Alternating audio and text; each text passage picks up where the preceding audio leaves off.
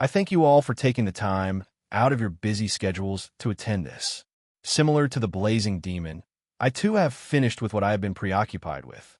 As the sixth pillar said, the topic of today are divergent laws. Blazing demon, Blade Lord, please have a look, the Grandmaster said. All of a sudden, a rift started to crack in space in front of them.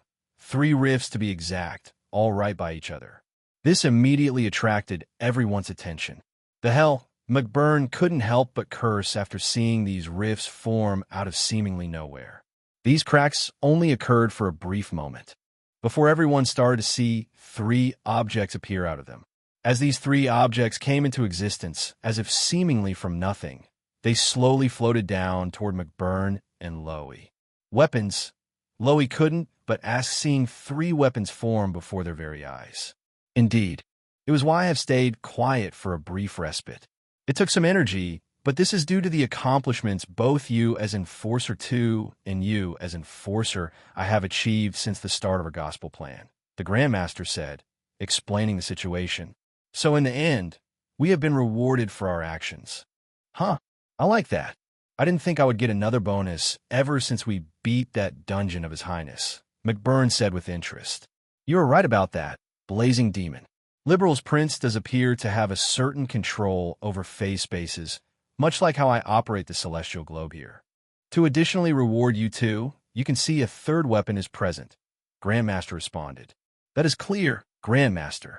There are 2 swords and 1 bow, Loey said, gaining attention toward the object on the right. It was pitch black, as if it was made out of obsidian, but it contained energy thick enough to exude both icy and fiery bits of mana. It was in a constant swirl around the bow, as if it was ready to scorch the soul and freeze it. That's correct. The weapon on the left is called Onbar, which I have presented to you, Blazing Demon. The middle weapon is called Kernviter, which I have presented to you, Blade Lord. As for the 3rd weapon, it is called Verberantize, which will hereby be presented to Liberal's Crown Prince, the Grandmaster explained, naming the 3 weapons before them. Ho! McBurn said as he uttered in amazement, gazing at the 3 weapons before him. Well, so you have decided to reward His Highness after all, Grandmaster? I guess it is only right to do so, considering the benefits we have received since that excursion. I can also assume we now have his full cooperation, Campanella asked after his gaze landed on the obsidian bow. I have only just received a direct notification from him, the Grandmaster said, gently nodding her head. To add to that, Blazing Demon, you'll personally go deliver Verberantize to Liberal's Crown Prince. It would be best to do so before the gospel plan comes to fruition, the Grandmaster continued to say. The moment the Grandmaster said that, McBurn clicked his tongue. Man, such a pain, McBurn said, clicking his tongue a bit. While he may seem annoyed, he did not reject the Grandmaster and proceeded to pick up both Onbar and Verberantize. As for Loey, he proceeded to go pick up Kernviter and thanked the Grandmaster with another bow. However, at the same time, the 2nd pillar lit up by just a speck and uttered to herself. So you really are Naoto, the 2nd pillar said as she uttered to herself. Since Naoto mains a rapier and already has radiant starlight, his 2nd weapon will be a bow. Oh. Verberantize is a compound word meaning scorched ice in German. There are 2 ES, but I took one of them out. Chapter 106. Group Date. Unbeknownst to me, a certain red and blue-haired fellow had woken up from his seclusion and was now making his way toward my position. But at the time, I still hadn't a clue. As for me, though, it was now the dawn of year 1198 of the Seption calendar. Grandmother's birthday banquet went off without a hitch. It was fun meeting the individual mayors of each city for the first time, as well as introducing myself to Jenny's Royal Academy's dean, otherwise known as Headmaster Collins. Collins was of course already acquainted with Chloe, but he was happy to meet me in our first Royal Assembly. He is now very much looking forward to both of our enrollment at Jenny's. To add to that, besides announcing myself to Gransel City about my return a year ago and attending my first Royal Assembly this winter, I was surprised to see no one was in opposition to me ascending as the Crown Prince, minus a certain Duke's small outburst. Phillips, my master, was kind enough to escort him out, and that was a sight to watch. But besides him, no one opposed me.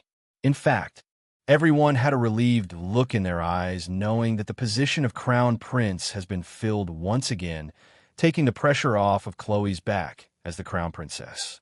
Sure, liberal is known to be matriarchal, but there have been patriarchal kings in the past who have been very dominant in what they did. If we are speaking of technicalities, though, Judas was Chloe's father before his passing. Queen Alicia, too, is both her and my grandmother, while Aurora was grandmother's sister. Since I am Aurora's son, that puts me as half-brothers with Judas, which therefore makes Chloe my niece in a way. It is very convoluted with how wide an age gap that was, but father still ended up taking a fancy to Aurora. Unfortunately, all of that was long before I was born, and I can only live in the present. To avoid these complications, grandmother made me Chloe's brother, but we would both be ascending the throne of liberal as husband and wife later on. If there was an upside to this, only grandmother and father know the truth. I have not told Chloe that I'm Gileath's son, even though she had met him already. I'm not sure if she has taken a guess, but I do plan on telling her at some point. Now is not the time. And for this last year, I have spent in Grancel Castle for me becoming the crown prince. Chloe has provided a ton of support to which I have been thankful for. With the royal assembly now in the close to look at how next year will fare, the celebratory mood soared around Grancel City. Every one of its citizens was now in a festive mood to celebrate grandmother's birthday. Banners were hoisted, tournaments were to be held, pubs to be open to everyone. Since it was now on the cusp of year 1198, grandmother had turned 55. Near the end of the first chapter in the Sky Saga, she would turn 60. It wasn't just the citizens to take advantage of this festive mood. Myself included, we were going to enjoy it to its fullest. Now, with that said, it was the first week into year 1198. With the morning well underway and the festivities already started, a violet-haired boy could be seen in casual clothes, standing right outside of Grancel Castle. Its giant marble doors could be seen closed shut. A couple soldiers dressed in green military uniforms could be seen holding a standardized orbital rifle of Liberal's military, standing guard for Grancel Castle. However, cold sweat could currently be seen going down their backs, likely for realizing who the violet-haired boy was who was standing not too far away from them. But they knew to stay quiet. This violet-haired boy wasn't alone either. A girl of matching height and violet hair could be seen standing right next to him. And it appeared the couple of guards were more frightened of her than they were of the violet-haired boy. These two weren't alone. A brown-haired girl who seemed to be of the same age as the two could be seen before them. Beside her was also a rather pretty black-haired boy who sported amber eyes. A look of amazement could be seen seeing the violet-haired duo standing beside each other. You really are the boy from back then. Now that we can see each other close up like this, you almost look like Chloe's twin, the brown-haired girl responded happily. True, if one were just to take a glance, it would be rather hard to tell the difference. The black-haired boy also said with a nod. Huh, we get that a lot, I replied, letting out a chuckle seeing this brown-haired girl and black-haired boy in front of us. Well, if we're being honest, brother and I aren't actual siblings. Chloe decided to say, but uttered softly, so only we could hear it. The moment Chloe said that, the brown-haired girl's eyes turned wide in surprise. Eh? Even though the two of you look so much alike, the brown-haired girl responded back in shock. The black-haired boy began to say. Now it makes sense. It's no wonder why the queen was so willing to announce the both of you. The black-haired boy responded, as if he had realized something. Hearing that, the brown-haired girl's eyes sparkled. What do you mean, Joshua? The brown-haired girl tried to ask, only to become more confused. Yet the moment she asked that, the guy named Joshua swiftly moved his hand and chopped the girl's head. Would you use your brain for once, Estelle? Keep this up, and you'll fail our bracer exam in no time flat. I see no hope for you, even if it's still a couple years out, Joshua said as an annoyed look appeared in his eyes. Ashi, now what's that supposed to mean? Are you asking for another beating with my staff? The girl called Estelle retorted Joshua. After Estelle retorted that, it caused Chloe to giggle. Hee hee, you two seem rather close. So you're Estelle's new brother I've been hearing about, huh? Chloe asked, as she observed the black-haired boy before her. That's right. It's a pleasure to meet you, Your Highness, Joshua said, greeting Chloe. Right now I'm just Chloe. Chloe quickly rebutted Joshua. Perhaps I'm not as used to this as Estelle is, Joshua responded, only to shake his head a bit. Right? Chloe is Chloe. Estelle spoke out with a smile. If we're going by that logic, then I'm just Naoto. So with that said, Hay raced the next surprise. How have you been, Joshua? I decided to play along, shifting my gaze toward the black-haired boy. It's been about a year or so. As you can see, due to some circumstances, I have joined a bright family. But I've been well, Naoto. Ren also wanted to pass along a message that she's studying hard as ever, Joshua said, revealing a rare smile. But at the same time, Estelle's eyes turned wide in surprise. Wait a minute. Are you saying you know Chloe's brother, Joshua? This is the first time I've heard of it. Estelle tried to ask back in shock. You never asked. Joshua simply answered, which somehow annoyed Estelle instead. Hey, Estelle said with an annoyed look. Chloe also responded with a giggle, seeing Estelle behave like this. I'm also curious about who this Ren person is, Chloe continued to say, only to look back at me. I'll tell you about her later. I only said for now. I do wonder, though, within this last year, has Ren put in enough effort to become an enforcer? Unfortunately, that thought only lasted for a brief moment before the four of us were distracted by an older and yet somewhat bewitching voice that I was not expecting to hear so soon. My, so this is where you two were. And here I thought you guys would be off exploring the festivities already. A voice suddenly called out to us from the opposite side, coming from Grancel City. It didn't long before a figure to come out. Estelle's eyes immediately sparkled, seeing this new figure arrive. Shara, so you were Capital after all, Estelle said, only to quickly leave our side, and arrived at a very beautiful figure sporting silver hair, along with a rather giant pair of breasts. Oh, was I interrupting something? The silver-haired woman said, only to see that Estelle wasn't alone. You too, she continued to say, only to have a glint of light streak across her eyes, seeing us. You remember those people I told you about before, right, Shara? This is Chloe and Naoto, Estelle said, explaining a bit. It seems she had already completely forgotten what we were just talking about, too. So it is that, then? It looks like you guys were just meeting up? Shara asked Estelle as she ruffled her hair a bit. She seemed quite older than the rest of us as well, but one thing to point out was the Bracer Guild emblem currently on her clothes. Yeah. Do you want to join us before we start exploring, Shara? Estelle asked Shara. Nah, they'll let you kids tend to your own. There's a lot of patrolling quests being issued right now, thanks to the festivities, but subsequently, there is no shortage in monster hunting either. They'll be tackling a coup of those outside the capital, Shara said. That's too bad. And I was going to take you to go meet a rather interesting fellow. Since that is the first place we'll be stopping by at, I decided to say, only to approach this beautiful silver-haired woman. You're a polite one, but it looks like the castle life isn't all there is to it now. Huh? It'll leave Estelle and Joshua in your care, Shara said, waving her hand a bit as she giggled. You can leave it to us, Chloe also said, nodding her head. Ashi, I hope you guys haven't left yet. Another female-sounding voice suddenly said, reaching out to us. This time, though, it actually came from Grancel Castle. Its giant marble doors slightly cracked open before a single figure came out, revealing that to be a plum-haired girl who was around 9 years old. Well, I guess you decided to join us after all, Emma, I said with a grin, seeing this plum-haired girl arrive at her side, taking in deep breaths after sprinting toward us. Seeing this girl appear, Skira had a glance at her for a brief moment before she bid us farewell and retreated back into Grancel City, which was a shame, considering the first place on the list to go to was the Erebonian embassy, to which a certain someone was currently staying at. Who were you again? Estelle also asked, becoming confused seeing this plum-haired girl arrive beside us. The moment she asked that, Joshua received another urge to chop her head again with his hand. Emma. You could say I'm a friend to both Naoto and Chloe, Emma said, taking in more deep breaths.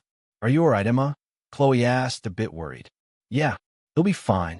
Just give me a moment, Emma responded. Also, who was that just now? She looked very beautiful, Emma continued to ask. That was Shara, Estelle responded happily.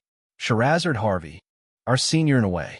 Perhaps it was her that we are aspiring to become junior bracers, Joshua also said, adding to Estelle.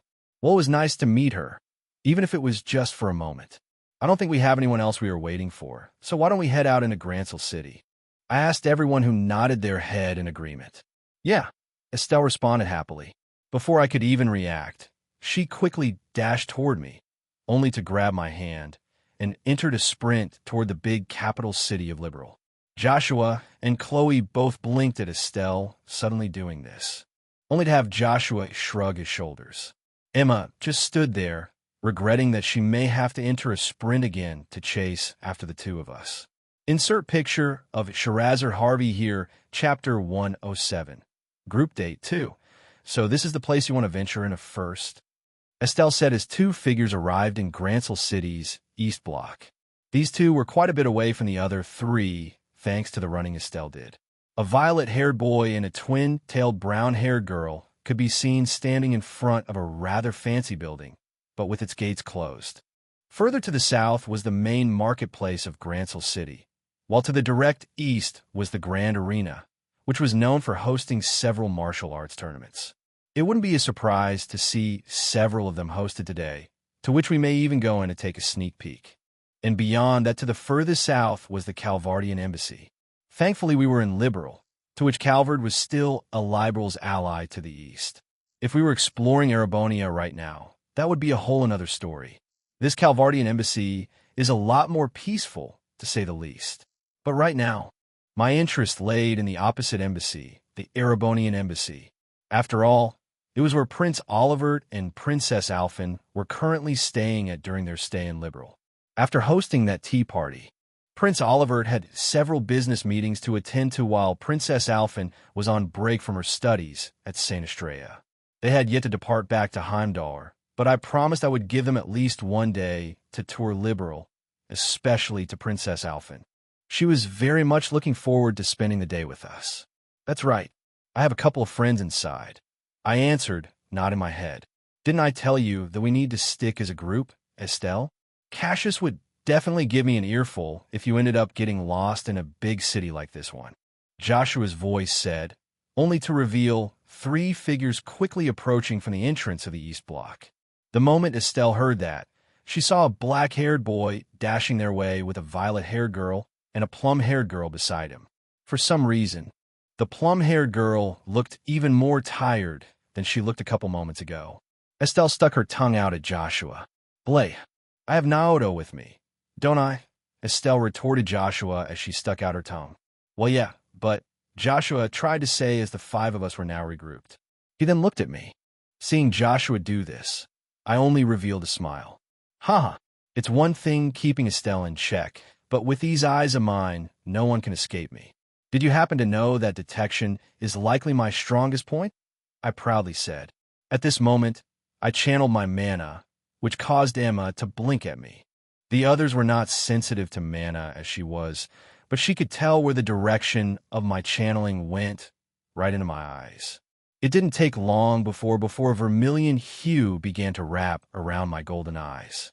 So cool, Estelle immediately responded, quick to see what had changed, and looked right at me. Your eyes, Joshua also said in surprise. However, perhaps it was due to the hidden pressure from activating my vermilion eyes was releasing, but the few soldiers keeping guard in front of the closed gate finally noticed us. Maybe they didn't at first considering we were just kids. It didn't take long before one of them spoke out to us with a stern voice. Halt! You kids are approaching foreign territory. We are closed today and are not accepting visitors. Go play somewhere else, one of the guards said while trying to shrug us off. But we need to get inside, don't we? Estelle asked, tilting her head a bit. IDs say using my eyes would be sufficient enough to enter, but I have a more direct way. I answered Estelle, which drew everyone's interest, only for me to reach into one of my pockets. It looked normal from the outside, but I reached into my inventory. Emma looked my way again, seeing as she sensed another small fluctuation of mana again, but no one else noticed. Afterward, I pulled out a token of sorts. Would this suffice for our identification? We do have a scheduled appointment here, I suddenly said, drawing the guard's attention, before the two could react. I tossed the token I grabbed at the left guard, which depicted a vermilion phoenix on it, soaring into the skies. The left guard blinked at the token for a moment before his eyes turned wide. This is... The left guard tried to say in shock, which immediately drew the other guard's attention. What has gotten you so worked up all of a sudden? One of the other guards said, only to have the couple of others quickly reach his side. The moment their eyes landed on the token, their eyes turned wide too. Thankfully, the first guard was quick to act. He looked back up, only to see a violet-haired boy smiling back at him while his eyes were curved up into a crescent moon. For some reason, the guard felt cold sweat start to trickle down his back. We weren't expecting a visitation from someone like you today, Your Excellency, the first guard said, switching to a sudden, respectful tone. Go present this to Ambassador Cranak immediately, the guard continued to say as he gave me a salute. As he did, the other guards took the Phoenix token, only to rush back inside. Your Excellency, Joshua tried to ask, only to look at me, full of confusion. Didn't I tell you I stayed in Erebonia for a period of time? I looked back, responding to Joshua. You did, but what did you exactly do there to cause a reaction like this? Joshua asked, still confused. Haha, I'll tell you about it sometime. For now, let's go greet them, I answered Joshua. Does that mean we can go inside now? Estelle asked, ready to head inside. I grabbed her shirt, preventing Estelle from moving. It's best to wait for the ambassador. This is still foreign territory after all, I said, ensuring Estelle didn't just wander on in. At this time, we heard the sound of a faint crash further inside, which caused me to chuckle a bit. Before long, we saw the giant villa-like building to open its doors, with a rather pompous figure to come out dashing, slightly disheveled. Who was it that presented this to me? The ambassador said, try to catch his breath. Hearing this, I walked to the gate, presenting myself. It was me. I apologize for taking some time out of your day. Ambassador Cranak, I said, greeting him with a bow. It took a second for him to look, only for him to look down, spotting a violet-haired boy now in front of him. I wasn't expecting Your Excellency to be a child, to say the least, Ambassador Cranak said, changing his tone to a polite one. He then held out the Phoenix token in his hand. But this token is the real deal. I am sorry, but you only have me to come greet you today. We do have a couple of guests currently residing in the embassy, though, Ambassador Cranak continued to say. That is who we are meeting today. Can you take us to them? I asked politely in return. Of course, Your Excellency. We were informed for anyone to present this specific token to us. We are to treat them in the highest regard. Please follow me into the embassy. I dare say for your friends to look after themselves, Ambassador Cranak said. Please leave that to me, Ambassador, Chloe said, revealing a smile as she approached my side. Seeing Chloe do this, his gaze became distracted and started to observe her. For some reason, he felt familiarity. Strange. Have we met before? Ambassador Cranak tried to ask Chloe. She gently shook her head in response. No, this is the first time we've met, Chloe simply answered. Hearing this, Ambassador Cranak turned back toward me. Pardon me for asking, but did you have a sibling, Your Excellency? You two seem awfully similar.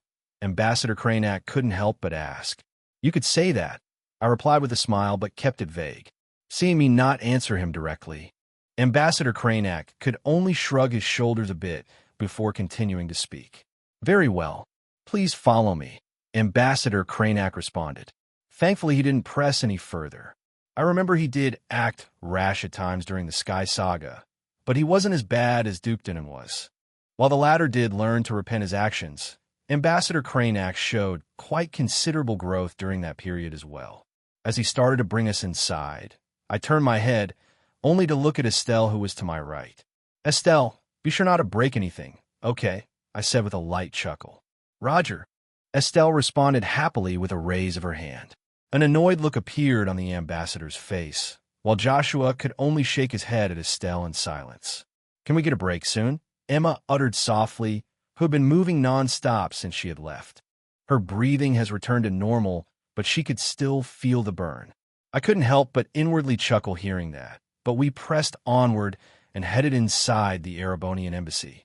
It was just as fancy looking on the inside as it was on the outside. In fact, Its floors resembled that of the great house mansions back in Erebonia, except on a smaller scale. Instead of the emblem of the great houses, it instead had the emblem of the Erebonian Empire, the stallion. Estelle wanted to go immediately explore the place, but we were able to keep her in check, and we made our way to the right staircase, leading up to the second floor. We soon arrived to a drawing room of sorts, with its door closed on the northeast side of the building. Do be mindful that past this door is the room where their highnesses are currently using during their stay here at the embassy. Your Excellency, Ambassador Cranak said politely. I understand that very well, Ambassador Cranak. It is why we have come here. I answered him with a smile. Hearing that, he nodded and proceeded to knock on the door. Your Highness Prince Oliver, there are people who wish to see you today. Ambassador Cranak said, even more politely. It was hidden to them, but the figure who was inside the door revealed a smile before we heard a voice call out to us. Let them in. We have been expecting them, Prince Oliver's voice said, reaching our ears. Very well, Your Highness, Ambassador Cranak responded, only to gently open the door. As he did, he moved to the side, only to let us in. As we entered, we immediately saw a golden-haired man sporting his royal red attire suddenly stretch his arms out sideways and welcomed us with a glitter in his eyes. To the right at the table, another golden-haired girl who seemed no younger than 8 or 9 years old could be seen wearing a black school uniform of sorts. Closing the door, the golden-haired girl bloomed into a smile and placed her cup of tea down back on the table. She immediately stood up and walked toward us. Unexpectedly, she reached my direction and gave me a hug. Tee, I knew you would keep your promise, Princess Alphen said with a giggle. How could I not? We were going to show you around Grancel City today. I hope you don't mind that I brought Estelle, Joshua, Chloe, and Emma with me. I answered Princess Alphen. I also received an urge to give her a head pat, so I did. Princess Alphen smiled again, seeing me ruffle her hair, but I made sure not to make her black beret fall over. The more the merrier, as they say, Princess Alphen said, clapping her hands together, only to look at our group and welcome them. Chapter 108. Encounter, are you sure you can't come with us, big brother? Princess Alphen asked with a reluctant look in her eyes as she turned her head toward Prince Oliver. Alas, but I've a mountain of paperwork waiting for me. I'm unfortunately not on vacation like you are, my dear sister. Prince Oliver responded with downcast eyes. However, he immediately recovered, only to give us a wink. But I might have a certain friend of mine come check on how you guys are faring later.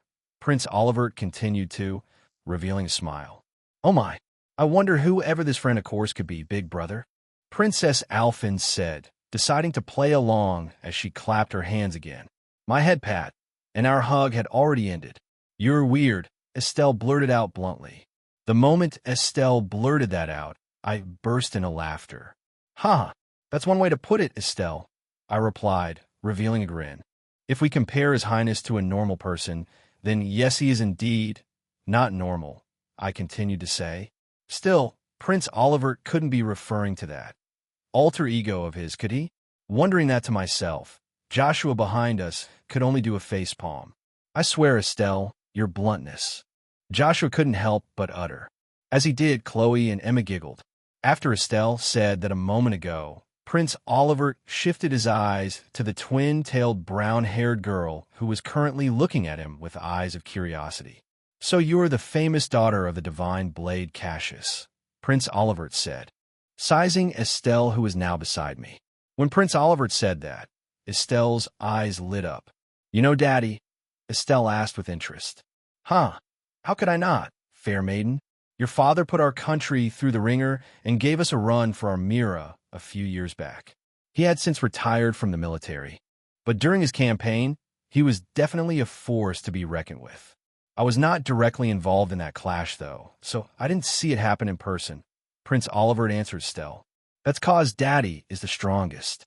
It's always fun to train when he's around, Estelle responded happily. Estelle is right, in a way, but Zemuria is large and wide. Cassius is definitely not the only strong person out there, Joshua said, approaching Estelle's side.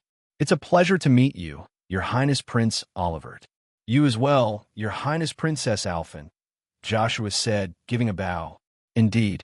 You are Joshua Bright, are you not? Prince Oliver asked, observing the black-haired boy now. How am I not surprised you already know me? Joshua responded nonchalantly. But that's right. I am Estelle's brother, Joshua Bright, Joshua said, introducing himself to the two. I didn't know that Cassius had a son too. Princess Alphen responded as well. Well, it happened pretty recently. I was surprised to see Daddy carrying a boy into our home. Estelle answered Princess Alphen. So that's what happened. Princess Alphen continued to say as she nodded ahead. And you must be. Prince Oliver continued along as he looked at the violet-haired girl to my left. I'm only going by Chloe right now, Your Highness. Chloe simply smiled. This caused Prince Oliver to chuckle. Well, of course, Miss Chloe. Tell your grandmother I give her my regards, Prince Oliver responded, seeing Chloe keep silent about this matter. That I can do. Chloe nodded her head. It's nice to see you again, Your Highnesses, Emma also said, greeting Prince Oliver and Princess Alphen. She had met the two when we had our tea party. Since then, they have become friends. So Emma has decided to join in on the fun. I do wish I could partake in these festivities myself. Prince Oliver responded to Emma. We will miss you, my dear brother. Princess Alphen also giggled. Now why don't we get this show on the road? I'm very much looking forward to exploring Grancel City. Princess Alphen continued to say. Well, we have many places to stop by, including a special order I need to go retrieve later. But we are in the East Block now, so we'll make a round trip. Grandmother also told me she is holding a martial arts tournament today, split up into a junior and senior division. The junior division has already started, so we can go take a peek there. I answered Princess Alphen, which also drew the others' interest. A martial arts tournament? It would make sense to use the Grand Arena today, Chloe responded. That's a place to where one can show their prowess in the techniques they've practiced over time, right? We don't have many places like that back in Heimdall, besides the couple school of swordsmanship we house. Princess Alphen asked. That's right, I said, nodding my head at her. It's different to something like Thor's military academy, to where people study to become soldiers. It's a place where people can seek direct combat experience, and it's open to all, I said, answering Princess Alphen.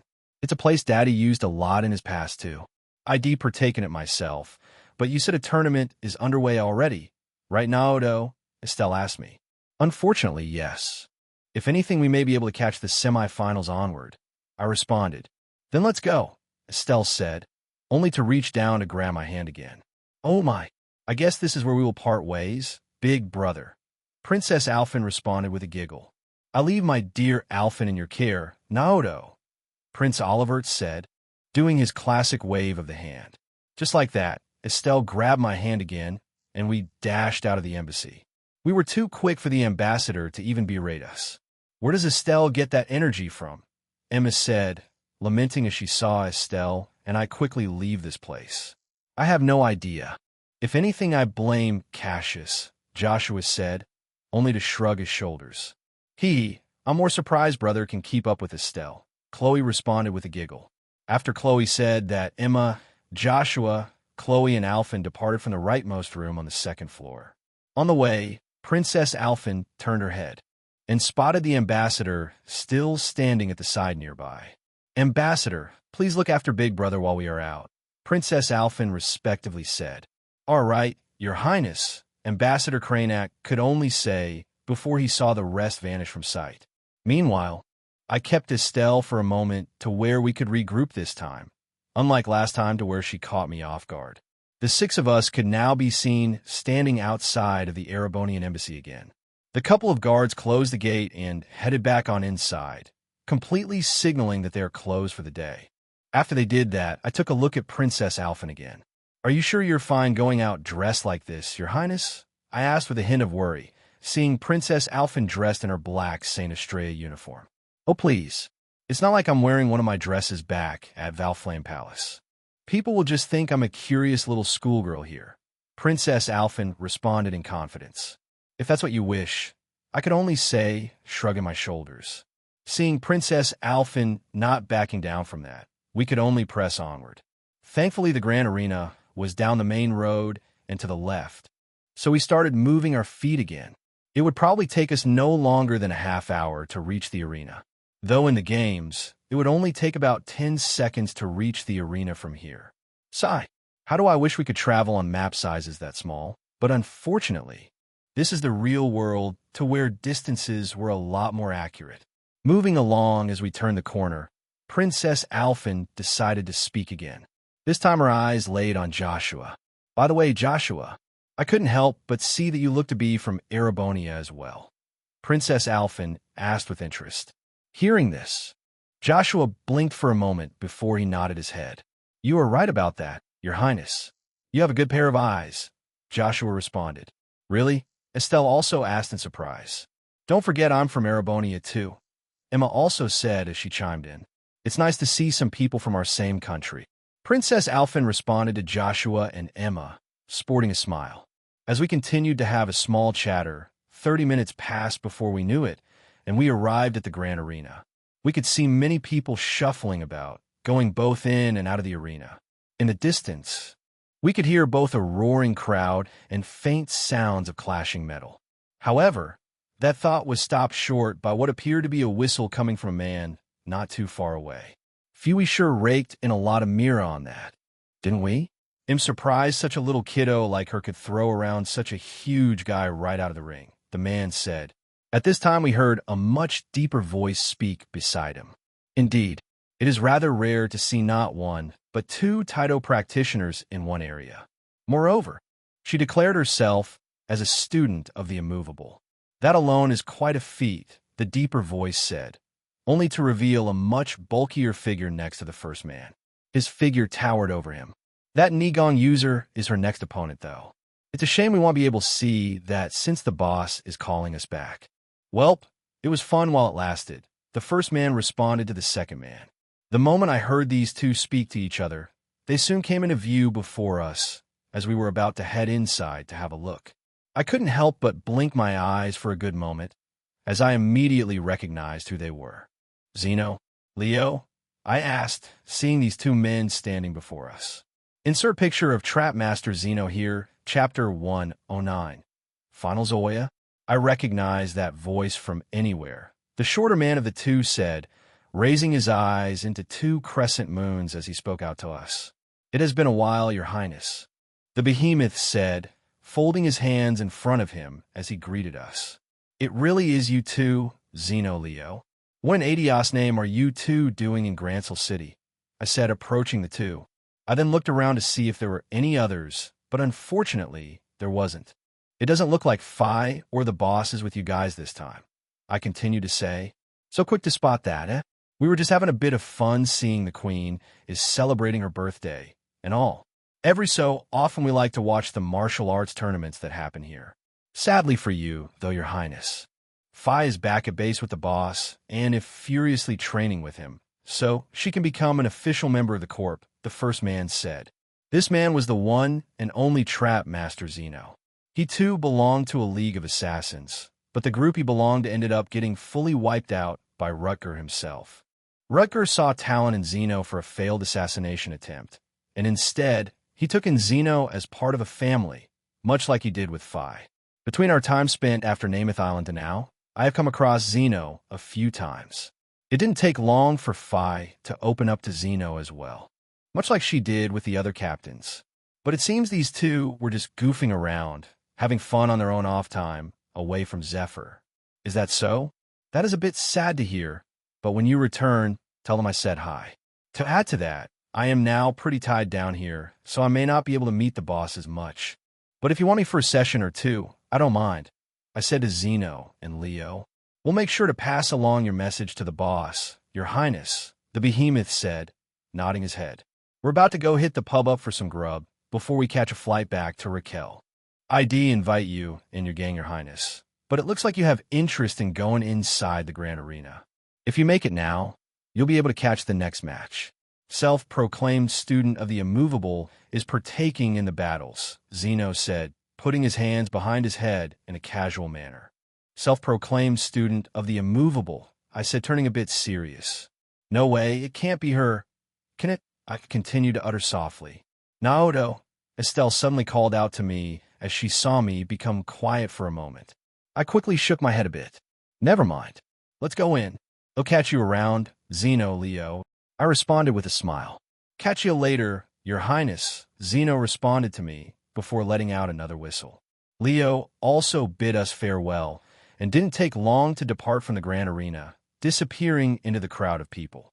After they left, we proceeded to quickly enter the grand arena. The clerk was stunned seeing our group appear, but quickly realized that I had already paid for the VIP section.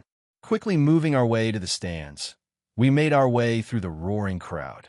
Sure enough, with my eyes, I was able to quickly spot a bulky figure of a middle-aged man sporting loose brown trousers and a purple sleeveless tabard placed over a white collared shirt. Most of his arm muscles were visible to the eye, as he wasn't wearing his gauntlets right now. I knew it. It really is you, Zin, I said, distracting Zin from watching what appeared to be the final match of the junior division, which was about to begin. Hearing me suddenly call out, Zin turned his head, only to see our group sitting down beside him. Zin raised his eyes, seeing me now sitting beside him as well. Well, if it isn't Naoto. I thought you guys would be too busy back in the palace, but you were able to spare some free time today, haha. I see a couple of new faces too, Zin said, revealing a smile as he greeted us. Oh my, I wasn't expecting people to show up right at the finals, Zin. You know these kids? A second voice suddenly called out to us. It took a second, but I quickly realized Zin wasn't actually alone. A second figure could be seen sitting in the seats next to Zin. I couldn't help but blink my eyes at this person for a good moment. This second figure appeared to be a very beautiful and tall woman, who seemed to be around 21 years old. She had very straight and long black hair, coupled with aquamarine eyes. She was currently wearing a pretty one-piece skirt with long black leggings. I wasn't expecting it, but yeah, I know these kids. In fact, Naoto here was the one who introduced her to us, Zin said, folding his arms. So is you after all. That child you sent to our Taito school really is a monster in disguise, Fufu, the woman said, revealing a grin. But where are my manners? Since you're already acquainted with Zin here, it's only proper I introduce myself as well. Name's Kilika Arurin. I also practice Taito like Zin here, Kilika said, introducing herself to us. Sure enough, it was her. A secret agent to the Calvardian Intelligence Agency, much like how Lecter is a part of Erebonia's intelligence division. And most of the time where Zin goes, Kilika is bound to show up at some point. It's nice to meet you, Kilika. I'm just glad we could make it in time before the final match begins, I said as our group greeted Zin and Kilika. We took this time to get ourselves comfortable. However, at this time, we heard a different voice reach out to us, signaling that there was a third person that was with Zin and Kilika.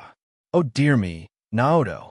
Here, I am right beside this pretty lady that you had just met, already to feign my being. My heart is wounded by that, I see some lovely kittens are beside you as well. Another voice of a woman suddenly said, reaching our ears. After this voice said that, we saw a third figure sitting to the left of Kilika lean forward a bit, which caused my eyes to turn wide. I know that voice from anywhere. The moment I saw this woman lean forward, I got a good look at her. She seemed to be about 12 years old, only 1 year older than me, and sported similar violet hair, matching to mine and Chloe's. She was wearing a pink and purple shirt along with some black pants, making her appearance rather casual compared to what she would dress as back at her estate. However, the moment I heard her voice, my eyes twitched for a brief moment. I wasn't expecting you to be here, Angie, I said, greeting this woman. That's right, the girl sitting next to Kilika was Angelica Roner, the Marquis daughter of House Roner back in Erebonia, one of the 5 great houses. Since declaring the rebirth of the Phoenix House, I had gotten acquainted with the other houses, and that includes this pervert of a girl. I had hoped with her being 12, she wasn't leaning toward her preferences so soon, but it seems I was wrong. I did have a mind to try and put Angelica on a different path. Hopefully that thought can still be realized. Seeing Angelica and I greet each other like that, Kilika blinked at us in surprise for a bit. You know this kid, Angelica? Kilika asked with interest. Sure do, Angelica responded happily, putting her hands behind her behind in a casual manner. Insert picture of Kilika Rurin here. Insert picture of Angelica Roner here. Chapter 110. Rixia versus Cheryl. Sure, I know this kid. Naoto here is on a whole another level. And I'm not speaking in terms of battle prowess, but in nobility, Angelica said in a casual manner as she held her hands behind her head. Haha, you know you're a kid yourself, Angie, I said, retorting back at her. I know, but I'm still a year older than you, Naoto. We're far from Rufus, though, while Patacakes is a year younger than us. And if I recall, didn't Lord Kian have a daughter too? I bet she's a real beaut, Angelica said, suddenly calling out certain individuals of the great houses. Still, if Patrick knew Angelica called him like that, I couldn't help but inwardly sigh. Is it all right for you to speak of that, Angelica? Kilika said with a surprised look. Why not? You're looking at two house members, Kilika, my dear, Angelica responded happily, which caused Kilika to turn back my way. So you're really one of those nobles then? Well, at least you're polite, unlike this brat here, Kilika responded. Ashi, Angelica retorted Kilika. Hearing Angelica say that, we let out some laughs. You two seem close. I guess Angie is training under you now, huh? I decided to ask. Kilika nodded her head in agreement.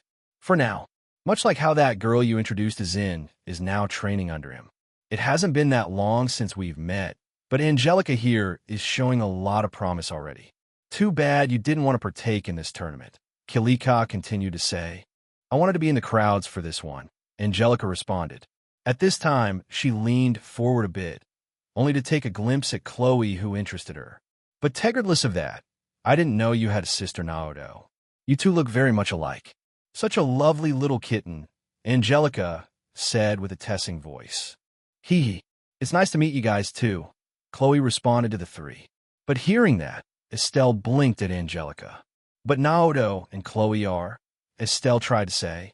The moment Estelle tried to say that, Joshua's hands moved swiftly, only to cover Estelle's mouth, preventing her from trying to say the rest of what she tried to say. Estelle, some things are better left unsaid, Joshua said, suddenly speaking to Estelle. Oh, dear me, I do wonder what this girl was trying to say, Kilika responded, hearing Joshua say that. However, Zin smiled, finally seeing Estelle and Joshua beside us. Haha, it seems you two haven't changed. I guess Shara is doing her job properly for once, as a senior, Zin said with a laugh. As Zin said that, Joshua removed his hands, causing Estelle to blink at Zin for a moment before a light bulb went off in Estelle's heads. Now I remember. You're the giant bear who was with Shara and the others a couple times wherever we visited the guild along with Shara, Estelle responded, which caused Zin to burst in laughter while Kilika blinded her eyes. You know these two, Zin? Kilika asked. Of course. Estelle Bright and Joshua Bright. Two promising-looking junior bracers. You guys still got a couple years to go until the bracer exam, right? Zin asked. That's right. It's nice to see you again. Shing, Joshua said, nodding his head. Ugh, don't mind me, Estelle uttered with a compliant. So these two are the ones, Kilika said as a glint streaked across her eyes, uttering to herself. You'll so have to introduce me to this sister of yours later, okay, Naoto? Angelica also asked as she revealed a grin. That cutie beside her is also cute. Bit of a shame she is wearing glasses, Angelica said, glancing over at Emma. However, that blondie beside you is the real treasure. I wasn't expecting to see you here, Angelica continued to say as she saw the blonde-haired girl beside me next. In the stands, we ended up taking 2 rows. Estelle, Joshua, and Emma were sitting behind us while Alphen was directly to my right and Chloe to the right of Princess Alphen. Princess Alphen couldn't help but reveal a teasing smile hearing Angelica say that. She even clung onto my arm with her hands as she spoke. Oh my, I do wonder whatever could you mean by that. I do believe this is the first time we met. But if you want to know, we are enjoying a little date right now. Princess Alphen suddenly said as she giggled hearing Angelica. The moment she said that, I couldn't help but spat out some cold air. Right after Princess Alphen said that, Emma's glasses became tinted as if she began to stare down my back. Naoto, Emma said, uttering in a soft voice. I quickly shrugged Emma off and scratched my cheek a bit before speaking to Angelica. Haha, please pay her no mind, Angie. She's just a friend who I'm showing around the city at a convenient time. We just happen to take an interest in seeing the matches here today. I quickly explained. Ah, sure looks like a date, if you ask me. Angelica retorted. I don't know how you were here, but I guess you're playing it like that, so I won't look into it. Angelica continued to say. You definitely look familiar, but if Angelica won't pry into it, then I won't either, Kalika also responded. Well, in a way, it seems we all know each other. Through one way or another, Zen also said with a nod. However, at this time, Estelle suddenly reached out one of her hands and pointed downward. If we followed her gaze, we finally saw the next match announced. Look, it seems the next match is about to start. You said this was the final match for the junior division. Right, Naoto? Estelle asked me with a curious look. That does seem to be the case. And as I thought, I began to say, only to see the large grassy field down below. To the left was the winning contender of the previous match. It was a 7 to 8-year-old girl wearing a white martial arts GI. Her medium-length lilac hair made her stand out. And if one looked closely, a black leather belt could be seen wrapped around her waist, which even caused me some surprise. Wow, Cheryl's already a black belt? I uttered in surprise. But I spoke loud enough for Zin to hear. He calmly nodded his head, acknowledging me. Sure did. Cheryl's grappling techniques are quite ferocious. You'd be surprised by the amount she had grown in this 1 year, Naoto.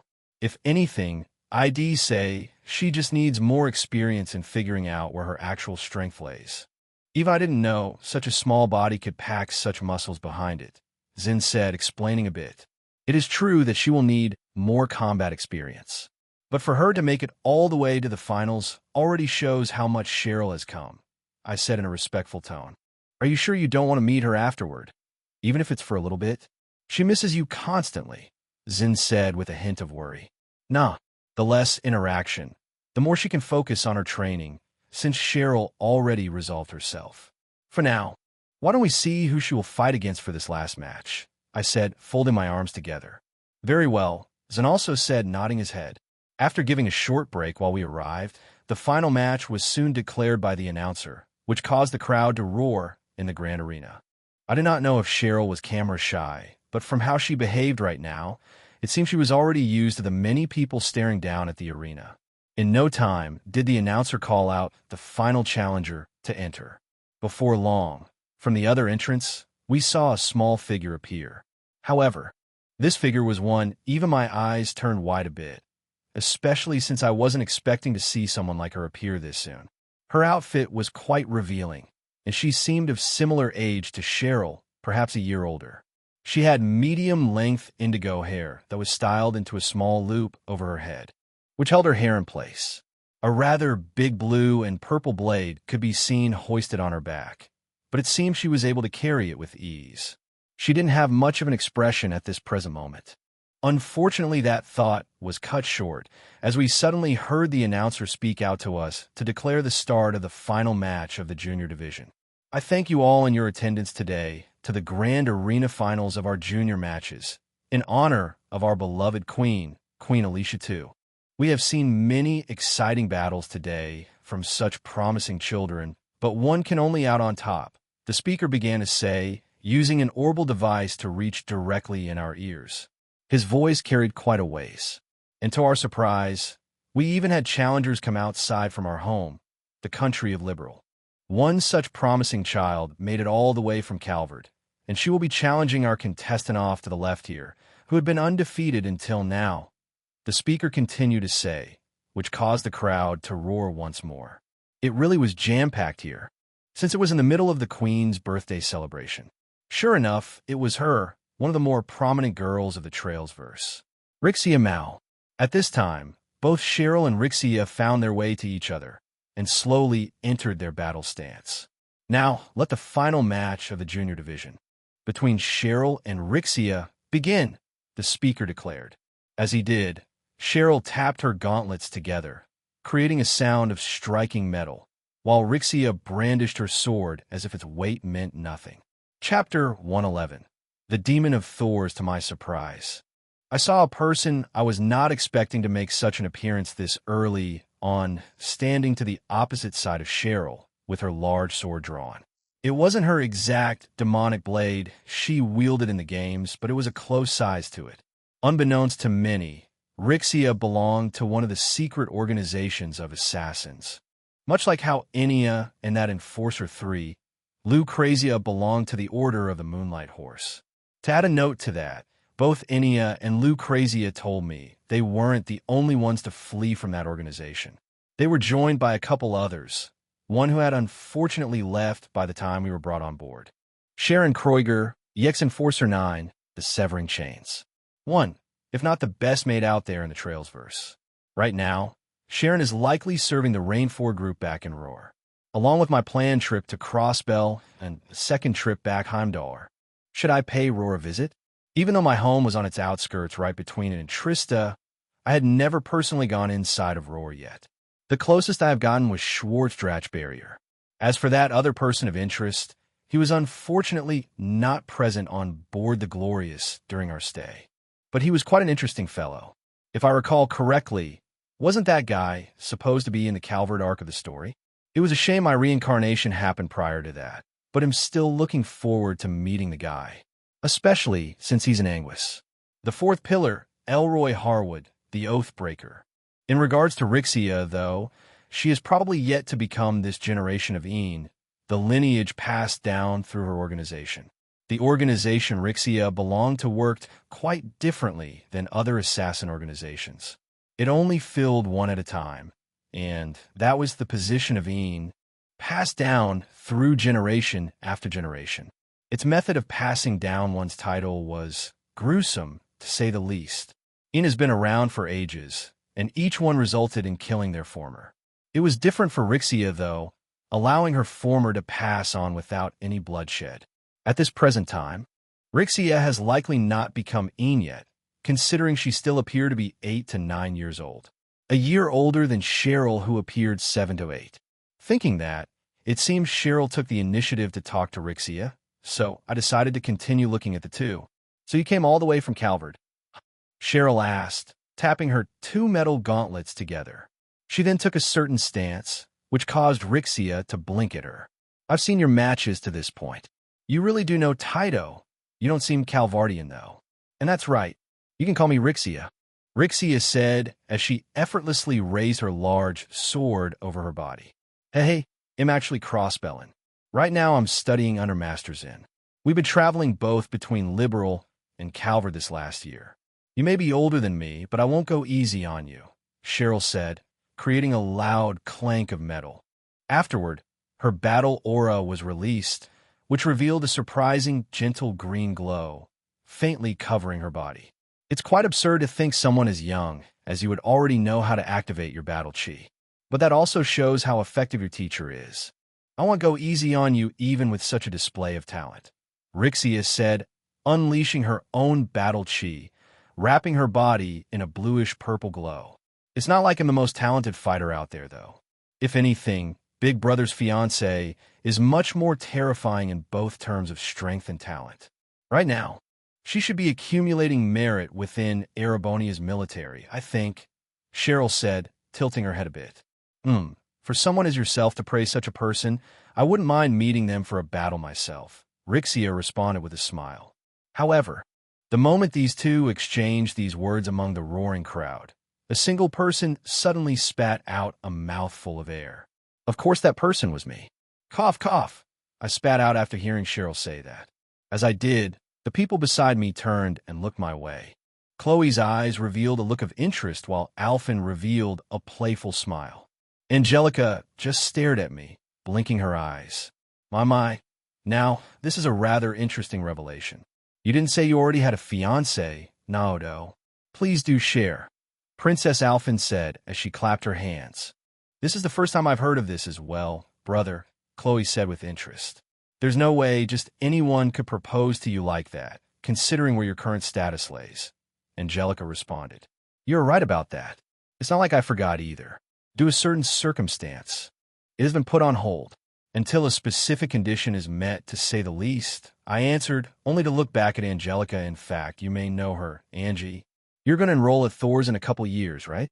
I asked. Sure am. After I finished traveling and my training with Master Kilika here, just like any other member of the great houses would.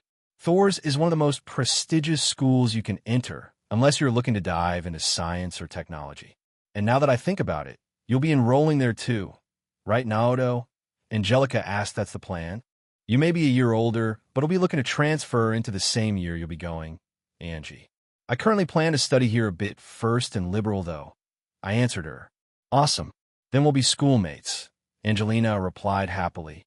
I take it this person you're referring to is an alumnus at Thor's then? Kilika asked with interest. She is.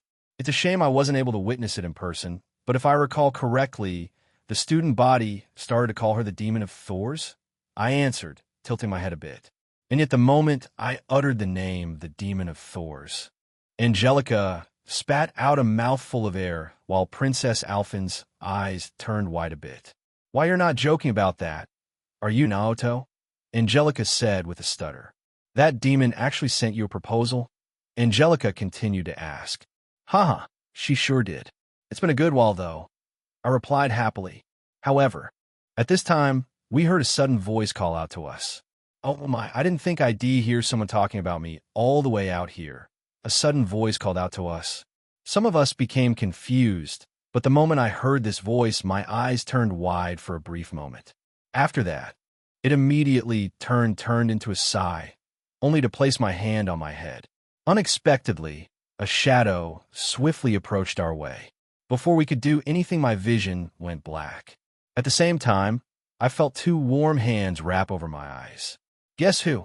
The voice said, both containing a stern tone, but gentle at the same time. Almost forgot you like to show up out of nowhere, don't you, Aurelia? I said, letting out a sigh. As I did, even Kilika's eyes turned wide a bit. I couldn't even hear her approach us. Kilika uttered to herself. Haha, you were just a little squirt since we met last, but it indeed has been a while. You're acquainted with a rather interesting crowd, aren't you? The figure behind me said, only to reveal a very beautiful woman with sleek silver hair right behind me. She appeared to be in her early 20s. She observed the rest of who was beside me. She blinked at Princess Alphen for a moment as well. So you're here too, huh? Aurelia said as she introduced herself to us. Teehee, whatever do you mean by that? Right now, we're just on a little date, Princess Alphen said with a teasing tone. As she did, Angelica was wide-eyed, blinking when Aurelia decided to sit directly behind me and next to Emma. No way, Angelica uttered as she looked at Aurelia. Seeing Angelica lean forward a bit, Aurelia was able to see her. You're Lord Roner's daughter, aren't you? Aurelia asked with interest as she observed Angelica. Angelica nodded. That's right, Miss Aurelia. I didn't think I'd see that Demon of Thor's today, and in liberal no less. Angelica responded. Ha! I did make quite a name a few years back. Right now I'm currently on a paid leave, so I decided to see what liberal was like since the war. I wasn't expecting to find you guys here during the Queen's celebration.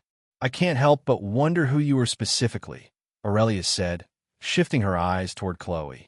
Right now, I'm just Chloe. Chloe responded with a smile. It is nice to meet you, though, Chloe continued to say. You really are that fiancé of Naoto's? Angelica decided to ask with interest. You told him?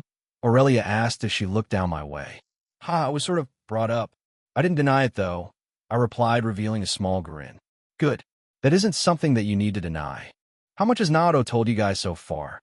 Aurelia decided to ask. Only that there's a condition to be met.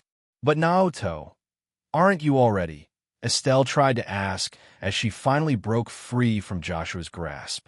However, the moment Estelle tried to ask that, Joshua quickly covered her mouth again, only to spark an angry look from her eyes. Seeing this caused us to chuckle. Indeed, there's one. Since you have yet to say it, then I will. Naoto here needs to best me in a duel. That is the condition that I have set. Aurelia replied happily, only to cause a wave of surprise to reach everyone's eyes. At the same time, Angelica started to shake her head back and forth, revealing a defeated look. I almost feel sorry for you now. Angelica couldn't help but retort after Aurelia said that. Why should I be?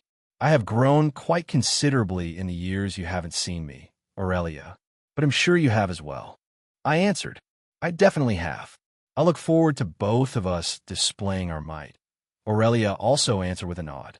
That is something I do wish to address with you, actually. So we'll be frank here. You remember the phenomenon we experienced back in Heimdall then, right, Aurelia? I asked Aurelia. How can I not forget? It's one of the most memorable experiences I hold dear. But now that I think about it, didn't you say that it was unfinished? Aurelia asked as she nodded her head. It is. Within this next year or so, I plan to continue diving into that. Would you be interested in joining for round 2? I decided to ask. Aurelia immediately confirmed with a quick nod. Absolutely. We only fought that one weird creature last time, but I'm looking forward to encountering more. Aurelia responded in acknowledgement. You wouldn't happen to be referring to that strange, glowing circle that suddenly appeared several years ago in Erebonia's capital city, in Drachel's Plaza, would you? Kilika suddenly asked with interest. It's been sparking interest not only to Erebonia, but to Calvert as well, a strange phenomena like that. Only to stop operating as if it was waiting for someone to call out to it. Kilika continued to say, Of course I am. After all, it was us who caused that circle to appear. Well, mostly Aurelia and I. The other participants are currently not present here, I explained, revealing a grin only to cause shock to appear in Zin, Kilika, Angelica, and Princess Alphen's eyes. So that was the case after all, Kilika uttered. Do you have the means to turn it back on then, I presume? Kilika decided to ask. Sure do. You won't turn this down, right, Aurelia? I answered. Definitely not. Just say the word, and it'll squeeze some time to join, Aurelia said with another nod. Kilika uttered to herself, only to turn quiet for a moment. Seeing this attracted our interest, before she continued to speak. Would you mind if I partook in this then? It sounded like you had a group last time. So this should be doable. Yes? Kilika decided to ask, which caused me to blink at her for a good moment. Quick to think about that, huh? But I don't mind if you join us, Kilika. We had a group of 4 last time, but I don't think there's a limit. I explained. A group of 4, eh? Mind if I join in too? Zin decided to ask. If it's going to be a fight, I do like to take up on a challenge. Haha, Zin replied with a laugh. Aren't you training Cheryl right now, Zin? I asked while I blinked my eyes. Well, of course I am.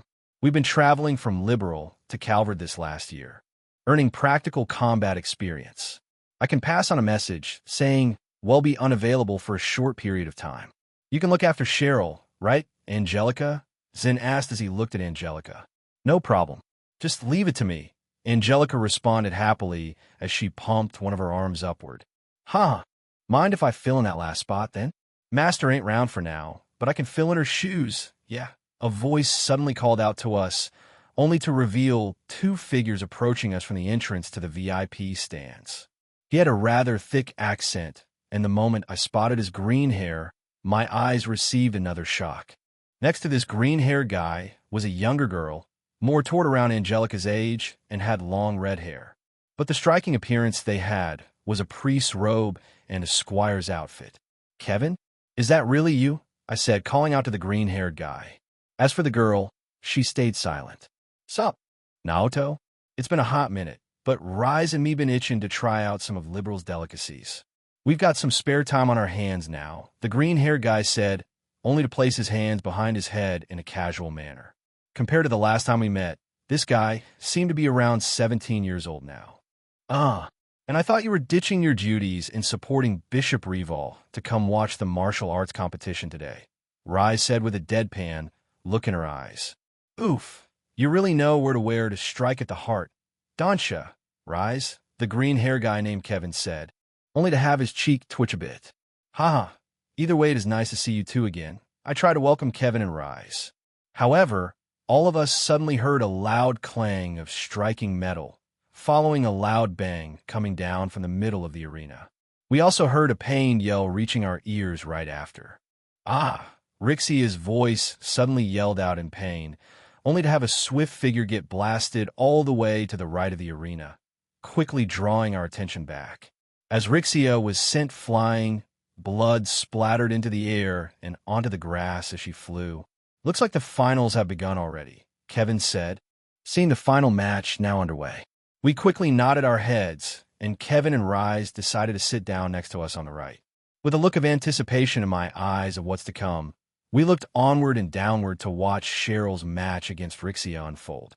Before we knew it, Time began to speed up as we continued to see two swift figures dance around in the battlefield below, causing loud clashes of striking metal to resound in our eyes one after another. Chapter 112. Chao Li, after Kevin and Rise entered the VIP stands and sat down next to us with a brief talk.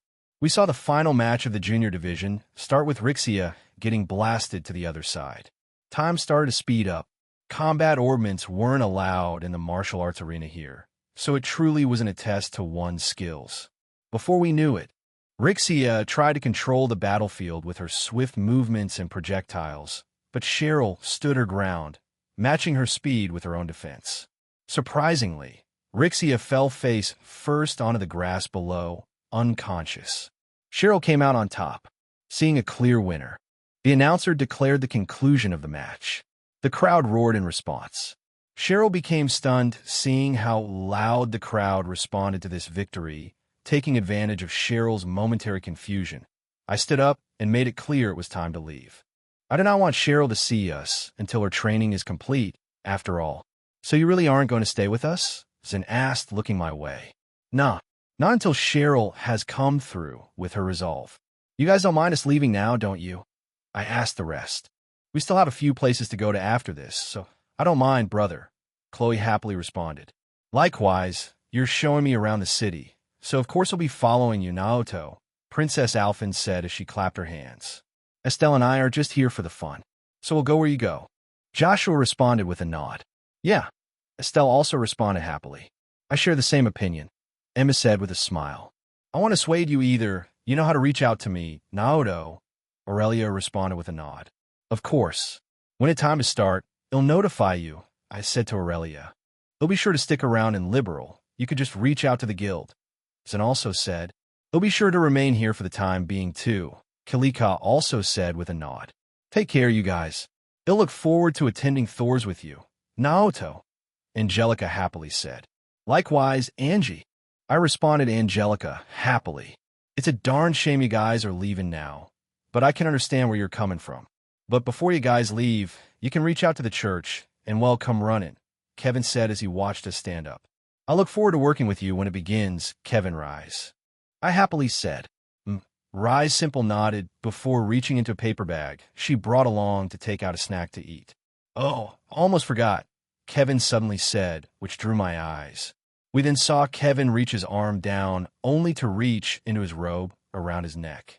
The moment he brought out a violet device of sorts with a phoenix emblem on its back, my eyes turned wide.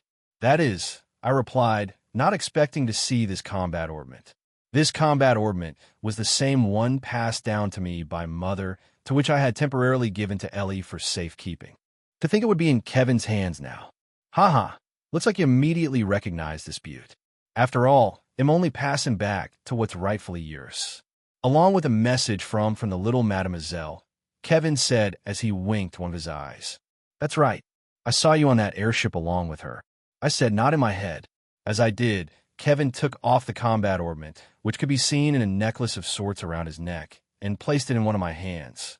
She said she has settled into her school in Arteria, so she felt it was time to return it back to you. And since Rise and me are in here Liberal, might as well take the time to do it, Kevin explained. Thank you, Kevin. We'll be off, I said, saying our goodbyes. I stored away my combat ornament. We quickly dispersed from the VIP stands. Yet before we entered into the building, I felt a gaze reach our way. I felt this gaze target my person specifically. It didn't feel hostile, nor did it feel friendly. It was more like a simple, observing gaze, if I had to describe it. It felt coming from the opposite side of the arena. I shifted my eyes for a moment before I spotted a lone figure, who seemed to be a young adult, sporting a blue indigo suit, with his hands calmly placed behind his back. The moment my eyes landed on him, he immediately sensed it, and despite the distance, he calmly looked back my way, only to reveal a smile as his eyes curved upward into a crescent moon. Chao Li, I uttered softly, seeing this man on the opposite side of the arena. Seeing this person here, is he already looking to scout Rixia to his side? Rixia shouldn't even be in yet, so maybe he's just here for personal interest? Seeing me halt for a moment, Emma turned back and looked at me. Naoto, Emma asked as she saw me looking elsewhere. It's nothing. Let's go, I said, quickly shaking my gaze away. I quickly left the VIP stands with the others, and our figures vanished into the building. As for the purple-haired man, a smile appeared on his face as he saw a few retreating figures going into the arena building from the other end. Is something wrong, Master Chow? An Eastern-styled robe man said, who could be seen sitting next to the purple-haired man who seemed to be about 19 years old. In response, the purple-haired man chuckled hearing that. Haha, oh, it's nothing. Just a couple of respectable individuals I've spotted over yonder.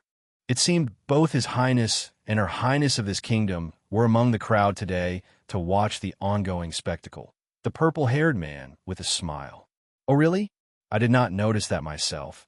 But it seems they have left, the Eastern dressed man beside him said, only to match the purple-haired man's gaze. Sure enough, he spotted empty seats next to Zin, Kilika, and Angelica. However, at this time, the two spotted Kilika, who turned and looked directly at the two. Kilika ended up smiling at the violet-haired man, before her gaze shifted elsewhere. Ha ha, such an interesting crowd, the violet-haired man said, only to open his eyes a bit. As he did, the glasses he was currently wearing shifted slightly downward. The violet-haired man continued to say as he decided to shift his gaze back down toward the arena to where the victor was already declared the winner. His eyes landed on the lilac-haired girl, who could be seen kneeling on the grassy floor, panting heavily with a smile over her face. Master Chow, the Easter dress man, asked beside him. It is a bit unusual for several Taito practitioners to gather around, but it does make sense since this is a renowned tournament known to be held each year here in Liberal. Still, the individual down there showed quite an abnormal amount of strength. I do wonder how she would fare if she were to dive into our Liu family techniques. The purple-haired man wondered to himself as he pushed his glasses up a bit. Just say the word, and we will send out a notice should you request it. Master Chow, the Eastern dress man beside him said, only to cup his fist together with one of his hands. Seeing this earned another laugh from the violet-haired man. Now, let's not be too hasty here. It is clear this individual is already acquainted with Liberal's crown prince. But then again, if we were to send out an invitation and it be accepted, he would owe us a favor, the violet-haired man uttered. But isn't the individual of concern already studying under one master? The Easter dress man beside him asked. Well, that is true, but there is no harm in accepting another master, no? The violet-haired man asked, revealing a grin. But alas, now isn't the time to offer such a proposal. At the very least, we could express our interest to His Highness. And besides, we have a more pressing matter to attend to, considering even our home country isn't faring too well. The Liu family head has requested me to open up a branch in Crossbell. You see, it's about time to find our own prospects there, the violet-haired man said, shifting his gaze back down to the man beside him. Yes, we will be sure to stand our ground as Crossbell's Heiyua branch. Those mafia bastards won't know what will hit them, Master Chow. The Easter dressed man replied with a respectful tone. Excellent, the violet-haired man said, only to look down at the arena one last time to observe the lilac-haired girl for a moment. His gaze also shifted toward the indigo-haired girl as well. That style, could it be? The violet-haired man uttered to himself after seeing the two fight. Sadly, he was quick to shake it off before he stood up and started to slowly depart from the stands as well, with the Eastern dress man following behind him. Insert picture of Chow, Li Chapter 113. Disturbance of fateful encounter will show up this year. It is someone who hasn't appeared yet, but I won't say who. Smiley face, Chloe, Princess Alphin, Estelle, Emma, Joshua, and I left the grand arena after seeing Cheryl come out on top. For her to beat Rixia as she was now, I couldn't help but bring a smile to my face. This was quickly noticed by Princess Alphin. Teehee, looks like someone is in a happy mood, Princess Alphin said as she suddenly wrapped her arm around my left arm, which caused me to blink for a moment. You could tell, huh? I'm just happy that Cheryl won her last match. Her opponent was quite a fierce one. I said happily. That Rixia person was quite nimble too. She controlled most areas during that battle. To think she'd be able to easily launch her weapon like that. Those paper things too, I think they were called talismans. I had no idea they could create such small and accurate explosions, Princess Alphen asked. "Hmm. It's a popular item in the Eastern martial arts world. Compared to the myriad techniques available over there, here in the West, it's mostly training in swords, guns, or spears," I said, giving a nod. It was also surprising to see that you guys knew that Cheryl girl. Mr. Zin said he accepted her as a student. Princess Alphen continued to say, "That's basically what happened. Cheryl was traveling with us while we were in Calvert ourselves," Emma said with a smile. "All right, you did say you visited Calvert 2 years ago. I would love to hear more stories of what Calvert is like." Princess Alphen responded happily. I'd love to, but we still have several blocks of Grancel City to explore, don't we?" I replied. "And also a shopping spree. We're in the main shopping block of Liberal's capital. After all, I would love to purchase an outfit or two to take back home with me." Princess Alphen continued to say, "I wouldn't mind purchasing some clothes myself." Chloe also responded happily. "Maybe I should get some new sneakers?" Estelle also asked as she tilted her head. Right after Estelle said that, she felt a swift chop to the head by Joshua. "Are sneakers all you can think about right now?" Joshua retorted Estelle. "Ashi." Now, that was uncalled for, Estelle replied angrily. However, that only earned a laugh from us. As we laughed, we worked our way down the steps, only to enter the main street of the East Block again. "It's not like you won't be left out either, Estelle, Joshua. Same for you, Emma. Like I said earlier, today's all on me. If you want something, don't hesitate to reach out," I said. "Is that really all right?" Joshua said, still a bit hesitant. "If that really is the case, maybe we should get something for Daddy too, while we're at it?" Estelle also wondered. "I actually wouldn't mind doing that, Estelle," Joshua continued to say, nodding his head. "Maybe I should look into getting another pair of glasses," Emma uttered after hearing me say that. After everyone expressed their individual interests, we each had a look at each other. Chloe then decided to speak next. "Well, it looks like most of us are looking to get something at the market, brother. Didn't you say you had an appointment, though? Will we be fine if we shop for a couple hours?" Chloe asked with a hint of worry. "Right. I do have one appointment set, and ITLL be at the Orbital Factory, but that's a pickup, so it won't last long. Afterwards, we can either schedule a dinner or go to one of the pubs if you guys want a more real experience. Serve with anything non-alcoholic, though, huh?" I explained with a laugh. "Oh, did you perhaps place an order for an orbment device of sorts there?" Princess Alphen tried to ask with a curious look in her eyes. However, before she could finish her sentence, we all heard sounds of shuffling feet, running quite quickly from a few figures not so far away. They came from a few of the many patrolling guards who were patrolling the city during the Queen's birthday celebration. Worried looks could be seen in their eyes. "Quick! A suspicious individual has just been discovered at the South Block," one of the few patrol guards said. "You lot know the drill. We are to detain anyone that we deem so, as to not cause trouble during Her Majesty's celebration," the patrol guard continued to say, which caused the other two to nod their heads. "But aren't the guards in the South Block already keeping it under wraps over there? Why do we need to go to?" one of the other patrol guards asked. "It looks like those couple fellows aren't enough to handle this guy. Seems to be a persistent one, too, in trying to enter Grancel. I've received word he's been cooperative, but is releasing a rather heavy pressure. We are to provide backup," the first patrol guard said. We were pretty close by as we saw the few patrol guards not too far away. After the guard said that, we blinked at each other. "A suspicious individual trying to enter the South Block?" I uttered softly. "Is something wrong?" Princess Alphen also asked, a bit worried. As she asked that, both Chloe and I glanced at each other, before the two of us quickly nodded our heads. "I'll leave it to you, Chloe," I said with a simple nod of my head. "With pleasure," Chloe responded with a smile. After saying that, Chloe stepped forward, only to part ways from our group. Walking away and slowly approaching the guards, Estelle blinked her eyes, seeing Chloe do this. What's Chloe going to do?" Estelle asked, only to see Joshua's arm reach out before her, only to signal Estelle not to move. "Let's just keep our distance for now," Joshua said. Hearing that brought a smile to my face. But I kept quiet and watched on. It was only a moment before Chloe arrived before the guards. We weren't that far away.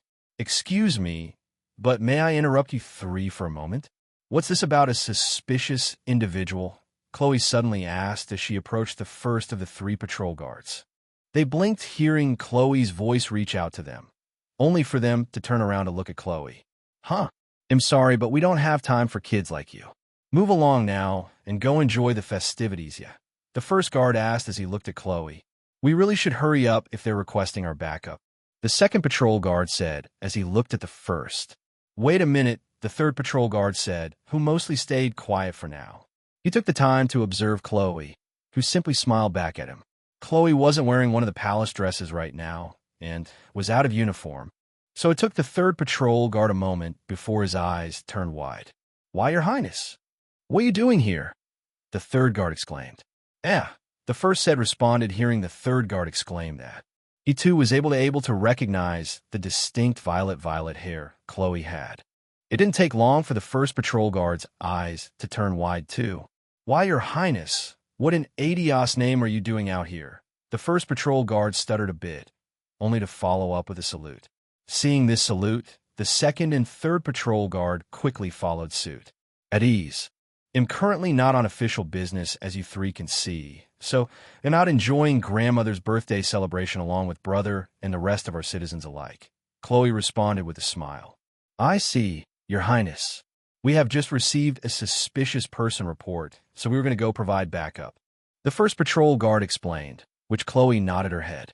However, it took another moment for the guard to register it, but after Chloe said that, his eyes turned wide again.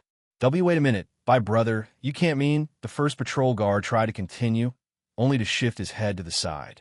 Not too far away, he spotted me. Giving him a grin, I decided to approach Chloe's side. Why, Your Highness the Crown Prince? We do apologize for disturbing your enjoyment. The first patrol guard responded, only to have the other two quickly salute to me as well. Haha, it isn't no matter. We are people just like you. Out to seek to have some fun this week. If anything, I apologize for causing a disturbance in your current rounds. I spoke to the three, which caused Chloe to smile. Your Highness needn't to apologize to us, since we're just doing our jobs and keeping the peace during Her Majesty's festivities. The first guard was quick to respond. Hearing that, I nodded my head. Would you mind if you bring us to this person? Grandmother's celebration week has been without a hitch, and we should keep it as such, I suddenly asked. At once, Your Highness. The first patrol guard responded with another salute. You want to go see this individual? Chloe asked with interest as she blinked her eyes at me. Sorry, but we may have to delay our shopping by an hour or two. We should still have plenty of time, though, I said as I scratched one of my cheeks. Well, you don't need to apologize for that, brother. I too find it concerning. Each year brings so much celebration, it would be a shame should something disturb at this time. Chloe also responded with a giggle. Hearing that, the two of us turned back for a brief moment, only to look at Princess Alphen for a bit, only to nod both of our heads. Princess Alphen was quick to realize our intent. It looks like Naoto and Chloe will be without us for a few moments. You guys don't mind that, do you? Princess Alphen suddenly asked, not too far away. Estelle's eyes showed surprise hearing that. Naoto and Chloe have something to do. I thought we were going to shopping. But seeing them with the guards, it did look a bit serious, Estelle responded with surprise. This feeling, Joshua tried to say, only to seem as if he was in his own thought, while Princess Alphen and Estelle said that. Joshua? You all right? Estelle tried to ask, which snapped Joshua away from his own thought. Sorry, but it looks like he'll need to accompany Naoto and Chloe.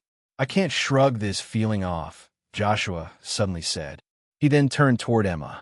I can leave the princess and Estelle in your care, right, Emma? Joshua asked Emma. Emma simply nodded. Of course. I'm a lot stronger than what I currently look like. Emma responded in confirmation. Joshua, where are you going? Estella tried to say, only to see Joshua turn around and suddenly dart toward Chloe in his position. Seeing this, Estelle was surprised having Joshua leave the three, but I knew Emma could look after Princess Alphen and Estelle for a little bit. It was a surprise to see Joshua join up with Chloe and I, though, but we quickly followed the guards and left the East Block. It didn't take us long to reach the South Block. This South Block also housed the Orbital Factory to where my appointment was set at later tonight, as well as the Bracer Guild. They also had a Fisherman's Guild here. Since the patrol guards were running on the side, we too were running along with them. We quickly passed by the Bracer Guild. As we passed by, I glanced at a certain sun-kissed skinned figure who was wearing rather loose clothing with a brown whip held at her waist. Our eyes met, and a look of surprise appeared in hers. Unfortunately, that moment only lasted briefly before we continued along the path toward the south gate. Weren't those the two kids I met earlier in the morning, and Joshua is with them? They seem to be in a hurry, the woman said, only to see us no longer beside her. Seeing that, she could only shrug her shoulders and entered the Bracer Guild. Oh, if it isn't Shara. Welcome back. Did you just finish up that last monster hunting quest? A long blonde-haired man said, who had his hair tied into a ponytail, draped over his left shoulder, standing behind the receptionist counter. Oh, that little thing? It was a cinch for me. Something just caught my eye, though, the sun-kissed woman replied, revealing a smile. It looks like the Crown Prince and Her Highness were off in a hurry to the south gate. I saw Joshua with them too, the woman continued. We just did receive an additional request to provide security support at the south gate. I wonder if that has anything to do with it. The man called Elman said, there's some really flashy-haired guy loitering around, demanding a request to speak with the Crown Prince, no less. There's no end to such individuals lately. Sigh, Elman said, shaking his head a bit. Want to go check it out, Shara? Elman asked. A flashy-haired guy? At least he sounds better than that pain in the ass, Duke. Sure, Shara said, simply nodding her head in response. After handing her latest quest details to Elman, Shara received her next request from him and left the Bracer Guild just as quickly as she entered. Arriving on South Block's Main Street again, she quickly turned toward the direction of the South Gate and proceeded to her next destination. Chapter 114. McBurn's back. We parted ways with Princess Alphen, Estelle, and Emma, and exited the East Block. I left Princess Alphen and Estelle in Emma's care. Despite being a couple years younger than me, I could still count on her. Like she said, she is quite strong, but still not quite as strong as Vita, though. With the patrol squad, we arrived in the South Block. It was bustling with stalls and traffic of people coming and going. The energy was high, and overall it looked like people were having a good time. Every so often cheers and happy conversations could be heard from the pubs and restaurants scattered in the South Block. We stayed on the left side, and once we were about halfway through the South Block, we came across the Bracer Guild. It looks like it was having its fair share of work, and I even caught a glimpse of Shara, who seemed to have returned for the moment from her monster hunting. We could only glance at each other before she went inside. Sadly, the guards didn't stop, so neither did we. Sure enough, there was a line of people waiting to enter the South Block, likely to experience the festivities. There were also a couple squads of patrol guards who could currently be seen either a bit scared or yelling at a singular individual off to the left side. It seemed they were even ready to draw their weapon. Looks like we just made it in time, the first guard of the squad we were with said. Seeing another squad join in, the other 2 or 3 squads looked relieved. Oh good, it looks like backup arrived. I think this will be enough to help detain this bastard. Already got a rule breaker here looking to cause a stir. He even cut the line, complaining about how long it was taking. One of the other squad guards said, meeting up with ours. Who is this person exactly? I decided to ask the other guards, which caused them to blink at us behind the squad who just arrived. Why in Adios name did you guys bring a couple kids with you? The other guard retorted. However, upon another glance, it looked at us. Wait a minute, you do look familiar, the other guard continued to utter. Will this help at all? Chloe suddenly asked, only to stand by me.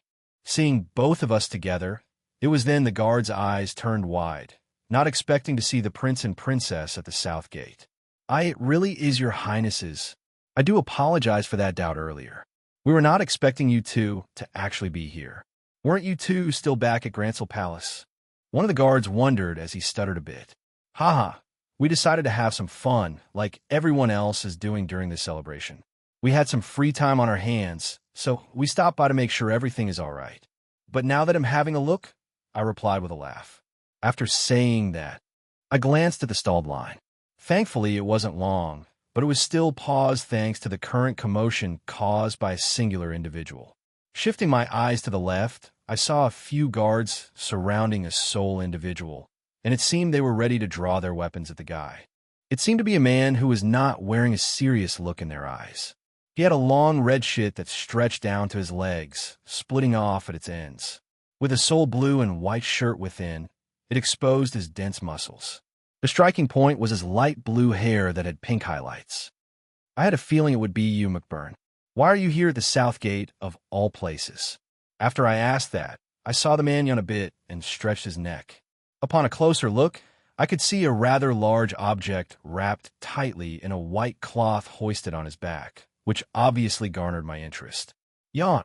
The man I called McBurn replied with a yawn. It was so boring trying to wait in line to come to your place, Your Highness. I couldn't help but speed it up a little, you get me? I was this close to burning down this gate, but that requires effort, and that is something I don't feel like doing right now. The man continued to say. After finishing his yawn, he opened his eyes, only to look back at the guards and us. Even he blinked for a moment. Well, it looks like you got the Black Fawn with you too. It's been a while, kid, the man continued to say, ignoring the few guards who had him surrounded. As I thought, the feeling I couldn't shrug off was you, McBurn. I didn't think you would dare try to enter Grancel City like a normal person would. You stick out like a sore thumb, Joshua retorted as he approached my other side. Seeing us start to exchange words like that, the patrol guards turned their way and looked back at us. Could you be acquainted with this individual, Your Highness?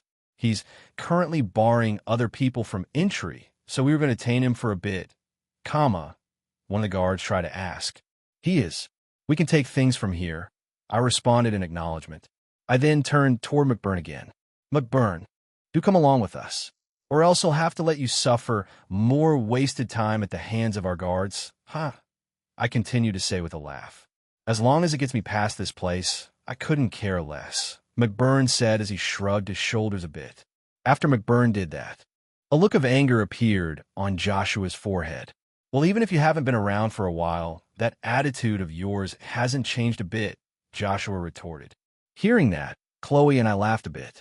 We were able to calm down the few patrol quads after revealing who we were to them. We also told them McBurn was with us and that he was allowed safe travel into Grancel City. Receiving a stern warning not to cause any trouble, the traffic of people resumed, and they were able to enjoy spending the festivities. Sadly, that momentary peace only lasted for a moment, as the four of us suddenly bumped into a sun-kissed woman wearing a whip at her side, not too far away from the Bracer Guild. Well, here I was going to check on what was going on the South Gate, but it seems it ended before I even arrived. So much for being tasked with providing extra backup, Shara said, seeing the patrol guards at the South Gate already start to disperse to let the people flow resume. Sorry about that. You're Shara, right?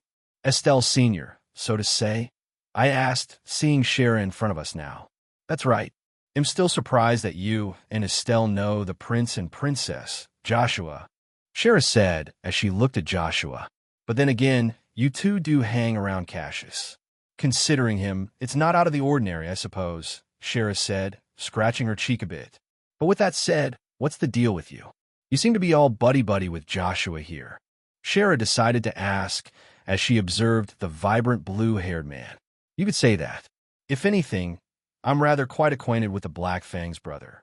I'm getting an itch to spar with him again, McBurn answered, only to reveal a light grin.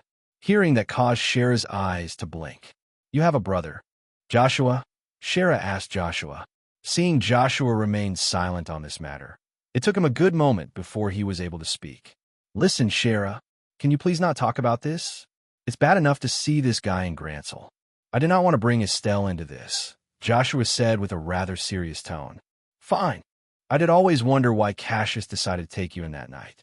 But it looks like you aren't willing to talk about it, so I won't press the matter. This guy hasn't done any harm yet from what I witnessed at the South Gate, so they'll pretend like he's just following the prince and princess. Does that work? Shara asked as she looked at Joshua.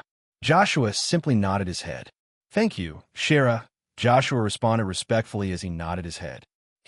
That won't come free, though. I heard that you're looking to spend dinner tonight with his and her highness, and no way in Gehenna will I pass up on a free meal. You get where I'm going with this? Shara responded, revealing a grin of her own. Seeing this, Joshua couldn't help but shake his head. You're more than welcome to join us tonight. Shara, was it?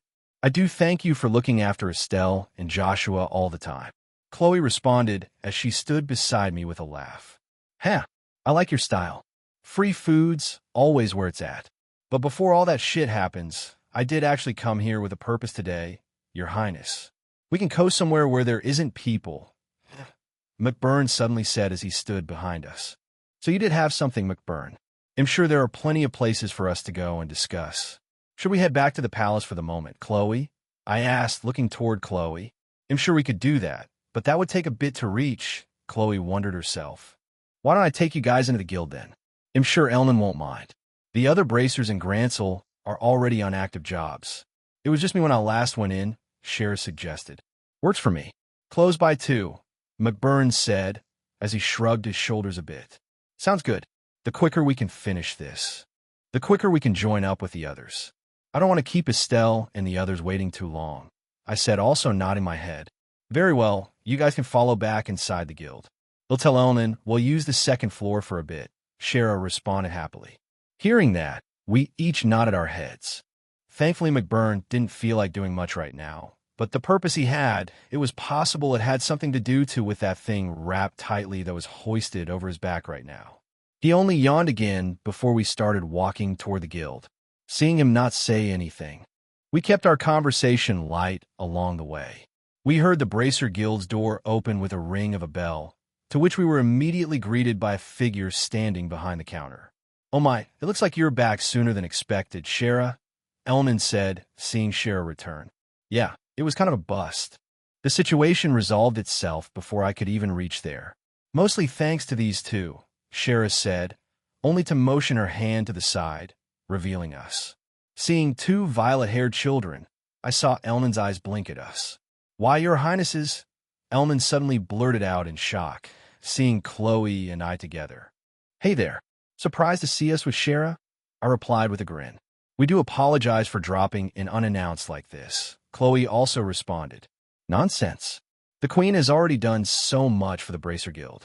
It is a surprise to see Your Highnesses be acquainted with Shara here, though. I can see little Joshua is here with you guys, too. Where's that Estelle brat? Elnan continued to ask. Estelle's currently not with us.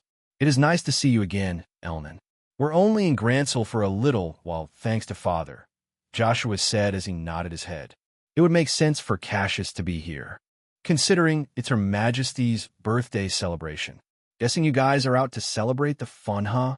But what's this about a bus for that security backup, Shara? Elnan asked as he looked back at Shara. Well, it turns out the guy was acquainted with His Highness, Shara said, shrugging her shoulders while letting out a sigh.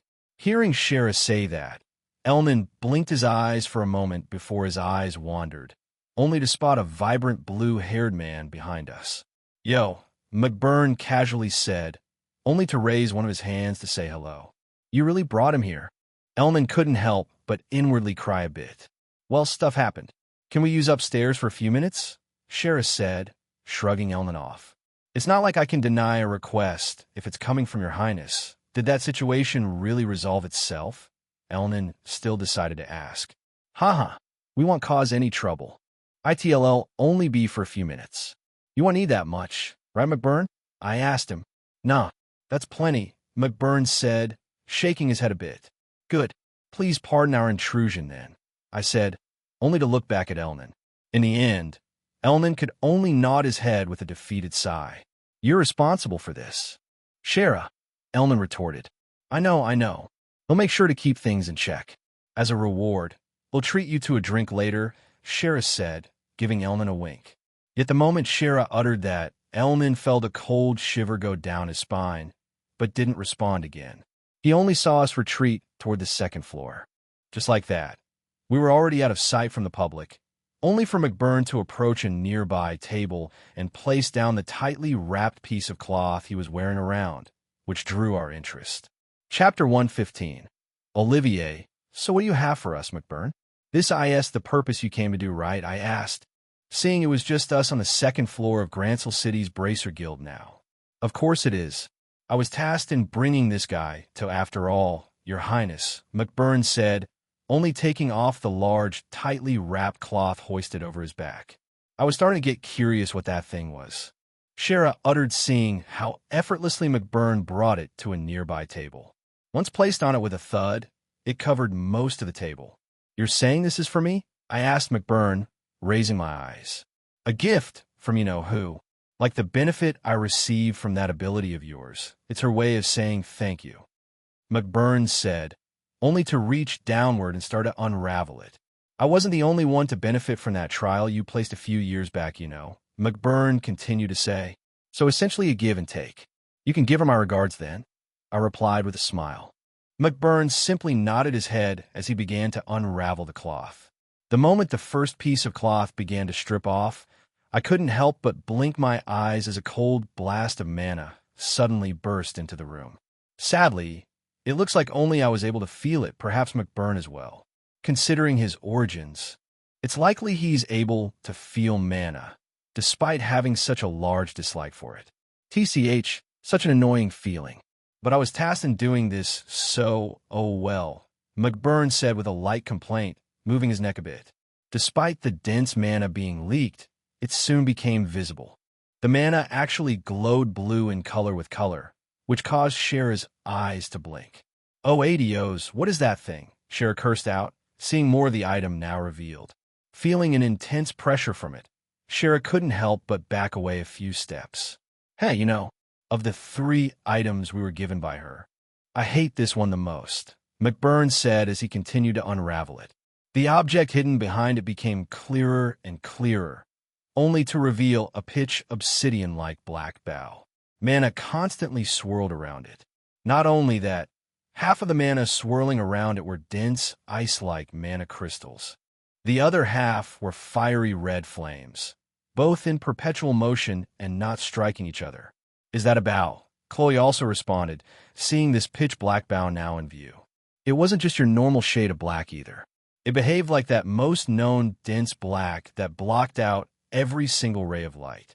On top of that, the icy crystals swirled around it, which appeared to release hot bursts of mana, while the fiery red aura felt cold bursts of air.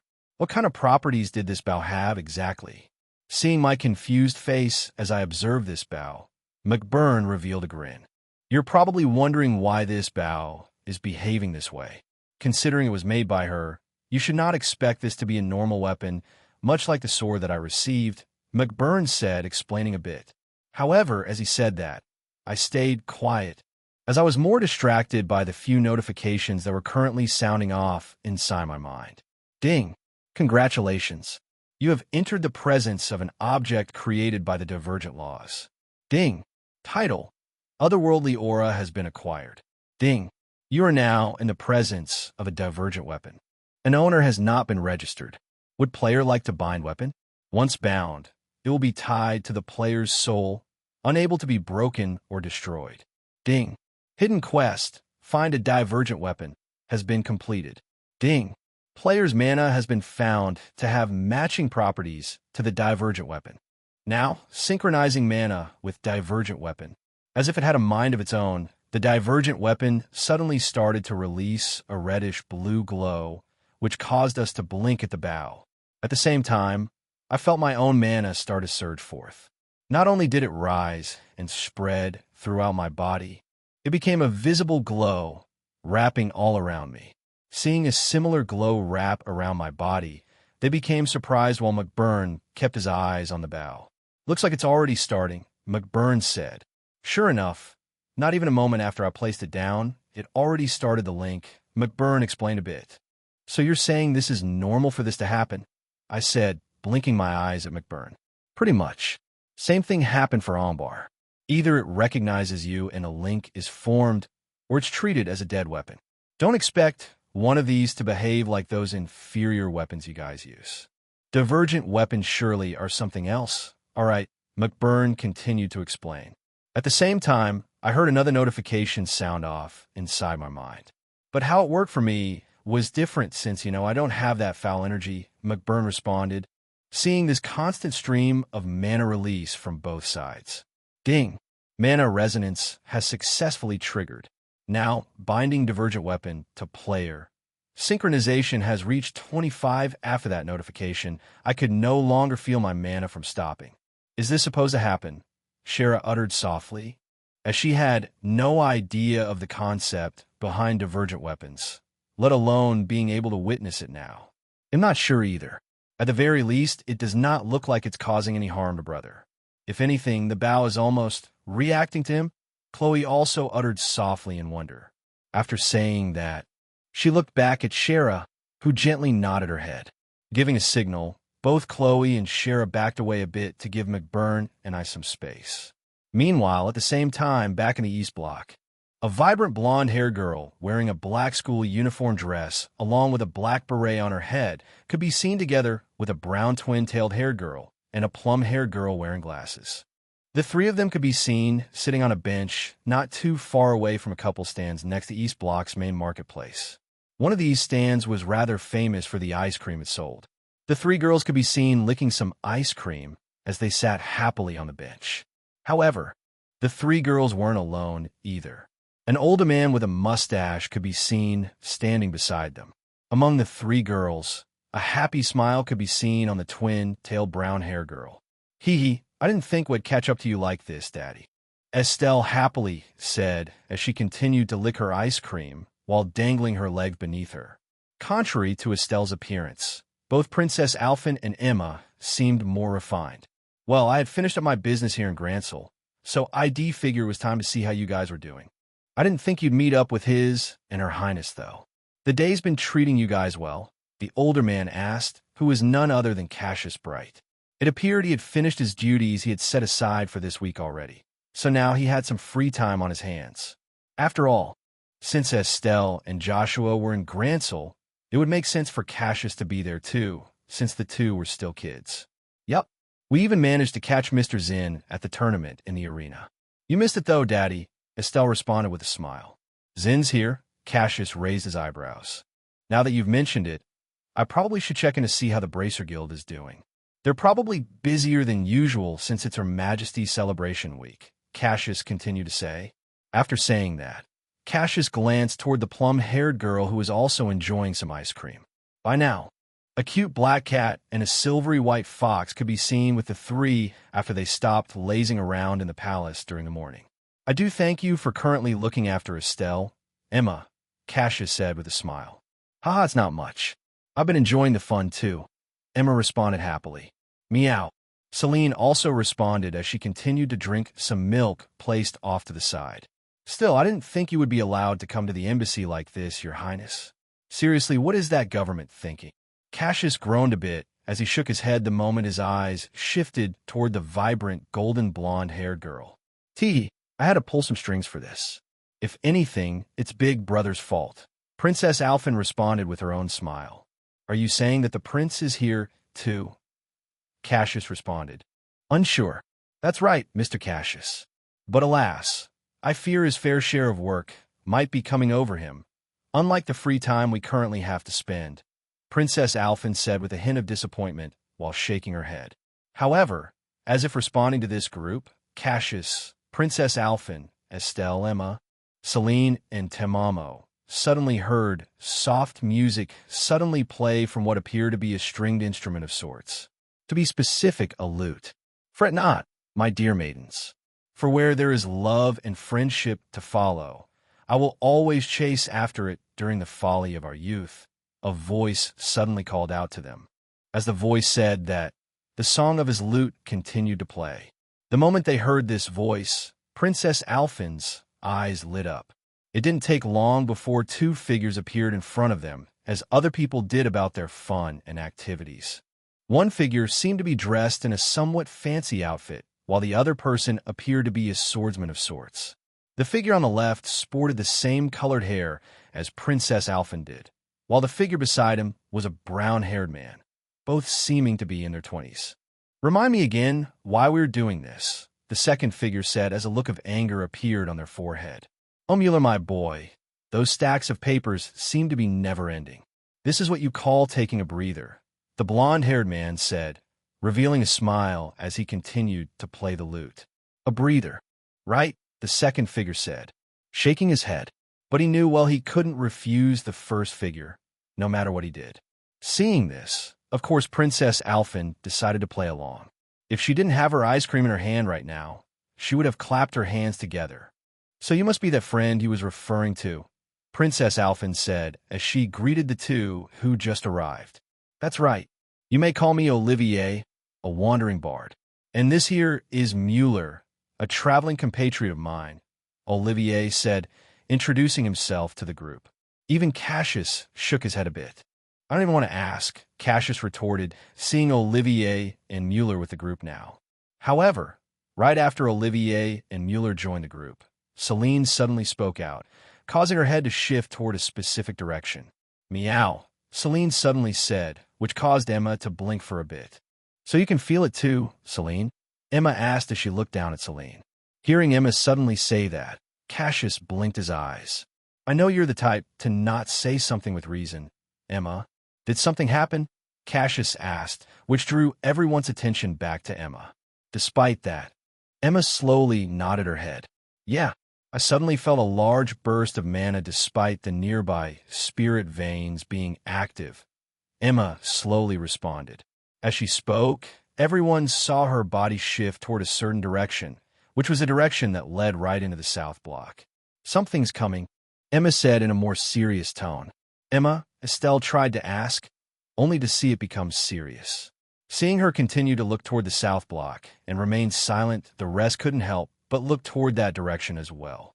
As if on cue, a large explosion rang out on one of the south block buildings, causing a deafening roar to screech throughout the streets.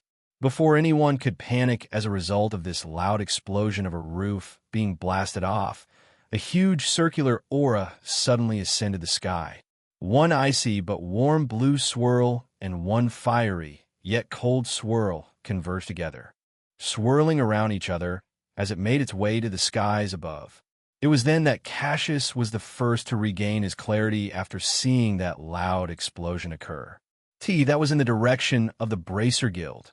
Cassius responded only to reveal a frown. Chapter 116. A Jaeger's Call. I'll likely be dropping a poll after this chapter. You may also notice a book cover update. Smiley face. That blast was in the direction of the Bracer Guild, Cassius exclaimed with a frown, seeing a large explosion occur toward the south block. As much as the two giant rays of light interested, he knew there was a more pressing matter. Let's make haste, for I do not wish to see bloodshed on this lovely celebration. I do not feel any ill will, so perhaps it may have been an accident. Olivier responded as his eyes turned serious. For once, I agree with you. Just do bear in mind that our range of influence is not high here, Olivier. We are visitors. If this becomes a matter of public concern, we will not be able to voice our opinion, Mueller reassured. You needn't worry, Mueller, my boy. I know very well about boundaries. In regards to that, you are fine with us going? Right, Cassius? Olivier asked, looking toward the brown-haired mustached man. His eyes also were serious now, and he nodded his head. Yes. It is likely the patrol guards are already on their way, but it will likely be the responsibility of the Bracer Guild. Follow me, Cassius answered, causing Olivier and Mueller to nod. Right as the three were about to dash off, Cassius had one last look at Emma, who still had a worried look on her face as she still looked in the direction of the large explosion and sudden burst of mana. I do apologize, but I can leave Estelle and our guest to you, right, Emma? Was it? Cassius said as he looked at Emma. Of course. Just leave it to me, Emma responded with a smile. At the same time, Estelle frowned. You mean we can't go with you, Daddy? Estelle said with a hint of disappointment. Of course not, Estelle. I do not wish to place you in danger. Surely you understand my worry, don't you, Estelle? Cassius asked in a serious tone. I understand, Daddy.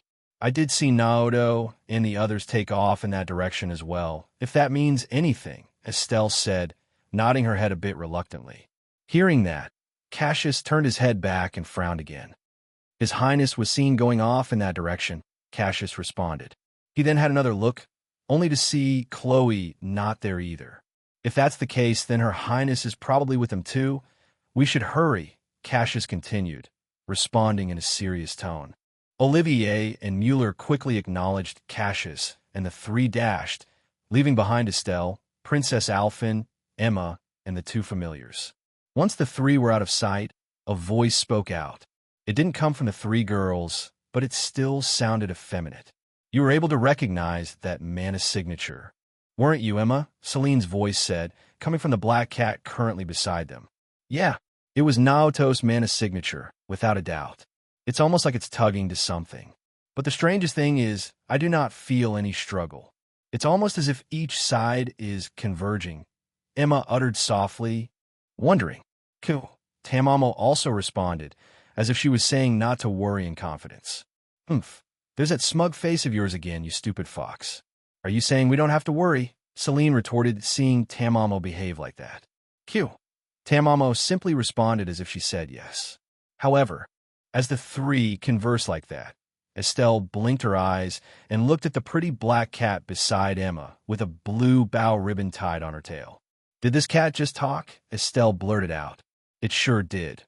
Princess Alphen also responded in surprise, observing Celine as well. Hearing that, Emma revealed a smile. Celine and Tamamo weren't with the group when they joined up at the Erebonian embassy. It was the first time the two heard Celine speak, so to say. To distract Princess Alphen and Estelle, Emma took this time to finish eating her ice cream.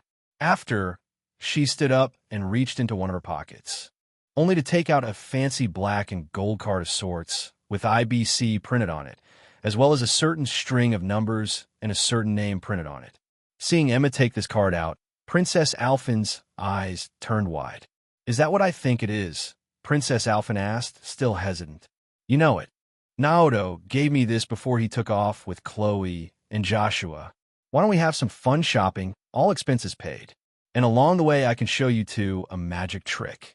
Emma responded with a light grin. Princess Alphen finished her ice cream and clapped her hands with a giggle. Teehee, that works for me. It's a shame we can't do it all together, but given what's happened, it's better than waiting for them to return, Princess Alphen said as she stood up. Hearing that, Estelle blinked her eyes again. Are we just going to ignore the fact that this cat just talked? Estelle retorted. Put a sock in it already. Celine retorted back. If you're going to be around Naoto more, then this is normal, Celine continued to say. After saying that, Celine looked toward Tamamo again, who could still be seen lazing around in you. Get off your butt already, stupid fox. Or else we're going to leave you behind, Celine said, which caused a look of anger to appear in Tamama's eyes. Phew, Tamamo replied, hearing Celine say that. Before Celine could do anything, Tamamo stretched and stood up. With a hop, Tamamo leaped right into Emma's arms, only to stick its tongue out. Ashi. Now that's cheating, Celine retorted. If we ignore the fact that you're a talking cat, you two seem quite close. Princess Alphen responded happily. Now, let us get going. It's past lunch now, so we can shop for a bit before we meet up with Naoto at the next spot he has an appointment at. I have a feeling that they will be preoccupied and won't be able to shop with us, Emma said as she held on to Tamamo. Roger, Estelle responded happily. Like that, Estelle was the last to finish her ice cream. Only to leave the bench they were taking a rest at, they vanished into the stunned crowd of people. It took them a good minute before nearby patrol guards ushered them, saying that everything was fine and not to worry. It didn't take long before the flow of people resumed, going about the festivities. As their group headed inside the East Block's marketplace, Cassius, Olivier, and Mueller quickly made their way to the South Block. By the time they arrived, they saw most of the large street cleared out, along with any orbital vehicles in sight as well. Thankfully, it seems any parked vehicles were out of the blast radius and came out unscathed. Since the South Block was cleared out, it didn't take the three long to arrive at what could be seen as a fiery mess of what used to be Gransel's Bracer Guild, or some of it at least. Most of the roof was blasted off, but the second and first floors still remained intact. Despite the debris scattered on the roof, a heavy pressure soon encompassed the three. And yet, contrary to his expectation, Cassius felt colder instead of a blazing heat the closer they got. Strange, isn't it supposed to be hot? Cassius wondered as the three got closer. The way the world works truly is a wonder, Olivier also responded. Regardless, it looks like Gransel's patrol guards have already started to get the situation under control. We should still be able to head inside since you're with us, Cassius, Mueller said. After Mueller said that, the few patrol guard squads quickly noticed their presence, and the closer ones became surprised once they saw Cassius enter their view. "Yes, sir, Cassius," one of the patrol guards exclaimed, which drew the others' attention to him. "Is everything under control?" Cassius asked, keeping it brief. "For the moment. We saw a couple bracers head inside, but we've been keeping the outside under control. We haven't gone in yet," one of the guards reported. "Good. We came to make sure everything is all right. Wait for your superior officers.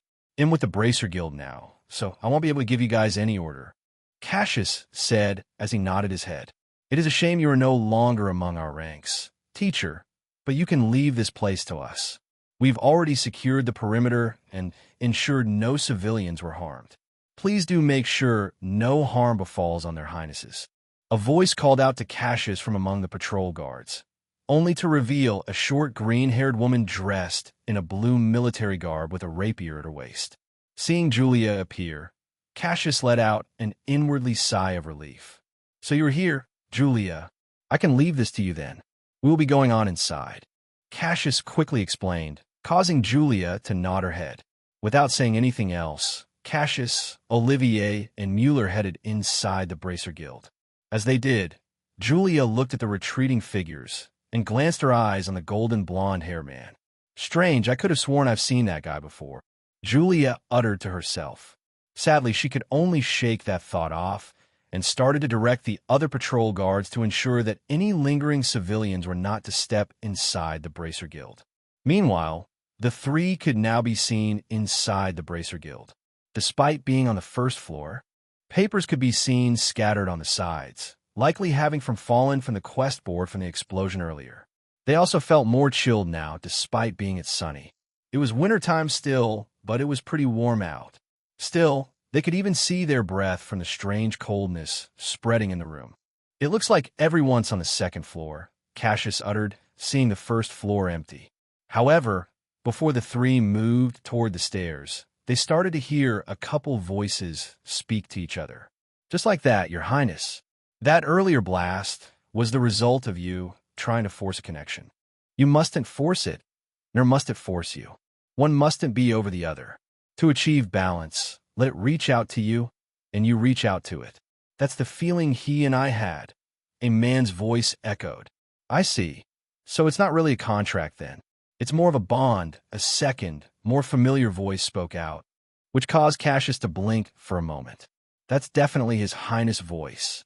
Looks like he really is here," Cassius said as a cold breath of air blew out. "That does seem to be the case. Count me curious, but should we disturb them? Seeing this coldness is not normal either," Olivier wondered. "Yes. If anything, they're likely not alone. Let's go meet up with the others," Cassius said, nodding his head to Olivier. After Cassius said that, Olivier whispered something to Mueller, only to cause Mueller to nod his head too. He then parted from Cassius and Olivier and went to the entrance of the first floor, likely to guard it. Seeing this, Cassius didn't need to say anything, and Olivier followed suit, having the two take the stairs. The closer they got, the colder the room felt. But at the same time, they felt an inner sense of warmth, which to them, it was a pretty weird feeling. Yet once the two reached the second floor, they saw a few figures off to the side, which garnered their surprise. To them, though, Cassius and Olivier were immediately hushed, despite the surprise in their arrival. The two saw Elnan, Skira, Chloe, Joshua, as well as Zin, Kalika, and a couple other bracers, but they could currently be seen silent. Seeing them not speak, they joined the group, only to turn to the rest of the room. Cassius raised his eyebrows the moment he saw the ongoing spectacle.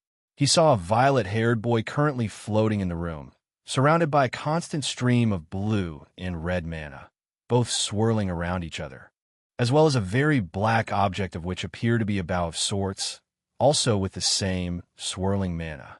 But one thing was the two mana streams never touched each other as they swirled around respectively. Thankfully, a second blast didn't occur this time as Cassius saw the violet-haired boy seemingly respond to pitch-black bow. Slowly but surely, it started to release a pressure the closer it got to the violet-haired boy, but it didn't back away. In but a few moments, the violet-haired boy reached out and grabbed the bow with his hand, only to reveal a smile. This time, the bow didn't reject him. "So that's how it works in the end. I smiled, seeing the divergent weapon now in my grasp. I did take notice of the new arrivals, but paid them no mind, only to look back at McBurn.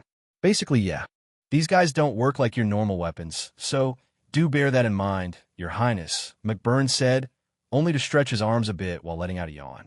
As he yawned, I heard a couple notifications sounded off in my mind, which caused me to blink for a second. Ding! Player Naoto has successfully forged a bond with a divergent weapon. Ding! Player Naoto may now equip and use the weapon Verbrantize. Player Naoto can also view its details and skills in a separate window. Ding! Due to forging a bond with a divergent weapon, McBurn's favorability has reached 100, granting McBurn's blessing to Player Naoto.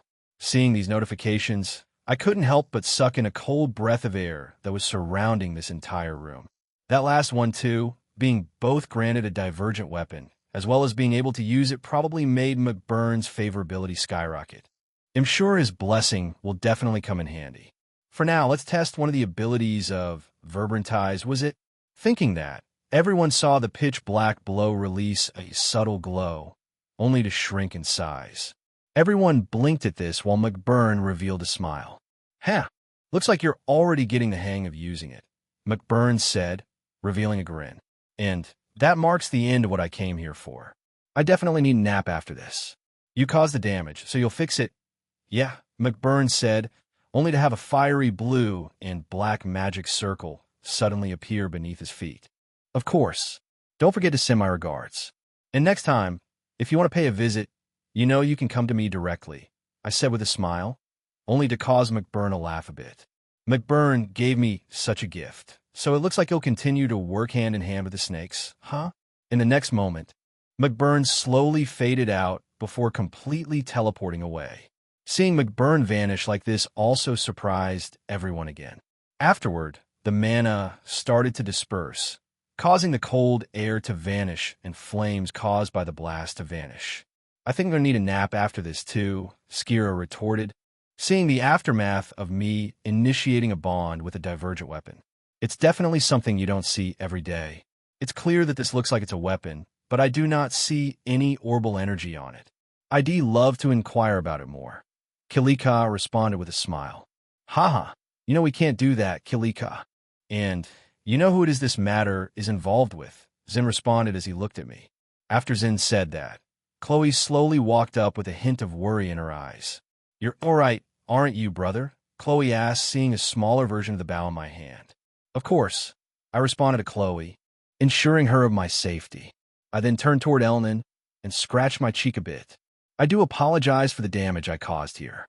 They'll be sure to mend it, so just let me know the costs afterward," I continued to say. "It is no problem, Your Highness. I'm sure the citizens received a scare, but seeing Cassius here, I can assume most of it is now under wraps," Elnan said as he looked at Cassius. "That's right. The patrol guard were quick to clear out any nearby civilians to avoid any damage from the blast radius.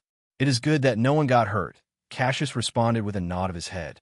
"I guess we'll be closing down the Bracer Guild then from the outside to fix the damage. But don't you worry, we'll still be taking on requests to ensure the rest of the week goes smoothly for Her Majesty's celebration," Elnan ensured. "Thank you. I know grandmother would appreciate that," Chloe responded with a smile.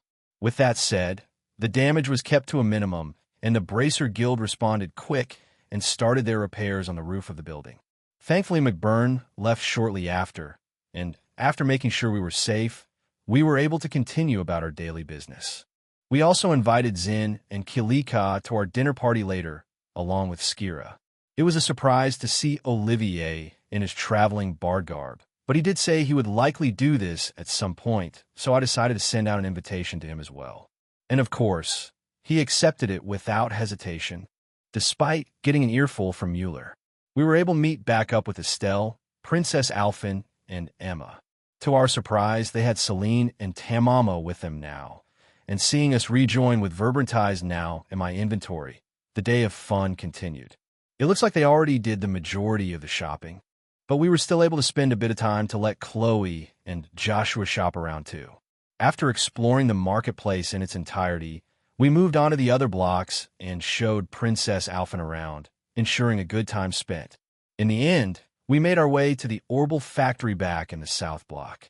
Seeing that I had an item handcrafted, everyone became curious as they saw it was a specially made combat ornament. However, it wasn't for me. It was a gift I had planned to give to Chloe, which made her really happy to receive it. I also showed her a couple of hidden compartments in it, which contained a couple miniature photos. Unexpectedly, I received a kiss on the cheek from Chloe for receiving this gift of mine.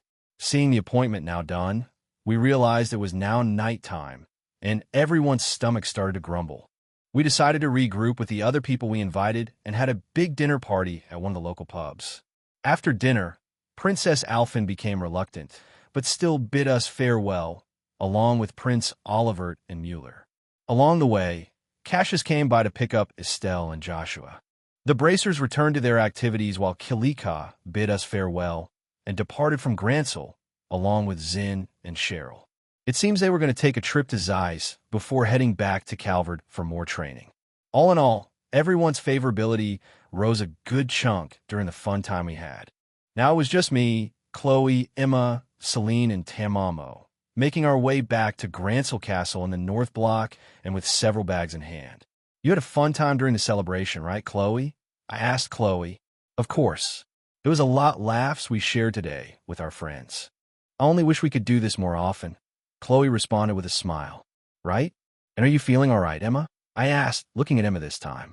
Her stomach was slightly bloated from having eaten too much. I think I'll be fine.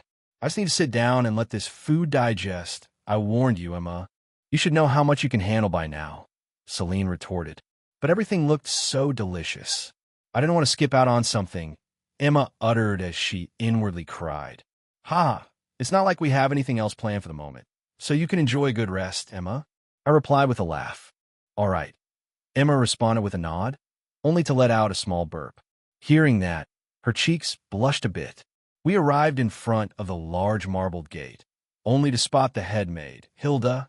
I notified of our return prior, so she quickly guided us back into the second floor beyond the garden terrace, to where we safely arrived back in our room. Seeing us return happy, Queen Alicia too saw that we had our time well spent, despite the accident that occurred earlier. She was one of the first to be notified that it wasn't an attack, so she knew it was in good hands. The night soon crept on us. Chloe, Emma, and the two familiars quickly got ready for bed, but I decided to stay up for a bit at my desk to record the happenings in my diary. Before I realized it, it was shortly past midnight, and I could hear snoring echoing in our large room. Unexpectedly, I heard a few taps from the sliding window of our veranda, which caused me to blink for a moment. These few taps sounded off in a very specific pattern, one which I hadn't heard in a long while. Hearing these specific taps, my eyes turned serious. Closing my diary, I slowly stood up and made my way to the veranda. I opened the sliding window. I made sure not to cause any noise so the others wouldn't wake up. I then slid it again and closed it. It was quite chilly now compared to earlier today, where it was still warm. It was still wintertime. I could even see my breath a bit. Joe, it's been a while. Your Highness, an aged voice called out, revealing to be an aged man. To the left, I saw a somewhat bulky figure appear wearing a black and purple leather vest, which covered a green shirt and white pants. I blinked seeing this figure standing outside my window. How'd you even get up here? I couldn't help but retort. Haha, I got my ways. I'll come and give you your next mission, so to say. It's a pretty big buyout this time, too. Everyone's on board with this one, the aged man said, which caused me to turn serious. I don't have my ability on all the time, so I really need to give it straight to the security here. If you were able to squeeze into a blind spot, I said, shaking my head a bit. It's not lacking, I say. I've just got more experience than them in this sort of thing. After all, espionage is one of the things we train in. The aged man responded, revealing a light grin. Well, that is true, but mission already? I wondered to myself for a moment. It was now the same year to where the cult bases would get raided by the joint cooperation of the police and governments alike. But from the way this person is saying, I don't think this is in relation to that. Now that I think about it, wasn't this the year a big skirmish happened in Northumbria that tried to disrupt its current government? That's right. Even Phi will be partisan in this raid. I know she'll be happy to fight alongside you. Well, I say raid, but we're the defenders this time. We'll be partnering up with another Jaeger Corp. You know the Northern Jaegers, right, Your Highness? The aged man asked me. Sure enough, it looks like it's related to that. I do. They're mostly based out of the country north of Erebonia, right? Northumbria, I asked back. They are. It seems they've discovered a ploy to disrupt several mining facilities, and it looks like an attack will be launched sometime in the coming months. They haven't pinpointed who is trying to cause the mining to stop, but it is possible Nidhogger might be up to something, the aged man explained. Nidhogger? Huh. Sounds like a problem is brewing already. I responded in wonder. Right? I also had one of my scouts discover a little something too. Looks like Nidhogger was recently in contact with the Red Constellation, the aged man said, which caused my eyes to turn wide a bit. Don't tell me, I tried to say, only to see the aged man nod his head a bit. Be ready for a pickup when the mission starts. You still got a bit of time, though, the aged man said. Before I could say anything, the aged man turned to the side of the veranda, only to suddenly jump off and vanish from sight. Seeing this caused surprise. But I bet he had a vehicle somewhere further down that was waiting for him. By the time I looked, he was already gone and no orbital vehicle to be spotted. That man was, of course, my boss, the current leader of Zephyr, Rutger Clausel. He really likes to do things his way, doesn't he?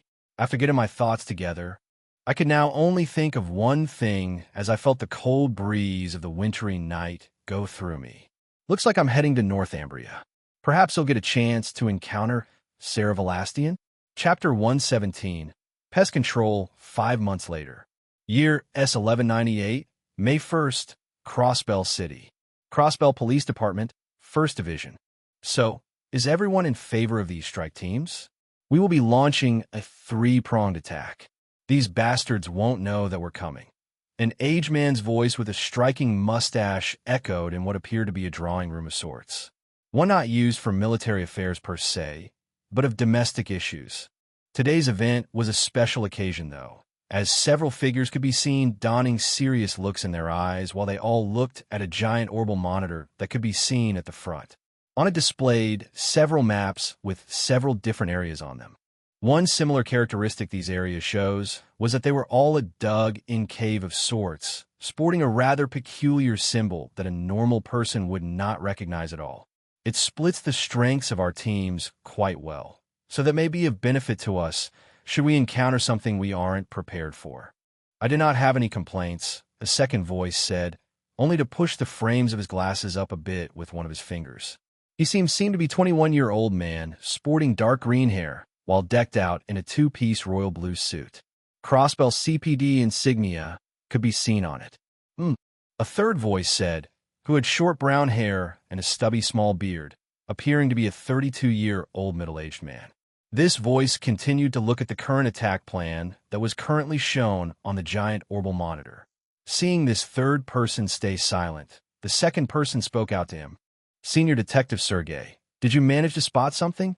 The second man asked. The third man remained silent for another moment after he was asked that, before responding. I'm not sure. These cultist bastards likely rotate to different bases.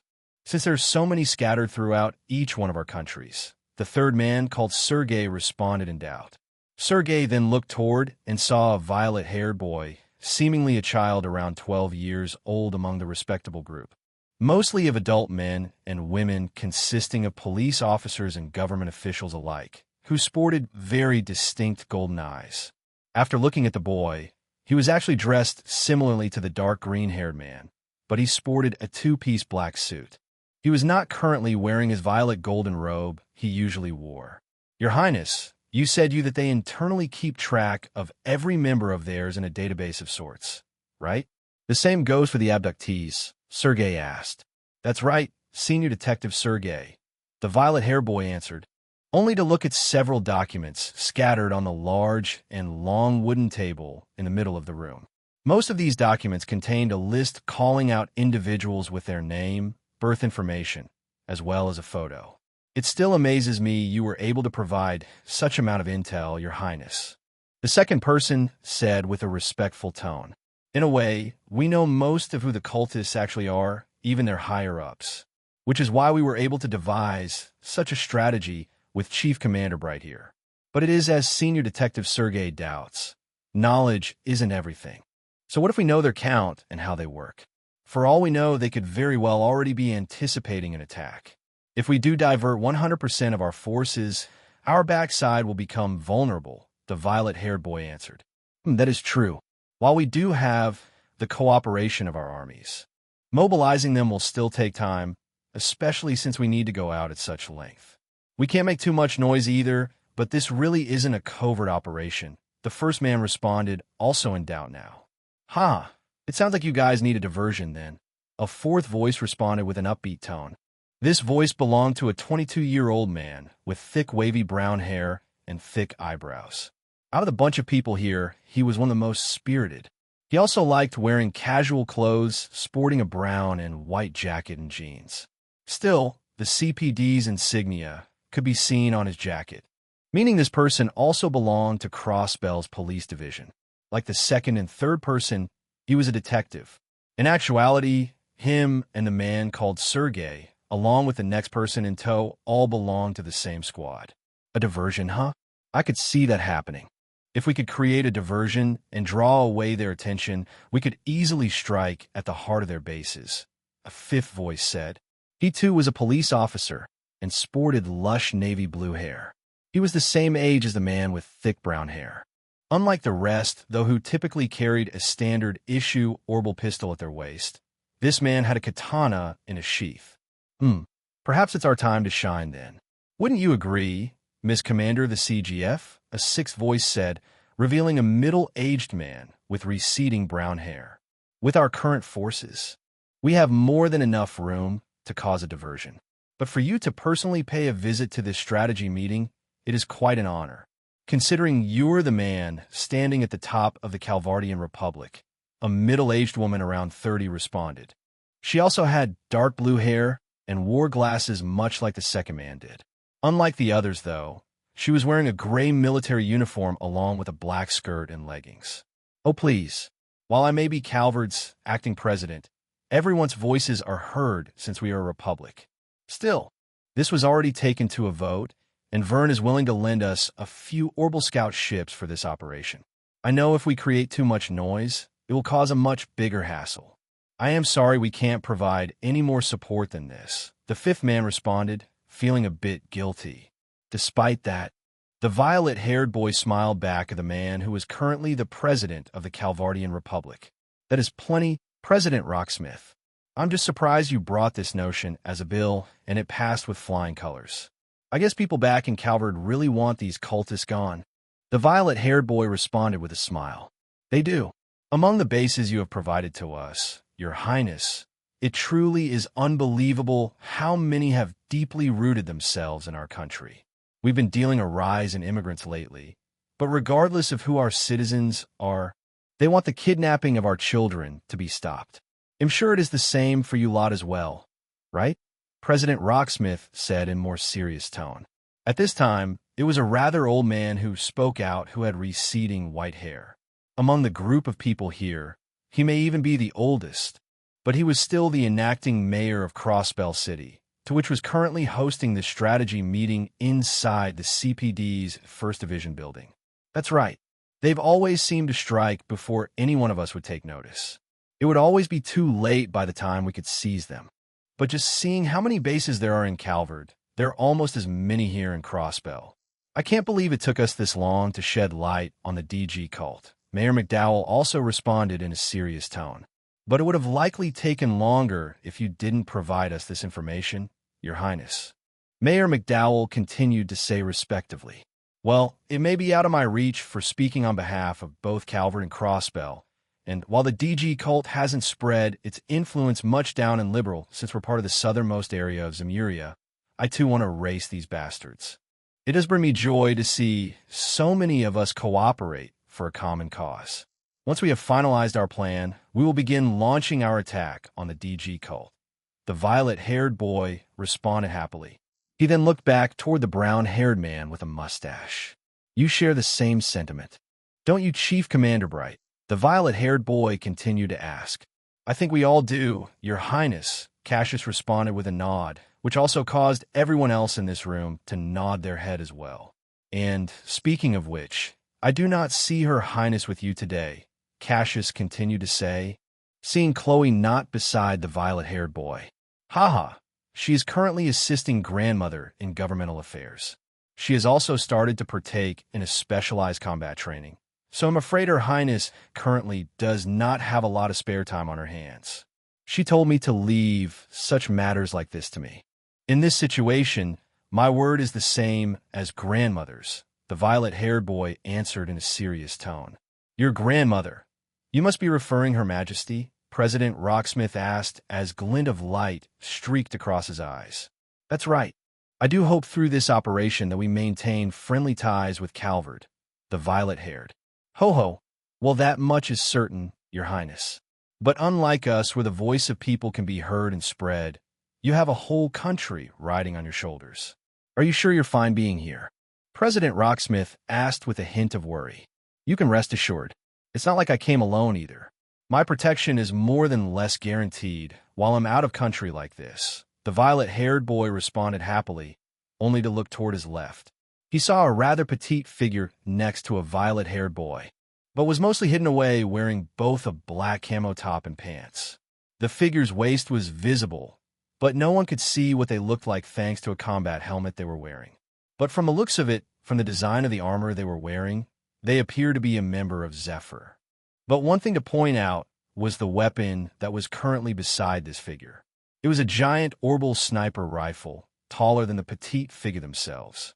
I didn't think you would be acquainted with Jaegers, Your Highness. I do know they are hired swords, so their strength is guaranteed. But I still can't help it with you being here in Crossbell, Cassius said as he shook his head a bit. However, the violet-haired boy only smiled, seeing Cassius behave like this. Haha, well, the one here is actually someone you've met previously, Mr. Commander. The violet-haired boy replied with a laugh. Are you sure, Naoto? The figure responded with a familiar voice, only to belong to that of a female's voice. Yet the moment this voice was spoken, Cassius' eyes turned wide a bit while the violet-haired boy nodded his head at the figure wearing the helmet.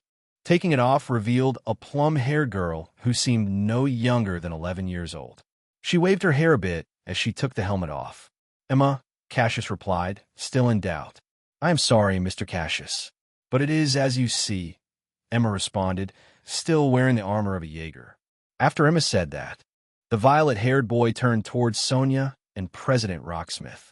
As you see, I am currently in contact with a certain Jaeger group. Take Emma with you when you provide this operation with air support.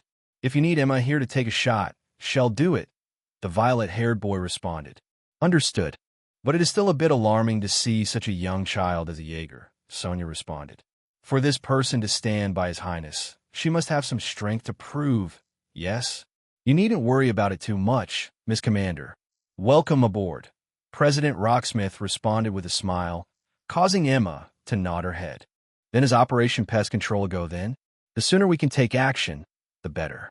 We need to serve these cultist bastards the justice they deserve, the man in glasses responded. Cool your jets, Dudley. It's not like we can move out right this second. But we do know which bases we'll be attacking, right, Arios? Guy said, who was still next to Dudley. You guys have supported the Bracer Guild, so once we receive the notice to move out, we'll follow suit, Arios said, nodding his head. Well, I'm not much of a fighter anymore, but if you need someone in the rear, they'll be able to provide support, Sergei said, also nodding his head. Good. We mustn't cause too much disturbance once we launch our attacks. You'll notify everyone once the plan is ready. Right, Mr. Commander? The violet-haired boy asked Cassius. That's right. We have a good plan of attack now, so we can conclude this meeting, Cassius tried to respond. However, the room was suddenly interrupted by a rather stern male voice. It looks like the preparations are going well. Much like you guys, the DG cult are but pests for us as well. You wouldn't mind if we paid some contribution to this attack plan too, no? A stern voice said, only to cause everyone in the room to look at the door.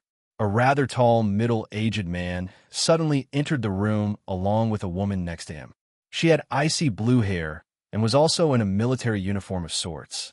Yet the moment this man entered this room, the violet-haired boy's eyes turned wide in surprise. And the man was quick to notice. My presence in being here won't cause any trouble now, will it, Your Highness, the man said. He then looked around only to quickly spot Mayor McDowell and President Rocksmith, only to give a small bow to greet them. And you seem to be in good health, Mayor. I give the same sentiment to you, President Rocksmith, the man continued to say. As the rest were in shock, it was President Rocksmith who responded first, as he seemed more used to this than others were. Well, with such a constant busy schedule, I didn't think you would have enough time to partake in such an event like this, but I guess I was wrong. I don't think the DG cult has much an influence in your country than we do, but it is still enough concern for you to personally pay a visit to this meeting? President Rocksmith asked, which caused the man to nod his head. That's right. If there's a chance to nip pests in the bud, then I won't hesitate to take that chance and strike to deliver a blow that they won't be able to recover from.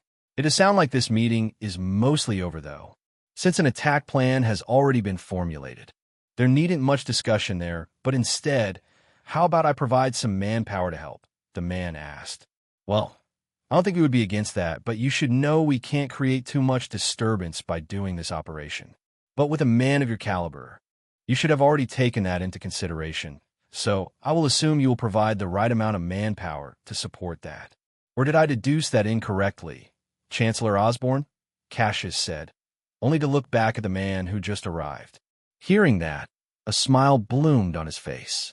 No, you understood my intention the first time, acting commander. As for who exactly, I brought one of my right-hand people to help you guys out, along with a few squads ready to beckon. Why don't you come introduce yourself? Chancellor Osborne asked, only to look at the icy blue-haired woman who seemed to be 18 years old. Understood, Your Excellency, the woman beside him said, only to give everyone in the room a salute as she began to introduce herself. Captain Claire Revolt of the RMP, reporting for duty of this operation to eliminate the DG cult. Claire said, formally introducing herself. Insert picture of Guy Bannings here, insert picture of Alex Dudley here, insert picture of Sergey Lou here, insert picture of Sonia Lou here, insert picture of Arios McLean here, insert picture of President Rocksmith here, insert picture of Claire Revolt here. Sonia is still married to Sergey at this time.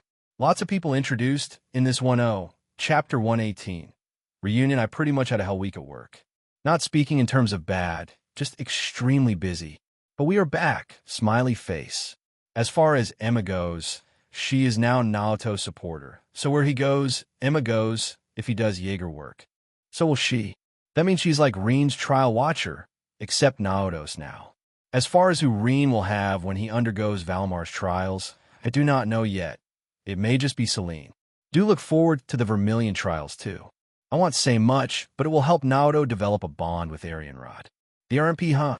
President Rocksmith said as he was the first to reply, since the rest of us still had surprise in our eyes, seeing the middle-aged man, an icy blue-haired woman, beside him arriving in our drawing room. Of course, everyone would look at who he was. This man was currently standing at the peak of one of the most dominant forces in Zemuria, the Erebonian Empire. The only ones who this man could bend a knee to right now was pretty much the royal family. All government affairs passed through him, for he was the blood and iron chancellor. Chancellor Gileath Osborne, and also the one who is my father. It has been a full 6 years since we were last under a simple room like this. A feeling of nostalgia started to suddenly swelled up within me. So much had happened since we had seen each other last from the time spent in our villa, leading up to the 100 Days' War until now. And this feeling didn't go unnoticed. The plum-haired girl beside me, still donning her Zephyr Jaeger armor, blinked my way. Naoto, are you all right? Emma uttered softly as the rest still observed Gileath and Claire still chatting away with the others. Since the plan to launch a diversion and airstrike was squared away, Gileath was taking this time to talk about supporting matters. Of course, it didn't dissuade Cassius and the others to reject his ideas. Hearing Emma ask that, I looked over my shoulder and saw Emma with a look of worry in her eyes. I smiled, responding to her. It's all right. You remember him, don't you? I asked softly, calmly observing my father as well. As I asked that, Emma gently nodded her head. Yes, it is quite faint, but grandmother did bring me to your home a few times to play. Back then he was quite stern, but now Emma began to say, only to see Gileath. Gileath in turn felt this gaze, only to see Emma looking at him.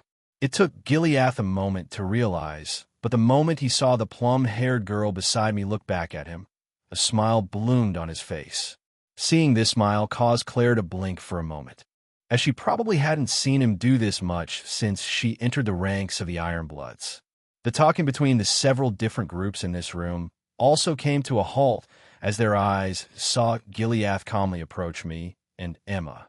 Well now, I wasn't expecting to see such a person here. And you must be Your Highness, Liberal's new crown prince. It truly brings me great joy to see you amongst our ranks once again, ever since you were declared missing 6 years ago, Gileath said, only to look at Emma briefly, before shifting his eyes back toward me. Haha, well I can say a lot has happened, but it is a relief to be by grandmother's side again. I replied to Gileath, pretending not to know him. Well, I mean, Cassius might have suspicion, but everyone else in this present room besides Emma, and I have no idea Gileath's relation to me presently. But I didn't want to put on a weak front to the others. So seeing me stand firmly in Gileath's presence, I could feel the eyes of the others look our way. Ho ho, you are still but a child, Your Highness. Getting used to such a stature cannot happen in such a short amount of time. But it truly is a wonder to see our individual countries stand up together like this. We currently have a common goal we are striving for, wouldn't you agree, Your Excellency? President Rocksmith said, only to approach our side as well. Indeed, in times of peril or strife, many great minds tend to band together to form miracles. One such thought is our meeting now, allowing everyone here to have a chance of conversing. I'm quite curious that Crossbell was decided as the chosen site, Gileath said, nodding his head. Well, Crossbell is a crossroad for not only your empire, Your Excellency, but for Calvard and Liberal too. It also has many police forces to our disposal. I am sure Crossbell CPD was in quick agreement to let this happen, Cassius said, explaining a bit. Don't forget about the CGF too. We are in as much agreement as you detectives are, Sonia said, pushing her glasses up a bit. It is as you guys say, Arios also said in agreement with a nod of his head, only to have Dudley and Sergei nod too. With that said, it is now 12 o'clock hours. Senior Detective Sergei, Commander Sonia, take this time to gather any last-minute supplies and mobilize your corresponding forces. President Rocksmith, wait for Commander Sonia's signal to launch our airstrike. We will rout these bastards before nighttime. Then we of Deception Church and Bracer Guild will wait for the command to strike at the heart of their bases, Commander Bright. A woman's voice said, only to belong to Ein and Zin standing beside her. That's right, even Deception Church played a part in the DG cult raid, along with the help of the Bracer Guild. Seeing it was now time to take action, it looked like Zin was part of it too. It was nice to see him again. I will definitely have to chat with him later to see Cheryl's progress these last 5 months. Understood, Cassius responded. With that said, he delivered his orders to the rest in this room, which promptly caused them to leave. I saw Guy leave with Arios while Dudley left with Sergei and Sonia. President Rocksmith left shortly after with Ein and the couple of Bracer Guild members in tow. Don't forget to answer President Rocksmith's signal too, Emma. I'm sure we have a bit of time, though, before the attack actually begins, I said, looking back at Emma. Got it, Emma said, nodding her head in acknowledgement. After saying that, we saw Gileath turn a bit, only to walk toward Cassius, which drew his interest, as well as ours. Claire decided to watch on in silence. It looks like Operation Pest Control is now underway, Commander Bright. I will do my part and assist in providing ground troops in tandem with Deception Church, Bracer Guild, and police officers. Before that, though, would it be all right if I take a moment of His Highness' time? Gileath asked, which caused me to blink at him. His Highness isn't planning on entering the front lines, as am I, so I don't see a problem there. Is that all right with you, Your Highness? Cassius asked, only to look my way. Yes. I don't mind if we use a separate room either. I answered, nodding my head. Are you sure? Do you need me to assign a couple guards at your post? Cassius asked with slight worry in his eyes. Nah, it's like His Excellency said, we are all gathered here for a reason in mind. if trouble was to befall me, then it would be a blatant declaration of war on Crossbell, I replied, revealing a light smile. Fair enough, Cassius said, only to shrug his shoulders a bit while Gileath let out a laugh. Ha ha, well said, Your Highness. We can move into the room to the left of this one. Oh, and you can bring your little witch apprentice with you. You can come too, Claire, Gileath said, only to look back at us. Emma blinked at Gileath for a moment, while surprise appeared in Claire's eyes. You want me to come, Your Excellency? Claire said as she blinked her eyes. Of course, since you will be involved in this certain matter. Both Rufus and Lecter have already, so now it is your turn, Claire, Gileath said, looking at the icy blue-haired woman who had surprise in her eyes. Understood, Your Excellency, Claire simply responded, despite not knowing what Gileath was trying to say. As for me, I simply smiled. Gileath had Lecter and Rufus accompany me during my stay in Namath Island, so I bet he already is anticipating that I'm planning to head off somewhere while the DG cult raid happens. Huh? Well, it's not like Gileath is wrong. So I'm guessing Gileath is going to make Claire tag along with Emma, and I am not against it, at least. I enjoy Claire as a character, and she is quite a beautiful woman at that.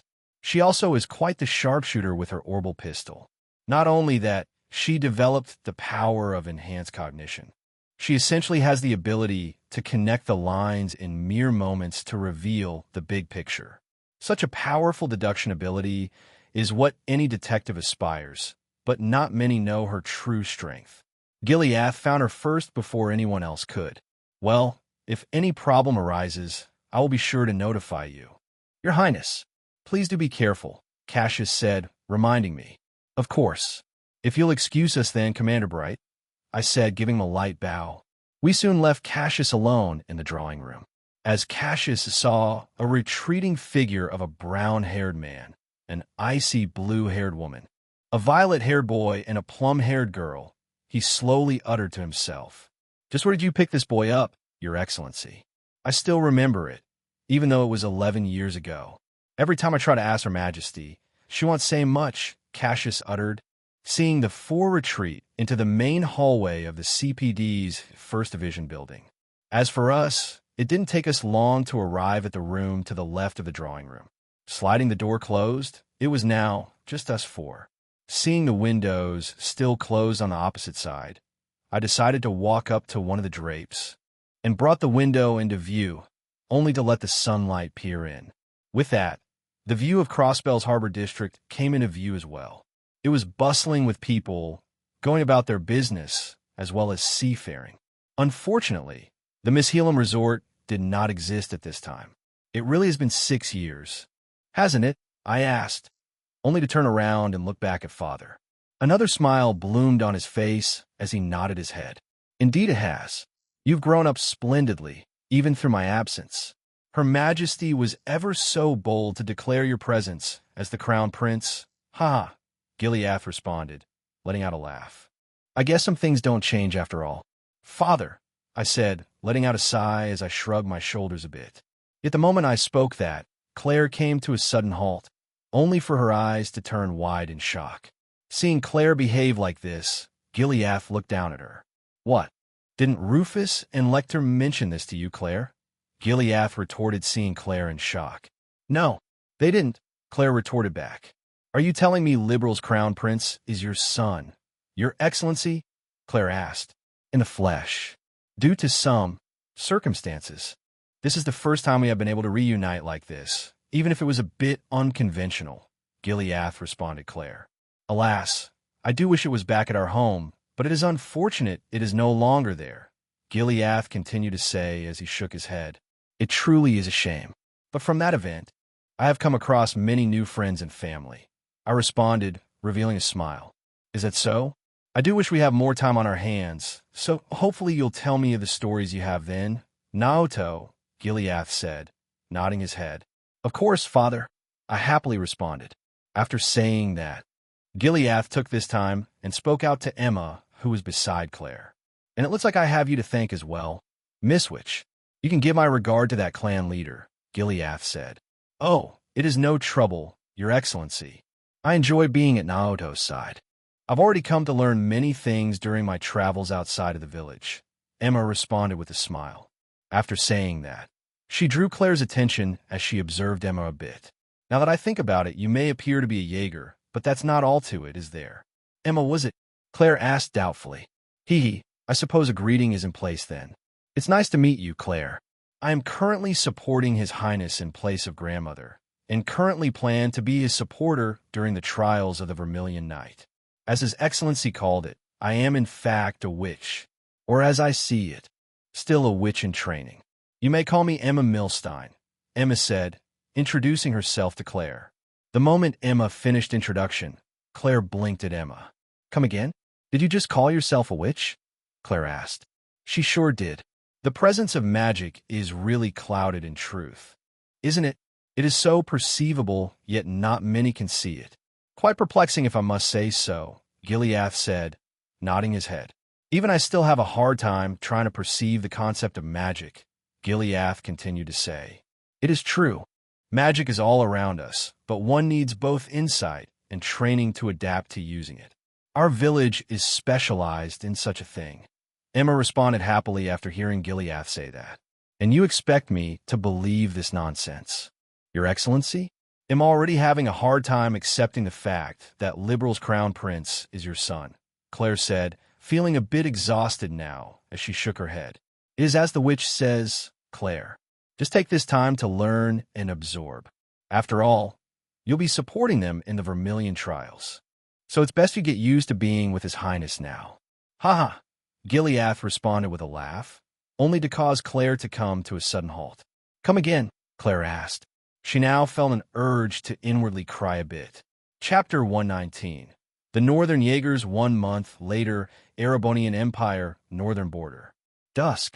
As the midnight gleam streaked across the sky, most of it was shrouded away in murky clouds. It did not look like it was going to rain, and yet, at the same time, rain appeared as if it could fall any moment. Fire, a voice commanded. Immediately after, a lone shot suddenly burst through what appeared a very rocky terrain, littered with boulders and stone crags.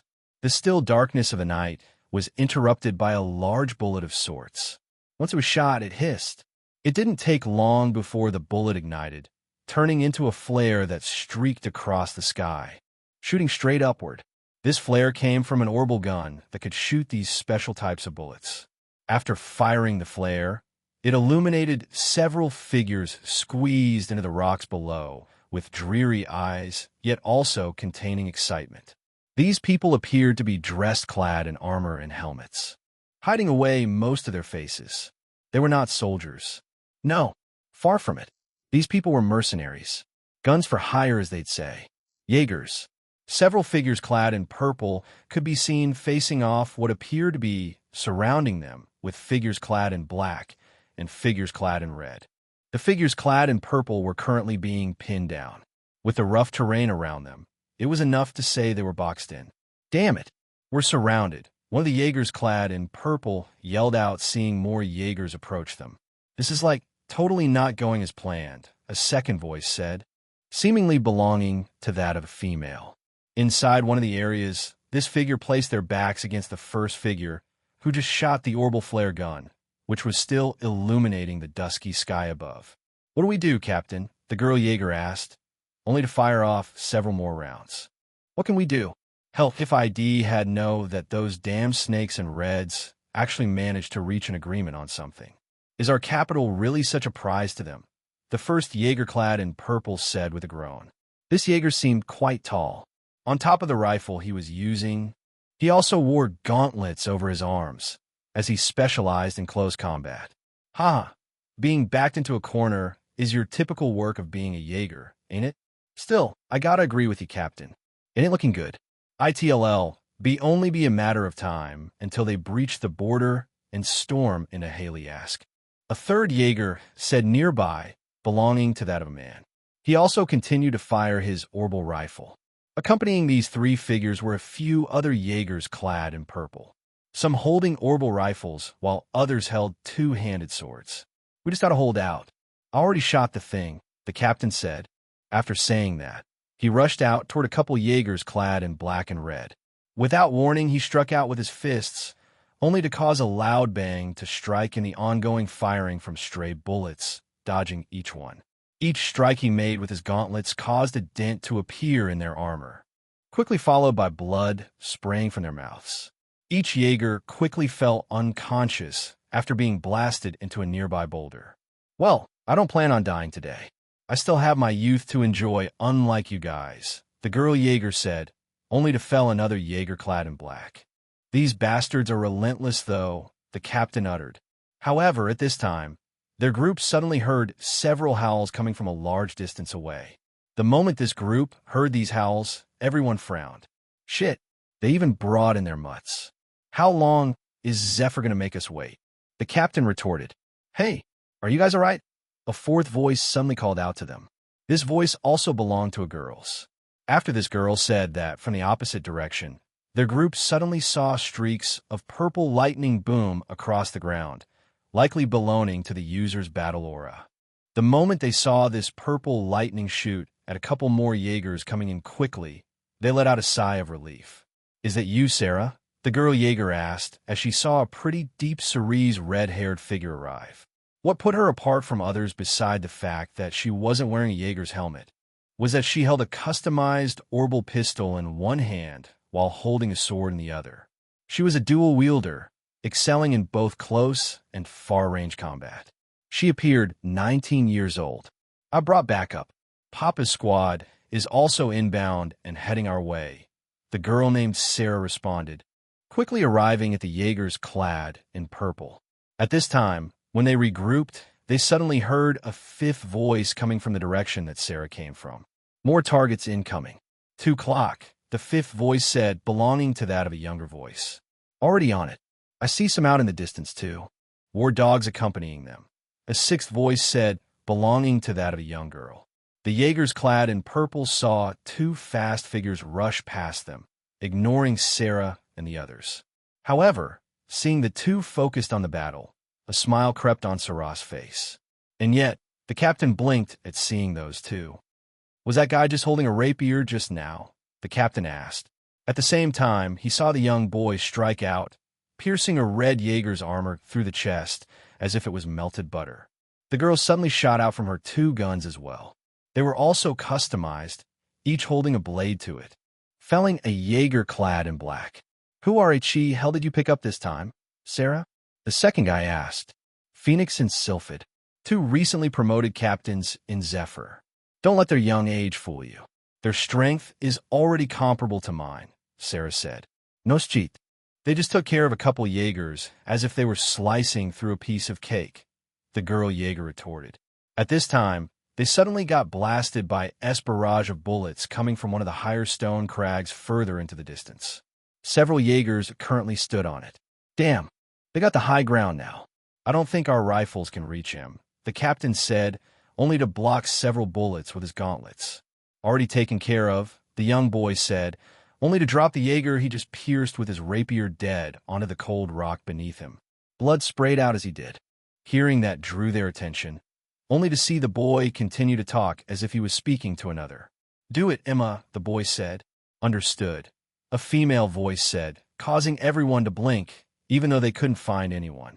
Further beyond, in the direction where they came from, another large stone crag stood in the distance. 2 soul figures could be seen standing on it. Well, to be more specific, one was currently laying down on their stomach, clad in a dark green armor set. She seemed to be quite young, similar to how Phoenix and Sylphid looked.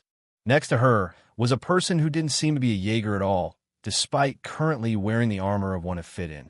An orbital pistol held at their waist, sporting icy blue hair. Tell me again, how in Adios name did you acquire such a weapon like this? Are you sure you can hit those guys? I can barely even see them from here. The icy blue-haired girl asked, still doubting. Grandmother made it, but the idea and blueprint was given by Naoto. I'd love to talk about it, but I need full concentration here. One misstep and my mana could go haywire. You don't want to be caught in such an explosion. Trust me, the girl said, only to focus her eyes on the scope of what appeared to be a giant orbital sniper rifle, currently perched on top of the stone with her. At the same time, a bluish surah wrapped around the sniper rifle, coating it in the girl's mana. Right. It'll make sure your crossfire remains checked, the icy blue-haired girl said, ready to fire at a moment's notice. Hearing that, the other girl smiled, taking in a deep breath and keeping her mana steady. She held her eye in the scope she was using, finding several Jaegers on top of another stone crag in the distance who were firing at Jaegers clad in purple. She readied her shot. In the next moment, a very loud bang suddenly streaked across the battlefield, causing everyone to become momentarily stunned, as the shot just fired sounded as if it came straight out of an artillery cannon. Apologies if I took time with this chapter. Northern War stuff. Insert picture of Sarah Veilstein here. Chapter 120. Astor House. Meanwhile, as a battle began to rage on between several different Jaeger Corps near the northern border of Erebonia, Western Calvard. Shit, she ain't in her room, a voice said coming from behind several trees and shrubs. A sole figure emerged from the left side of a housing complex, still beyond the entrance gate. A church could be seen attached to this building further beyond. Yet from this position, the view of the left building was clear as day. The figure frowned, seeing the room he observed be empty. Man, I was supposed to come back here today, too. Big Sis was also supposed to come from another direction for us to meet up here. Welp, guess that's out the door now, the figure continued to say, only to let out a defeated sigh while shrugging their shoulders a bit. Shifting their eyes from the room, this figure soon gazed upon the entrance gate, which normally did not have anyone at its post. But now, this figure spotted two figures clad in black armor and helmets, standing guard at the entrance gate to this place.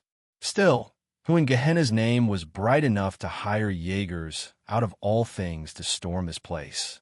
They're doing such a sloppy job, too. It's already daytime. I would have already burnt this place down and taken the prize. But that's a plus for me. Gotta take these guys on, alone, the figures said to themselves as they retorted the figures clad in black. Upon a closer look at this figure, it was a man. He seemed to be 17 this year. But what placed him out of the ordinary was the squire's clothing he was wearing. He was a member of the Seption Church. His squire outfit was a one-piece red robe with magenta long sleeves. Something also rested in his hands. He was not empty-handed. It was a crossbow, primed with a hard-looking bolt, ready to shoot at a moment's decision. Seeing the crossbow in his hands, the man couldn't help reveal a grin. Yet the next thing he did was reach into one of his robe pockets. He took out a device of sorts. On the outside, it appeared very similar to a pocket watch without a lace tied to it, but it was far from one. With a clink, the device opened up, only to reveal a special mechanism with slots inside. Each of these slots was filled with mineral crystals of sorts, sporting different colors. The man didn't hesitate before he swiftly moved his hand, only to trace one of the lines these crystals were set to. Before long, the line lit up, and this light covered the man in an earthen glow. The man, still hiding behind the tree, found his target spot on. He then uttered softly, "May these two bastards find their souls resting in the sands of Gehenna," the figure uttered. Without hesitation, the man shot out with his crossbow, launching a bolt out.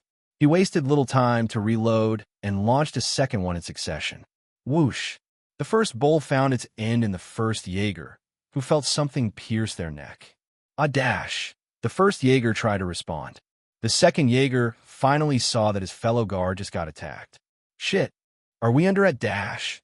The second Jaeger tried to yell out. Now, not another word out of you, the man behind the tree said, only to cause the two Jaegers' eyes to turn wide in surprise, but found themselves unable to speak. Bang! The man said, as if on K. The two Jaegers felt their vocal cords stiffen, unable to make a sound. It didn't take long before their entire throat became stiff. From there, their skin started to harden into solid rock. The man shot out two petrifying rounds, to which the two Jaegers turned into two stone statues. They now stood in place, motionlessly. Any heartbeats that pitter-pattered no longer made a noise. The building complex now had a still wind flutter as the man took a moment to look at the two. I would help to feel a little for bastards like you guys, but I've lost that feeling a long time ago. If it wasn't for Rise and Big Sis.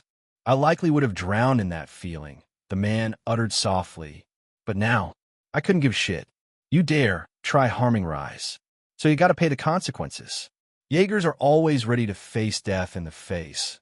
Ain't that right? The man continued, only to walk right between the two. Without warning, the priest lashed out his fists, one in each direction. Two muffled bangs echoed. In the next moment, the two stone statues re-blasted into tiny bits of sand, not even leaving a solid corpse behind. Their dusty remains quickly got swept away by the wind. Seeing the two Jaegers die, the man opened the gate. The closer he got to the entrance, he soon heard a voice lodge a complaint. "Stop doing this," an older voice yelled out, likely speaking to another. "And what you bitch? This little brat told me everything I needed to know. I gotta ache her with me. Give and take, yeah? Sheldon he said as a shiuji. Haha." A scruffy man's voice said, before a couple gunshots sounded off inside the church. The moment those gunshots sounded off, voices of scared children cried out, but it seemed like the bullets didn't strike anyone. Likely a warning shot. Hearing this exchange, the man outside frowned. It lasted quickly too, as the man's voice sounded more distant. It was faint, but a low rumbling struck the earth at this time, and the man's voice echoed further and further away, likely heading to another area.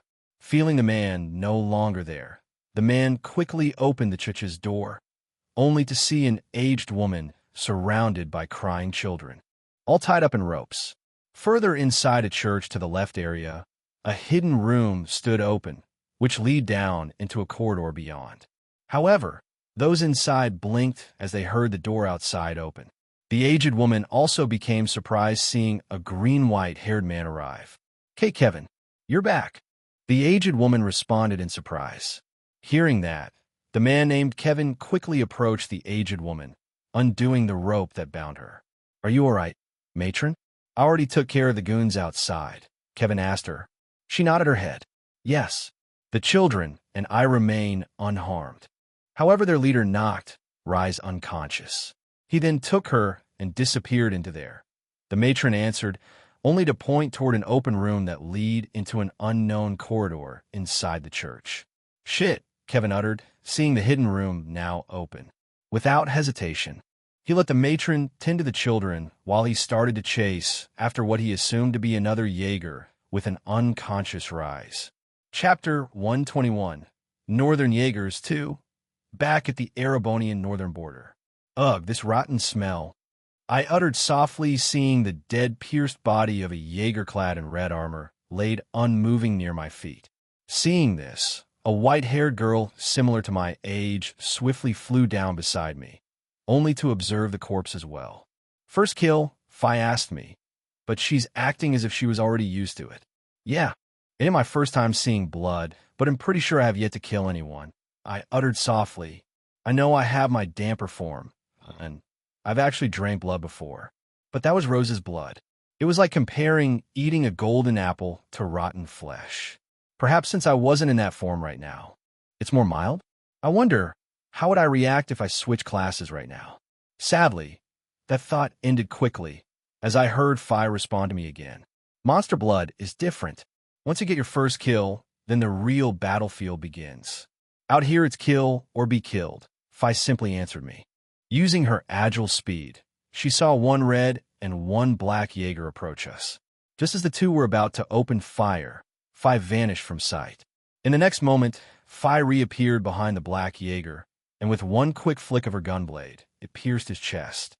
Not even a bit of hesitation could be seen in her eyes as she pierced the guy's chest. His eyes turned wide in shock for a brief moment before they dulled, only to slump over onto the ground not too far away from the Jaeger that I just pierced. Fi did the same motion, only to kill the one clad in red next. Before long, one black-armored and two red-armored Jaegers slumped over into a pile. I took a moment to observe this while at the same time resisting an urge to hurl. I do have a gamer system, but mine didn't prevent side effects like that. But I took this moment to look at Fi, or more specifically, her actions she just took. Yes, it was that unhesitant motion. I needed a mindset like that if I am to become one of Zemuria's rulers in the future. Fi is still younger than me by 2 years, yet she can already decide on such a thing. Well, she was trained to do so, as other Jaegers were. As she just called it. Out here in the battlefield, it was killed or be killed. It looks like Phi took notice of my momentary observation, and a smile appeared on her lips. But it looks like you've overcome that, Phi happily responded. Haha, well, this is the first actual battlefield I've been on. It's quite exhilarating, to be honest. I said to Phi. I could feel the blood in my veins pumping like crazy, letting the adrenaline flow, all while being empowered by my level, stats, and equipment. I still need to do a thorough log check of what I've done with all the quests and rewards I've received thus far. I have plans to do a good CH or two of stat stuff before the Vermilion trials. Quests and rewards have been completed off-screen and such thus far. But I am confident in saying it'll be able to partake in the Vermilion trials in the next year or two. Now, is obviously not the time for that, though, considering I'm still on a battlefield. Unexpectedly, I heard a notification sound off inside my mind after Phi, and I conversed a bit on this matter. And what's even more, a second notification took me by surprise. Ding! Phi sees you in a better light and has earned your respect. Favorability risen by a great amount. Ding! Due to your focus on the target at hand and rescuing her friends, favorability has risen by a good amount with Sarah Veilstein. Hearing that first notification was great, but that second notification made me blink my eyes for a moment. I couldn't help but inwardly smile. After all, the mission Rutger gave us in Zephyr was to accompany the Northern Jaegers to help repel an imminent attack that Nidhogger was conspiring. The only thing that wasn't really taken accounted for was the fact that they had enough Mira to hire the Red Constellation out of all Jaeger Corps. So in the Western Front, this battle had only begun, but it was already quite on a large scale already, all residing within the darkness of the dusky night. Normal Northumbrian citizens weren't even aware. As such, of the Northern Jaegers to come to us, Sarah was one of the quickest to request backup, so she ended up taking her squad with her. And coming to now, we were able to find off the first wave of Nidhogger and the Red Constellation, still on this rocky and craggy terrain at the northern border. In the distance stood Dnieper Gate. With that, we heard a whistle coming from one of the Northern Jaegers. Few you two really saved our asses back there. We're one of the scouting squads, but I didn't think we'd get this swamped so quickly, one of them said, revealing to be the second man of the group. Seeing the battlefield momentarily clear, especially the very tall crag that now had a few unconscious Jaegers that tried to shoot at us from above. The group who survived quickly approached us along with Sarah, as she too no longer detected any presence. I hate to admit you're right, Marty, but for once I agree. And that's saying something. The first man said. You can say that again, Captain, the girl Jaeger responded. Still, none of them sheathed their weapon as they approached us, and neither did we. However, the three closest to us removed their helmets. The first man appeared to be in his 20s, and had small purple strands of hair that accented his blonde hair. The second figure appeared to be in her teens, very similar to us in fact, maybe a year or two older. She was also similarly a blonde-haired girl, and like the first man, she had pale purple accents that curled her bangs upward. As for the third man, he had cerise-colored hair with orange eyes. I'll lead this squad that you just saved. Sarah here is also a member of it. The name's Talion, but you can call me Tal. The girl is Izeria, while the poor bastard over there is Martin. But you can call him Marty, Talion said, introducing his squad to us. Ushi, what'd I do this time, Captain? Marty retorted him, which earned another giggle from Izeria. Likewise, I'm just glad I was able to get in contact with Zephyr. Thanks for that flare earlier, Captain, Sarah said, only to glance back our way. So you two are among the fastest in that corp. Huh. Zephyr seems to be teaming with talents lately, Sarah continued say. I wouldn't mind doing a speed match with you two sometime, Sarah said. I'd be down with that. Just name the time and place. Fire retorted back, playing along. I couldn't help but laugh hearing that while Talion shook his head a bit, letting out a sigh. You guys do realize those snakes and reds could send out more reinforcements at any given time, right? Talion retorted as he saw us converse like this. Haha, but they haven't yet, so what's the harm in a momentary respite? Still, it's good to know who we are fighting side by side with. Like Sarah said, I'm Phoenix and this is Sylphid. More of Zephyr is inbound. And more than Northern Jaegers as well, right? I asked, looking back at Sarah. Sarah nodded her head to confirm. That's right.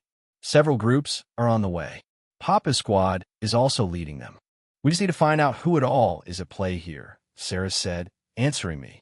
Meanwhile, during this short downtime, as the Northern Jaegers we just got acquainted with began to discuss with us, toward the opposite direction to where trees could be seen that surrounded the road that lead to Dnieper Gate. Barely any noise could be heard as a dull wind passed by. However, if one could detect presences, many could be seen hiding either within the trees or behind the trees, calmly observing the large rocky and craggy terrain beyond them. More toward the front, scouts both clad in black and clad in red could be seen, carefully observing the outcome of the battle that just happened. As those scouts continued to observe the scene, one sole figure next to a tree nearby currently had what appeared to be an orbital viewing telescope of sorts. This figure currently had it in use, with one of their eyes being covered with it. If one followed their path, they were currently observing the boy clad in dark green Jaeger armor who had violet hair and golden eyes. The figure observing them seemed kind of out of place as well, as they appeared to be a 10-year-old or so girl with fiery red hair. Despite being as young as 5, a smile appeared on her lips. She could be seen wearing red Jaeger armor, but it didn't cover a lot of her body. So that's the loser who done Dolphy in, but didn't kill him. Huh, the figure said, currently observing the boy conversing with other Jaegers. Hearing the girl utter that, a huge ogre-like figure suddenly approached her side, sporting a large mane-like red hair as well. He also revealed a grin.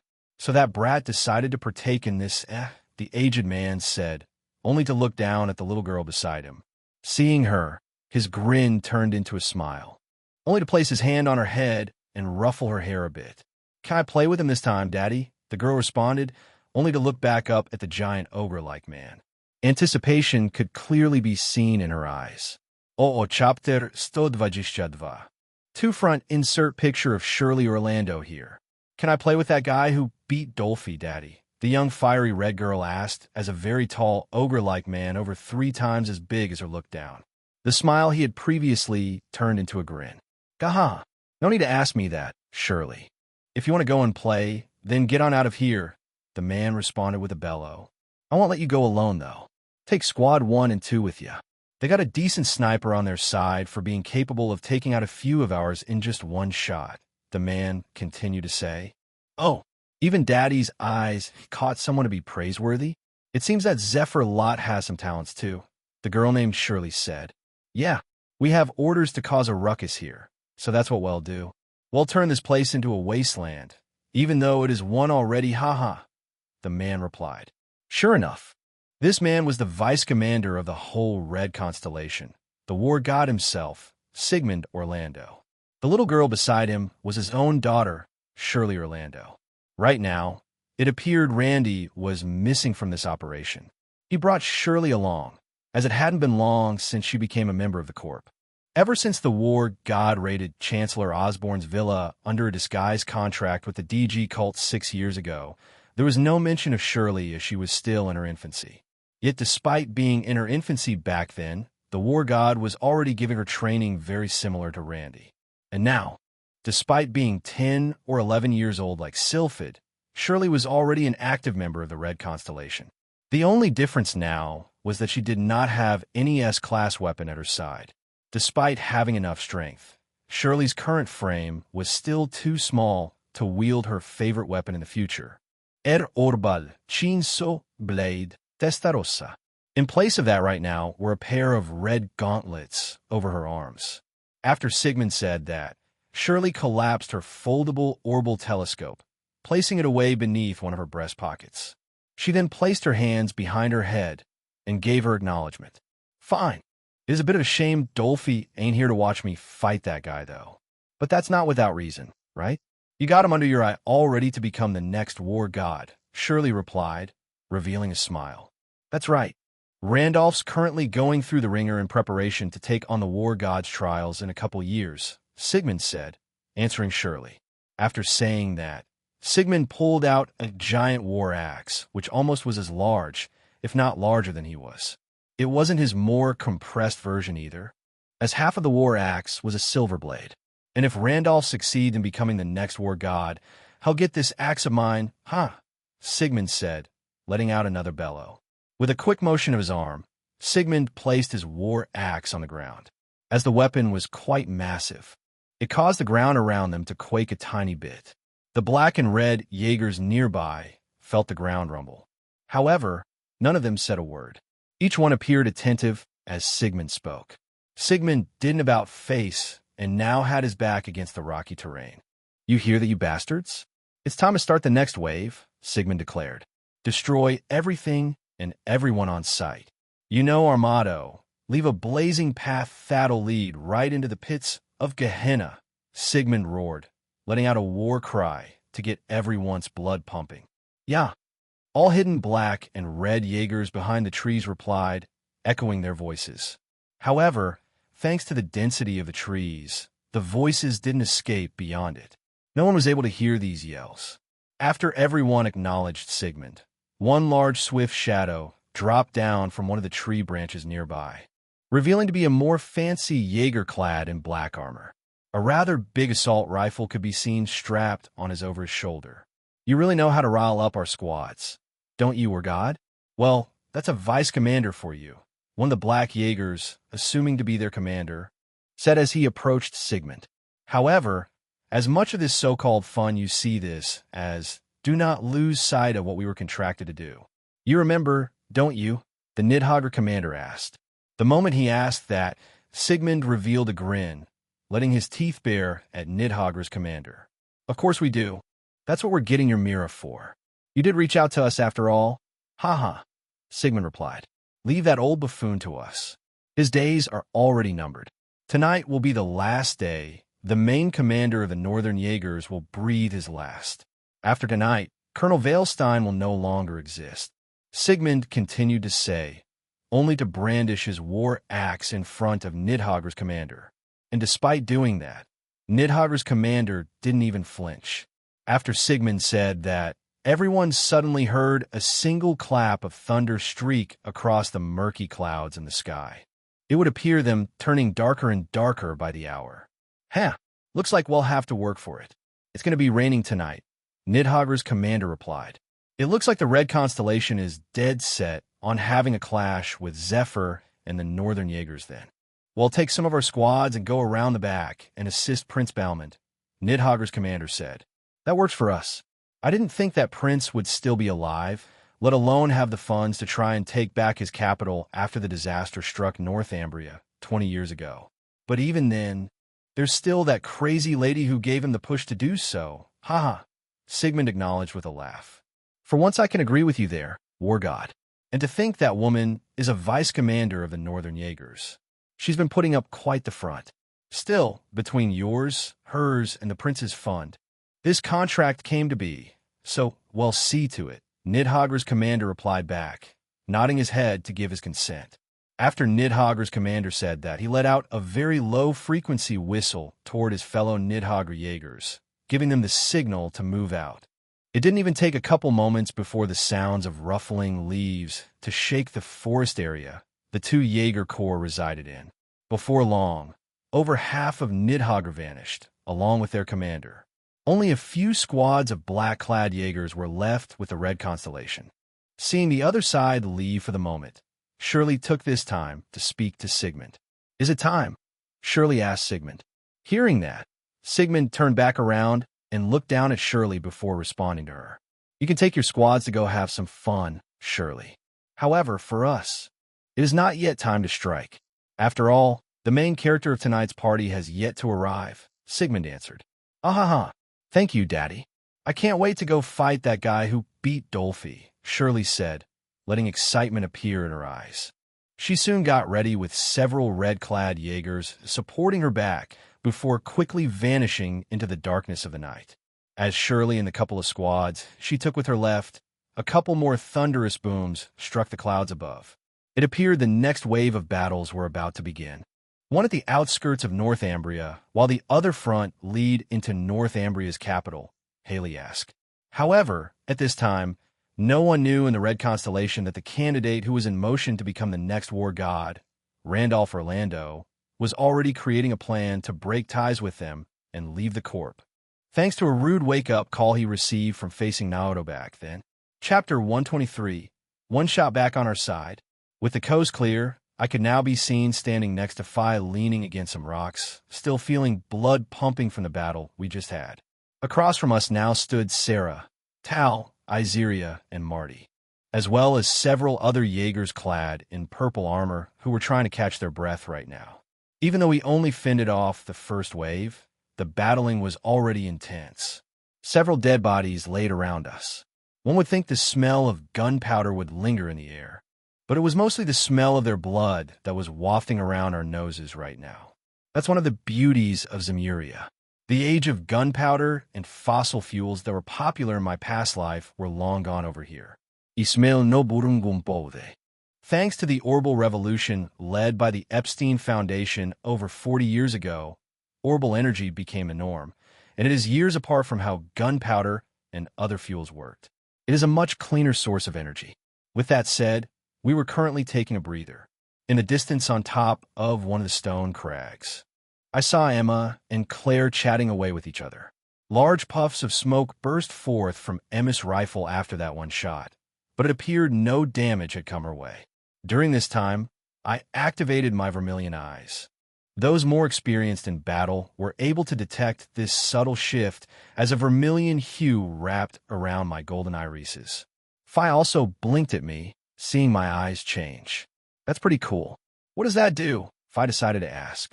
Haha, lots of things, I replied to Phi, only to start looking around. To get a better view of the area, I jumped up on one of the rocks that were near us, going up several feet. I can sort of see why the boss placed you in one of her scouting squads along with me now. Phi responded as I started to look toward the beyond, more close toward the roads to where the trees laid, and a large military gate in the distance.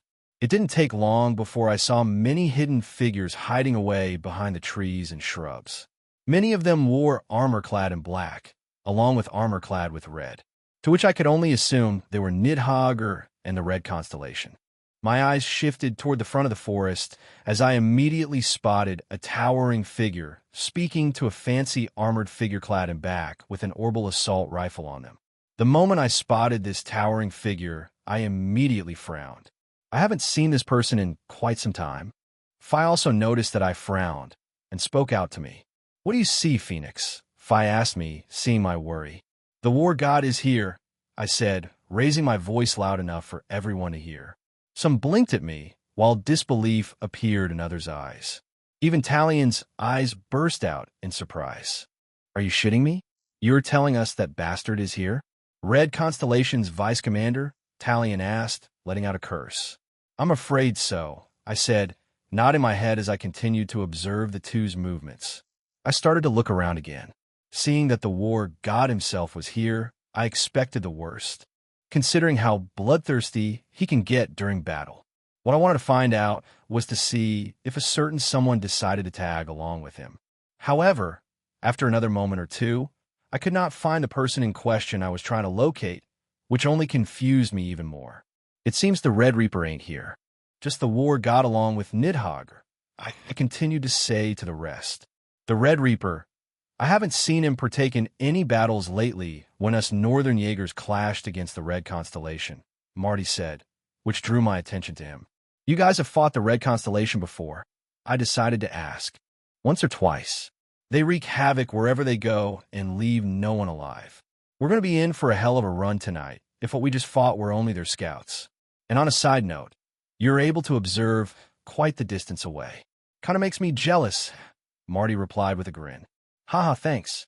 These eyes can do a lot of things, but they definitely are quite beneficial to help scout the area out, I said, only to shift my eyes back to the forest to where Nidhogg and the Red Constellation lay in wait. I saw what appeared to be Nidhogg's commander chatting away with each other, letting my eyes wander around them. It took a good second to get a clear picture of a rather small figure compared to the two tall men. She was a small, fiery, red-haired girl with armor on that revealed a lot of her skin. My eyes blinked seeing this girl, who seemed to be around Fee's age. To think I would come across this person so early. Now it makes sense as to why I could not find Randy here at all. That's because in his place was his cousin, the war god's daughter, no less. Surely, Orlando, was it fate for us to cross paths before the start of the games? And being a Jaeger, the chances were rather high, especially since I was with Zephyr. Zephyr and the Red Constellation were known rivals. I could only shake my head a bit, seeing Shirley stay silent as she watched Nidhogger's commander and the war god chat away with each other.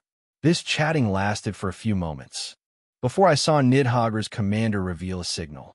Several trees shook in response, before I saw a whole bunch of figures clad in black retreat beyond the forest, only to depart in the shadows, likely to the next village. In its path, they were heading to Lade, the capital, Haley-esque. Nidhogger's moving. It looks like this place wasn't their only target tonight. I concluded seeing many of Nidhogger's squad depart. Ho-ho, so that's what these bastards are playing at? A rather aged voice suddenly reached our ears. Sarah was the first to react, as I detected many presences reach our peripheral from behind. Among the first to arrive was a Jaeger not clad in purple armor, but one of blue. And yet those around him treated him with respect. Of the groups that were arriving, he was one of the older figures, and his helmet could be seen taken off. His hair was already aged white too, but still sported a white mustache. "You made it, Papa," Sarah said, seeing the aged figure jump down next to us, along with several other Jaegers clad in purple armor. "No thanks to you, no less, my daughter. It was thanks to your speed we were able to get here to fend off the first wave from Nidhogger's and the Red Constellation's attacks." "But Phoenix, did you say that Nidhogger is splitting up?" the aged man asked me, causing my eyes to shift toward him with a nod. "That's right, Colonel Veilstein. I saw Nidhogger's commander take several squads with him, but the war god's staying here," I said, answering the old man who arrived as Sarah's lips bloomed into a smile. "Tsh, looks like our doubts were confirmed, Colonel," a person clad in purple armor said. Next to him, "It's not like we didn't take any action on that front at least, Rogan. We came here knowing that we are to provide backup. The rest of us have the home advantage back in the capital. That route is far more secure than over here," a third older voice said, who also had his helmet off. He was also an aged man, much like the first man was. "Man, I didn't think the colonel himself along with 2 captains would come to give us backup. You guys came at a good time too. The next wave hasn't started yet," Marty said, giving a welcome to the many figures that arrived here. "I don't see the boss or our guys with the Northern Jaegers.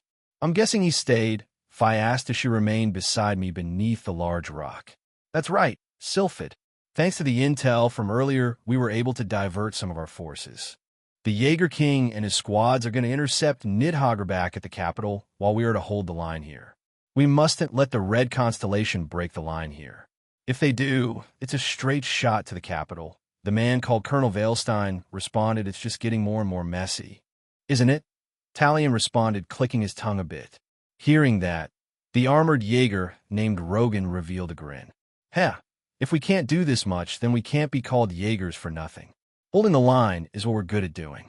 We'll send these bastards straight to Gehenna.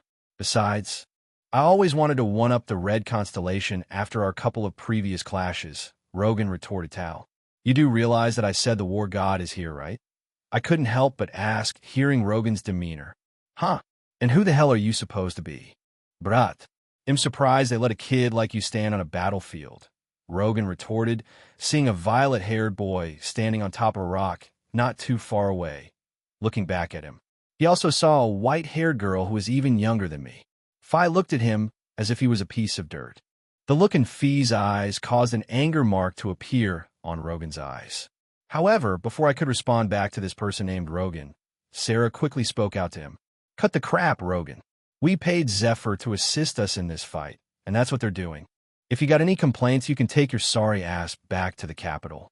And for your record, the guy who you just called a brat is one of Zephyr's captains," Sarah retorted with an angry voice herself.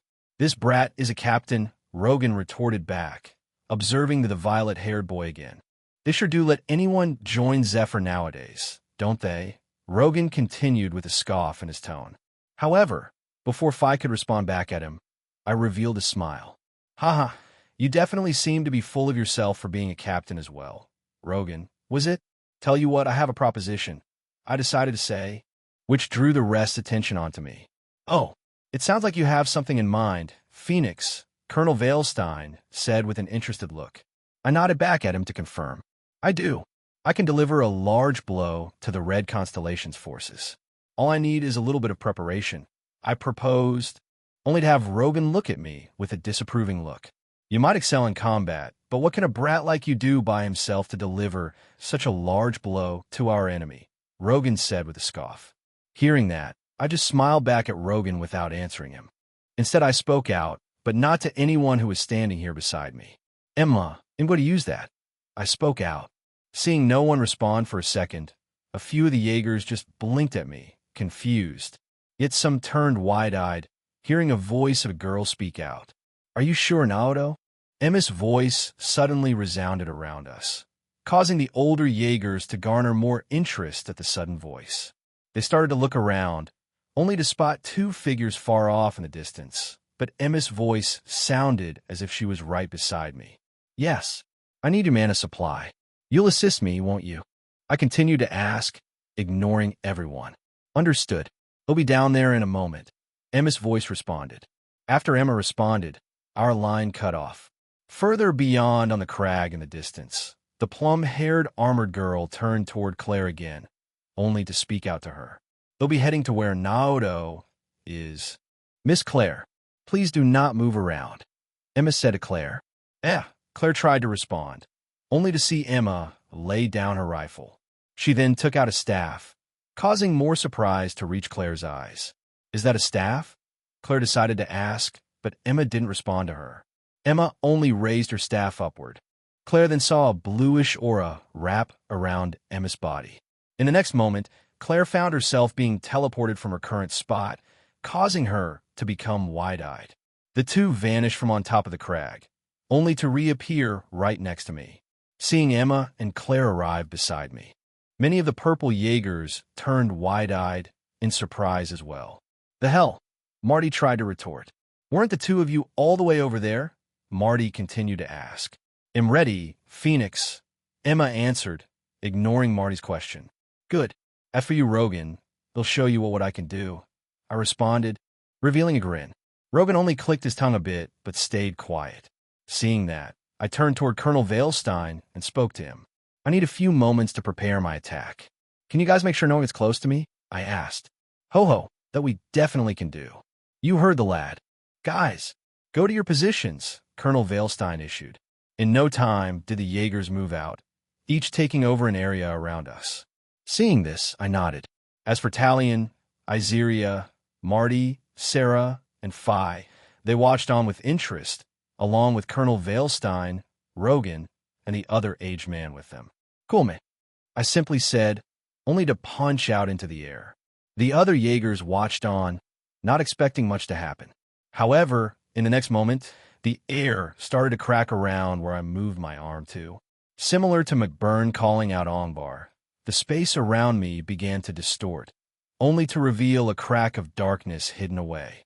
In the next moment, I took out Verbrantize, revealing a pitch-black obsidian bow. Without any words, I activated my mana, and the obsidian bow started to grow in size up by a notch or two, becoming much larger than a standard longbow. I then took my stance, only to look back at the forest where the Red Constellation laid. Pulling back on Verbrantize, a mana arrow began to form in its notch. My mana started to rapidly drain as the mana arrow continued to condense and take shape. Ignoring Givrion surprise, Emma acted swiftly, and began to use her own mana as a backup unit to mine after placing her hand on my back. As I began to launch my attack back inside the forest, the war god continued to talk to his daughter, Shirley Orlando, for a bit, telling her it was not quite yet ready to launch their next attack. His squads remained in waiting for the right time. However, it didn't take long for the war god to sense a change in the air. This feeling, the war god uttered softly, drawing Shirley's attention, seeing a somewhat serious expression appear in his eyes. "Daddy," Shirley couldn't help but ask with a look of interest. The war god then looked down at her. "Go take cover in one of the trees, Shirley. The enemy is attacking," the war god said to her. "Seriously? The distance is several hundred arj away," Shirley exclaimed. "Huh, I haven't felt this way in a good minute. They're taking the battle to us, and if it's a battle they want, ITLL be a goddamn battle they get, the war god said, letting out a laugh. Shirley then became shocked once more, seeing the war god grab his axe, only to let out a fiery battle aura. The war god then pointed toward the rocky terrain with his axe. Cool me. They'll take on whatever you throw at me. Bastards, the war god exclaimed, letting his battle aura soar around the nearby trees. Seeing an attack was imminent and her father's excited look, Shirley took her squad and retreated behind the trees, waiting for an opportunity to launch an attack of her own. Chapter 124. Jaina Storm, your answer is a fucking arrow, Rogan said, letting out a curse as he saw a violet-haired boy continue to condense a mana arrow, ignoring his presence. Shut it, Rogan. You saw how Phoenix brought that bow out of nothing, didn't you? The aged man next to Colonel Veilstein retorted, hearing Rogan say that. Screw that. There's no way a weapon like this can cause a major blow to the enemy line, Rogan yelled out, obviously disappointed as he watched on. The moment Rogan said that, Talion squinted his eyes a bit, shifting his focus to him. How about we place a bet then, Rogan? Talion suggested, which caused Izeria's eyes to sparkle. Oh, I second that. How much are we talking here? Izeria happily responded as she clapped her hands. After Talion and Izeria responded to Rogan, Marty ended up shaking his head. Are you guys really trying to place a bet here in the middle of the battlefield? Marty retorted them, letting out a sigh. They'll put 10,000 mira on Phoenix, Fi suddenly said, which caused Marty to give Fi a deadpan look. In response, Izeria let out another giggle. So even Sylphid wants in? Izeria said, as she glanced at the silver-haired girl. Well, to be honest, I am quite curious to see how powerful this attack will be. Phoenix is already releasing quite an aura, Sarah uttered, seeing me continue to condense a mana arrow that slowly grew in size. As for its color, it was condensing into an icy blue arrow. But on the inside, it was fiery red. After Sarah said that, Talion nodded his head as he too was curious. He then shifted his eyes back toward Rogan. How about 15,000 mira and a week's worth of northern borscht? Talion suggested to Rogan. Seriously? Marty retorted Talion, but he ignored Marty. You're on. 25,000 mira between Talion and Sylphid? All I see are two wusses. They'll double you guys down and put up 50,000 and make it so you guys can never eat another bowl of northern borscht again, Rogan said, putting up his own bet. You're so on. Izeria responded to Rogan, clapping her hands happily. You do know this is my Miri you're betting on, right? Izeria? Talion retorted. Hey, I ain't complaining anymore, since it's involving northern borscht now. You better beat Rogan's ass. Got that? Phoenix? Marty suddenly exclaimed. Hearing that my eyes squinted, but I continued my focus to not let my mana go astray. They'll see what I can do. I simply responded, keeping my focus on Verbrantize along with what was going on in the forest. As much as I enjoy the bickering of the northern Jaegers happening right now, I kept my concentration there. Emma continued to concentrate, providing her mana as well. Claire just stood there, calmly observing us after her momentary stupor. As for the old man beside, Colonel Veilstein watched. A hint of worry appeared in his eyes as he looked at Colonel Veilstein. Is it fine for them to behave like this, Colonel? The old man asked. Ho-ho, let them have their fun, Captain Clark. Red Constellation seems to be on the defense since they haven't made an approach yet. Well, strike the moment it's clear after Phoenix's attack, Colonel Veilstein responded. Understood. Our squads are ready. The old man called Clark acknowledged, causing Colonel Veilstein to nod his head while Rogan just continued to watch with a hint of scorn in his eyes. In his mind, they were the prideful northern Jaegers. So why do they need backup when someone was trying to invade their home? They were their country's heroes. However, he could not take any personal action, considering one of their leaders was right beside him. Despite having thoughts of taking things into his own hands, he still knew they were on the battlefield. Rogan could only watch on in contempt during this moment. Rogan couldn't care less about the bet he just made with his fellow Captain Talion. Thinking that, another couple minutes soon passed, and the mana arrow successfully formed in my bow. Letting Emma know it was done, She stopped and watched the arrow with a great look of interest. I didn't even say anything before releasing my hand. Not a single bit of noise struck our ears the moment I let the arrow go. In but a mere moment, it started to streak across the rocky terrain, leaving behind a burnt trail that seemed cold to the touch, all with everyone's silence as they watched the attack. Meanwhile, as the arrow made its way toward a sole figure who had his axe brandished in front of him, letting out a crazy battle aura, and was ready to strike back the moment the arrow came into contact. Back at the capital of Northumbria, Haley asked, the capital of Northumbria. As the attack from Nidhogger and the Red Constellation was being done in the shadows, many figures laid in wait surrounding Haley's perimeter. This included a few squads left by Colonel Veilstein, along with most of Zephyr. The Jaeger King could currently be seen next to a few captains, waiting to give a signal to attack the approaching Nidhogger. As the Jaeger King waited to launch his attack, behind them stood a very large building that towered over the houses that rested in the capital, to which most of its citizens were resting as it was well into the night. This towering building was the state government legislative palace. It was where Northumbria's government took form after it fell as a principality during the Salt Pail tragedy. If Calvard was a republic, then it wouldn't be hard to say that Northumbria was a democracy.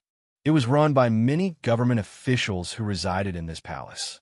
However, since it was well into the night, most of its officials have gone home for the day. Despite that, one of its rooms could still be seen lit up further inside. That was because this was not only home to the government, but also the Northern Jaegers. Unlike other countries, what made Northumbria unique was that the government and Jaegers worked side by side to solve their issues. Since the Northern Jaegers were currently in operation, most have departed from their main base. But in this particular room, one Northern Jaeger could be seen sitting on a couch-like chair. This figure's eyes could currently be seen looking at what to be several holographic panels currently floating above them, with several images displayed of the ongoing battling between the four Jaeger groups. On one particular screen stood a violet-haired boy and a plum-haired girl. The boy had just launched an attack on one of the commanders of their enemy, so this figure watched on with interest. This figure was dressed similarly to Colonel Veilstein, and was a vice commander of the Northern Jaegers, just one rank beneath him. And yet, this figure was quite different in appearance, as she was a woman with long white silky hair with violet accents, and seemed to be in her late 20s or early 30s. As this woman continued her observation of the battle, a figure soon approached her from the long table. A laugh escaped from his mouth, seeing the many screens in use before him. "Ha! It seems you have already put the archaisms I gave you into use, Your Highness," the figure said, revealing to be a green-haired boy with a certain tattoo underneath one of his eyes who hasn't seemed to age a day since he was seen last. However, the moment this boy uttered the words "Your Highness" to the woman's eyes dilated before an annoyed look appeared in them as she saw the boy arrive in the room she was using. "Oh, so you're here, fool. How many times do I have to tell you that I am no longer like my idiotic brother of mine? Thanks to the control device you gave me, I could shoot down right here and now," the woman said, only to activate a device of sorts in her hand, causing several metallic objects to shift around the ceiling, and took aim. "Oh, I wouldn't do that if I were you. I could always find another replacement to supply our archaisms too. And besides, this place is standing on its last legs," the boy answered, only to shrug his shoulders a bit. "Well, I hate to agree, but it is quite true to say our country is on the verge of collapse," the woman responded to him. "And yet you were the one to have your brother cause all of this, didn't you? I swear the Bauman family has loose screws in their head," the boy said. And yet the woman revealed a smile, listening to him. "Oh, right. You go by Jaina Storm now, don't you?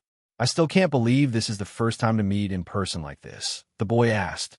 "Did you come here just to bug me with an introduction? I am quite busy currently being entertained, you see," the woman called Jaina asked. "Are you now? It is interesting to see how this battle will fare, but I for one don't care about personal grudges. I am here to see if you will accept the proposal to become His Highness advisor," the boy asked. "So it's regarding that.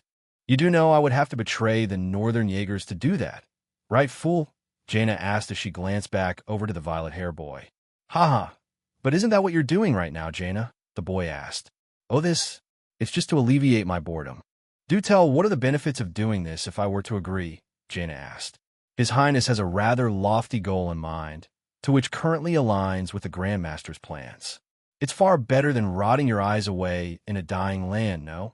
The boy asked Jaina. That is true, Jaina said as she nodded her head. But before you decide, I decided to bring a little someone, so hopefully you'll make the right decision. Your Highness, the boy said as a serious look appeared in his eyes. Oh, Jaina asked. Seeing his serious look, Jaina didn't retort him this time. She only saw the boy turn around, which only made her eyes raise up in surprise, seeing the boy move one of his arms over his chest to give a bow. You can come in now, Lady Kia, the boy issued. After the boy said that, a brief moment of silence swept the room before Jaina heard a childlike voice reach her ears. Yes, the voice said. Before long, Jaina's eyes became bewildered, seeing a green-haired girl approach her. And yet, an unwavering look could be seen in the girl's eyes, who seemed to be no older than 8 or 10 years old. This child, Jaina began to utter as she started to observe the girl, but was at a loss for words. She is Lady Kia. It has not been long since she had awoken, but it was surprising she was the first one to reach out to us, the boy said, giving a brief introduction. Yes, I am afraid I am unable to do much for him right now. It is not the destined time for us to meet. So I have to resort to move in the shadows and reach out to people like you. Miss Jaina, the girl called Lady Kia answered. So I won't be the only one? Just what is this plan exactly? Jaina decided to ask. We can only say it after you join. The boy answered. I see. So you're leaving me in the dark without much to work with. If that's the case, my answer is, Jaina began to say. Jaina being part of the Bauman family is not canon. Chapter 125, Lavian Winslet some time later. With my attack on the war god, the battle between our corps came to a swift end, especially after receiving a notice that Zephyr's side quickly routed Nidhogger with their measly attempt to attack the capital. Seeing 4 Jaeger corps clash with each other was really a sight to behold. Lots of orbital guns lit up the darkness of the night that night. Many sounds of metal clashing pierced everyone's ears. Dead bodies plopped down one after another, with a heavy scent of blood wafting around. It was strong enough to where monsters would question twice in making an appearance there. We were able to find out who orchestrated this clash as well. Turns out the royalty of Northumbria was still alive and kicking, Prince Balmont. It was rumored he fled the country instead of assisting his people during the Salt Pail tragedy, but he appeared fine and dandy. Enough to where he was able to scrape up enough Mira to hire Nidhogger and, in turn, the Red Constellation, to try and take Northumbria back for his selfish desires. Thanks to the Northern Jaegers working with us from Zephyr, we were able to keep the Red Constellation at bay, while subsequently capturing the one who led the attack, who was brazen enough to be beside Nidhogger when they launched a direct attack on the capital.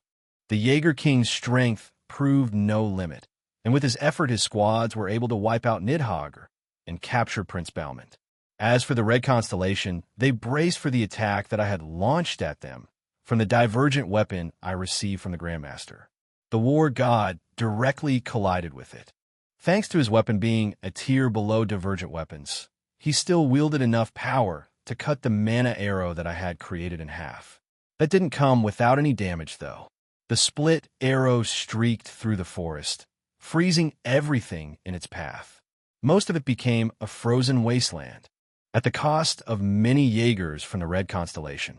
Even Shirley was left wide-eyed, seeing the destruction one arrow could do.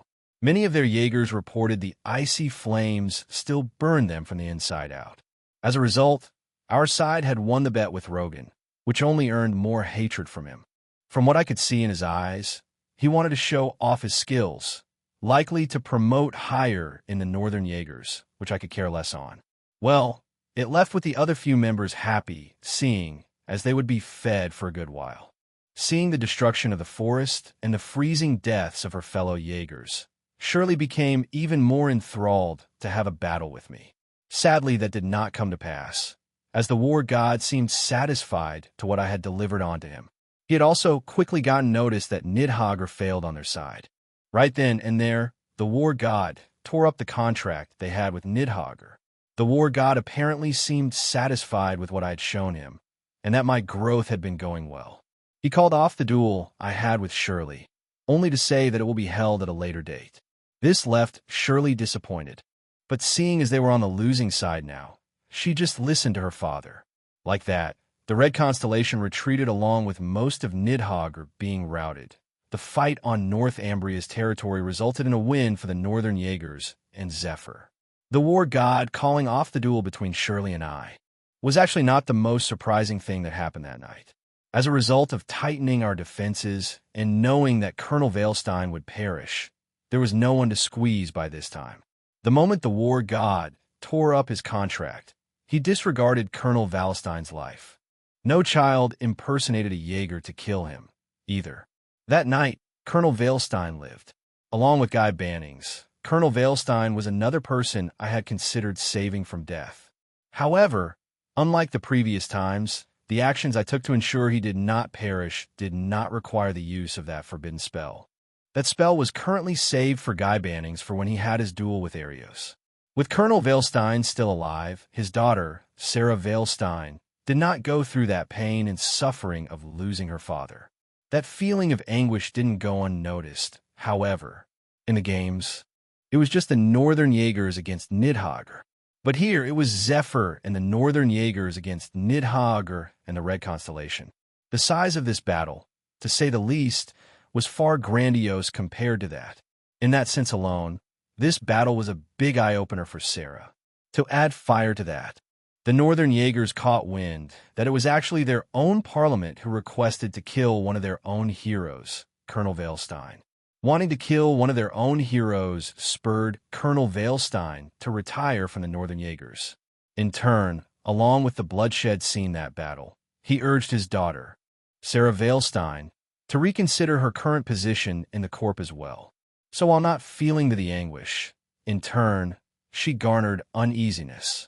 After retiring from the Northern Jaegers, Colonel Veilstein, or ex-colonel at this point, wandered back to a certain village in the countryside, one he was ever so familiar with, who housed a fellow hero of the Northern Jaegers, the Winslet family.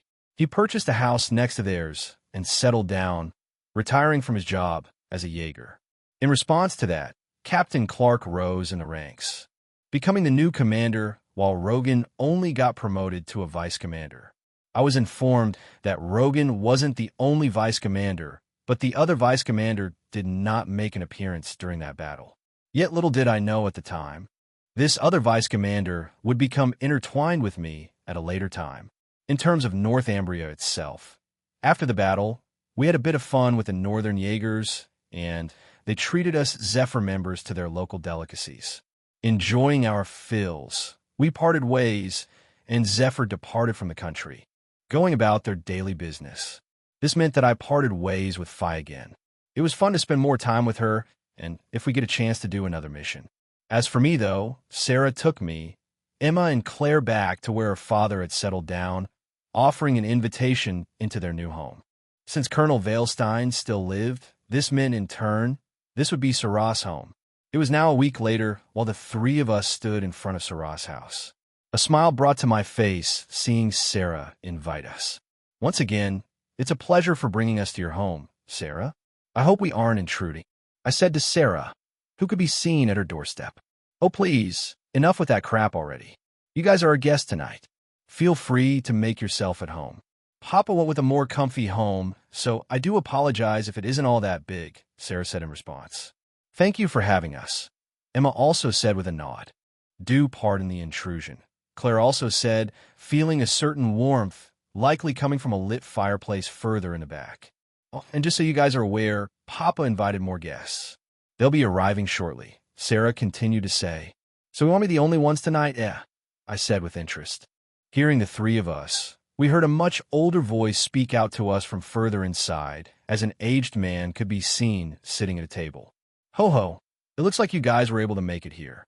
I hope our village wasn't that hard to find, Mr. Veilstein said, seeing our arrival. The rolling hills are quite pretty. It was easy to find once we were able to spot the farmland, Emma responded, revealing a smile. Yeah, this village gives quite a feeling of relaxation. It's a shame we'll only be here tonight, Claire said, also admiring the scenery around us. After we said that, Sarah brought us inside, only to gather around the table next to Mr. Veilstein. However, we were immediately greeted with a blonde-haired girl who seemed to be no younger than Emma, sitting next to him, who was calmly observing us. Well, I hope you guys don't mind that I brought one of the relatives of my friend over here for tonight's dinner either, Mr. Veilstein said, only to glance down at the blonde-haired girl. Come on, why don't you introduce yourself to our guests? He continued to say. Sup, the girl simply responded to us. Seeing this simple response, Mr. Veilstein could only shake his head a bit. She's always like this. I hope you guys don't mind, he said, which caused me to laugh. Haha, of course not. You're treating us to a meal, so you'll have to put up with us too. Sarah said you also invited some others? I decided to ask. Oh yes, they're colleagues of mine. While we're on different paths, they've decided to come over after I retired from being a Jaeger. It is also to give some insight to a little indecisive daughter of mine to see what she should do next, Mr. Veilstein said. Huh, I thought you said you wanted to become a bracer already, Sarah, the blonde-haired girl retorted beside him. I just haven't decided, okay? I knew that mission was tough, but I don't think I can continue being a Jaeger anymore either, Sarah retorted back at the young girl. Which is why you'll need to decide that soon, Sarah. You can't stay here forever, you know, Mr. Veilstein said. You may have a lot of blood on your hands, but with skill like yours, if you decide to become a bracer, they'll definitely take you in. But with the guests I have coming in tonight, you may find another path better for you, Mr. Veilstein said. But ultimately, the choice is up to you, he continued to say. Hearing that, Sarah nodded her head. In the meantime, the three of us made ourselves at home, and the girl beside the retired Jaeger slowly opened up to us. Turns out she was the relative of another deceased hero of the Northern Jaegers, and went by the name Lavian Winslet. She appeared to be around Emma's age, so I hope the two will get along, as well as with the rest of us. It didn't take long before we heard another ring at the doorstep, before we heard an aged man speak from outside the door. I do hope we aren't too late tonight, Colonel, a firm voice said, which caused me to blink for a moment. It took a second, but I was able to recognize that voice. Ho ho, so you guys are here at last. And that's ex-Colonel now. Beatrix should have told you that, right? Mr. Veilstein said, only for us to earn a chuckle from what seemed to be the voice of an aged woman. Ha, that's right. You need to stop being a dunderhead, Major. A woman's voice said next to the first voice behind the door. It really is still hard to believe you retired just like that without giving such notice. Still, I thank you for inviting us tonight. A third voice said, which caused my eyes to stare at the door. I could recognize the first two voices, but that third voice was one I haven't heard of in a while, but was all too familiar with it. After those voices spoke, we saw the door open, only to reveal three figures. My eyes immediately turned wide-eyed a bit, seeing a military-dressed soldier with a sword at his waist, sporting brown hair. Mullah, is that you? I uttered, which drew everyone's attention to both of us, disregarding the other two figures beside the third figure. The moment I uttered that, Mueller quickly shifted his eyes, only to spot a violet-haired boy with golden eyes sitting at a table, looking at him. Your Highness, Mueller retorted, not expecting to see me here in Sarah's house. Insert picture of Lavian Winslet here. Insert picture of Instructor Beatrix here. Insert picture of Major Neidhart here. Sarah got acquainted with those two in Mueller after this battle. Chapter 126. House party. I saw three faces I recognized who are now standing in the front door. Inside, sitting at the table, was Mr. Veilstein and Lavie, who were to the left of me, and Emma and Claire to my right. Sarah was still standing near the kitchen. At the door to the left was an aged woman, together with two men seemingly in their 20s to the right of her. One had blonde hair, while the other had brown. All three were dressed in military garb, but that didn't seem to faze the old man beside me. I could recognize the three of them, too, with the brown-haired man I was acquainted with. The woman was Instructor Beatrix, while the blonde-haired man was Instructor Neidhart, two future teachers of Thor's military academy. However, that was still some years away. Seeing the two dressed in military garb, it was likely these two still actively served in the Imperial Army. It was distinct, but I could see respect in Needhart's tone whenever he looked at Beatrix. Not many knew that Instructor Beatrix actually held one of the highest positions in Erebonia's military, the rank of a colonel. The very same rank Cassius held when he was still in Liberal's Imperial Army. Out of the people here in this house, Beatrix was the highest-ranking soldier. As much as I wanted to open a conversation with the two, I was not expecting Mueller to be with them. Not too long ago, we were both in Liberal, celebrating grandmother's birthday. And yet half a year later, he wound up here together with those two, with Prince Oliver nowhere in sight. Everyone's eyes were glued on us, as it seemed Mueller had the same reaction as I did, not expecting to see someone like me here in one of his own acquaintances' house. It was a surprise to know he knew some Jaegers, considering the lifestyle he currently has. And yet, to break this momentary silence, I heard Lavi's voice speak out to me. "You some kind of noble or something?" Lavi retorted with a nonchalant look in her eyes. "Haha, let's just say Mueller didn't say that just now," I responded to Lavi, trying to shrug her off. In response, I saw an anger mark appear on Mueller's forehead. "Come with me for a moment," Mueller stated, only to disregard Colonel Beatrix and Major Neidhart. Beatrix didn't see Mueller behave this way too often, mostly during the time she spent with him while he was with Prince Oliver. So seeing Mueller drag my arm away and leading to a corner of the house caused her to chuckle. As for Neidhart, he watched on, only to get a sense of familiarity after watching the violet-haired boy, but stayed silent, wondering why he felt that way. In response to Mueller dragging me to a corner of the house, Emma spoke up, as if she was already used to this kind of situation. "Is anyone interested in seeing a magic trick?" Emma decided to ask, only to draw some attention to her. "A magic trick?" Lavi tried to ask, but Emma ignored Lavi and focused on channeling her mana a bit. Once it was concentrated enough, she diverted it toward her finger, only to have it glow in a bluish aura. Lavi's eyes squinted a bit, seeing this sudden bluish aura wrap around Emma's finger, while Sarah blinked her eyes. "That's the same aura you showed previously," Sarah uttered to herself. Instructor Neidhart's gaze also turned toward Emma, seeing her mana. "Is this battle aura?" Neidhart uttered to himself, seeing Emma's mana being released. "Not quite. It is too calming," Beatrix surmised. Emma ignored the uttering, only to let out a single chant from her mouth. "Confucto," Emma chanted. The way she spoke this sounded as if it was foreign to those who heard it. Emma raised her finger slightly, only to point it to where Mueller and I were standing. A very fast blue light rushed forth, covering each corner from end to end. The light abruptly vanished, only to create an intangible barrier of sorts, invisible to the naked eye, but those who were stronger could feel something was there. At the same time, the moment this barrier covered us, the rest could no longer hear the whispers we had just made. Mueller blinked for a moment as he could no longer hear anything coming from the kitchen nor the dining room. "The hell did Emma just do?" Mueller asked. If I had to guess, Emma just created a sound barrier." "Nice," I happily answered, giving a thumbs up across the room to Emma, ignoring Mueller. However, back on the outside of the barrier, the rest only saw my lips moving, and yet heard no sound whatsoever, no matter what gesture I made. Seeing this happen, a wry smile appeared on Mr. Valestine's face. "It looks like a couple of our guests seem to have business with each other," Mr. Valestine said, seeing Emma put up a sound barrier. He then turned towards Sarah before speaking further. "Sarah, go prep the kitchen. We'll be serving lots of food tonight. It'll help serve the drinks," he continued to say with a smile. Hearing that, Sarah blinked at her father for a moment.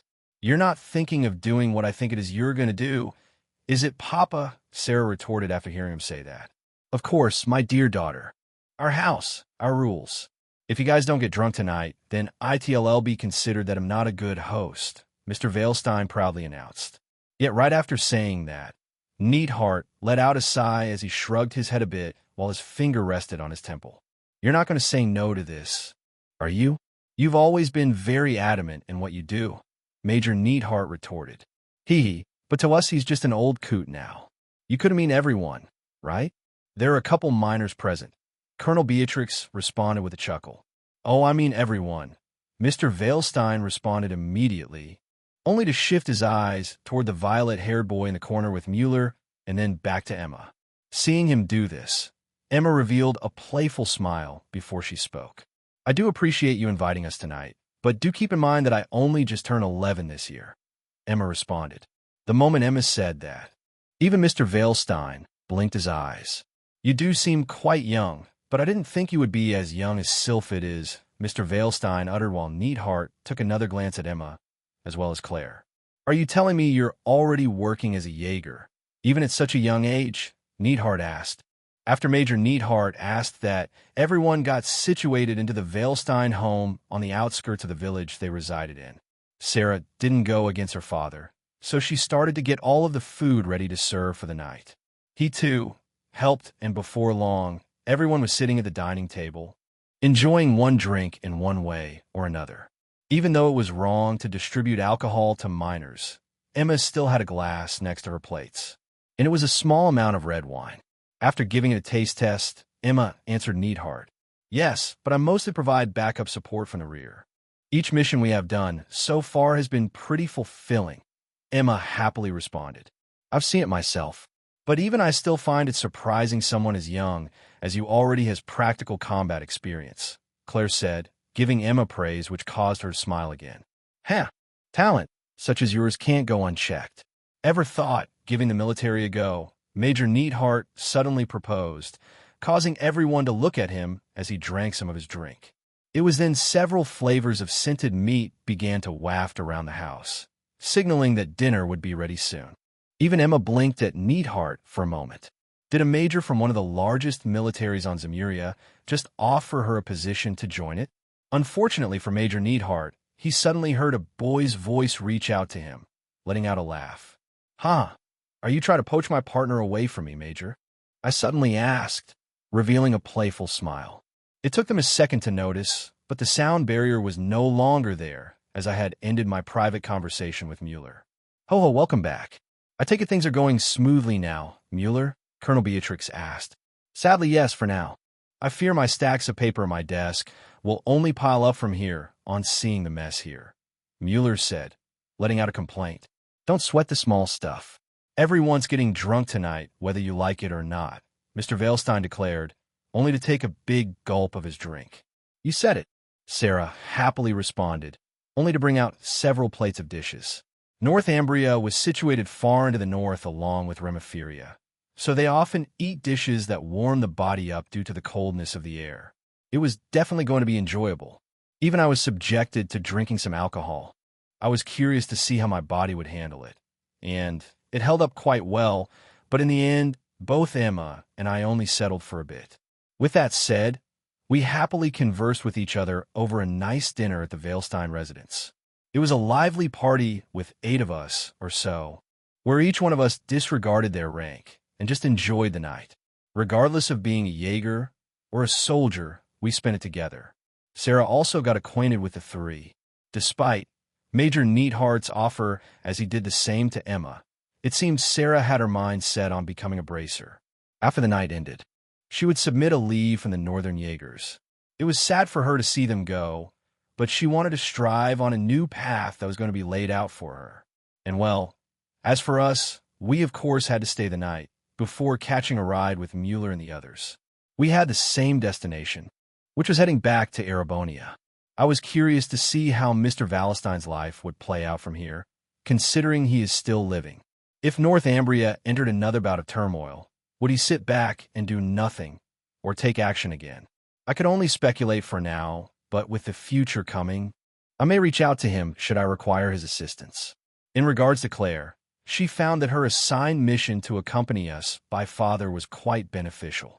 She had come to learn a great deal of things outside the life of a soldier working for the government. She now had different aspects to help her powers form. They had just taken root, so she hasn't gotten used to it fully.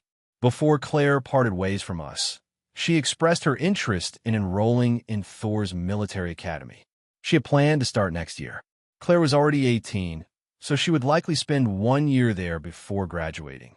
It was already approved and everything, but unfortunately we would not see each other, since I will be enrolling at Jenny's with Chloe in 3 years' time when we turn 15. Colonel Beatrix and Major Neatheart actually stayed with Mr. Veilstein for a bit while Mueller departed for Prince Olivert's side again. We made sure to properly bid Sarah goodbye as well, and hoped that our paths would cross again, seeing as she is set on becoming a bracer. Should she decide to travel to Liberal for bracer work, we would be able to meet up more. As for Lavi, it was nice to meet her. Her house was just next door to Saras. She seemed closer to Emma's age. It was possible they became friends during dinner from how their conversing went. I will have to look into the Winslet family as well, considering her family belonged to one of the Northern Jaegers heroes. We were able to hitch a ride with Claire, as she had a one-stop way to Heimdall. Emma and I would normally go to the airport and take a ride on an orbital airship back to Grantsell City, but we didn't plan for that quite just yet.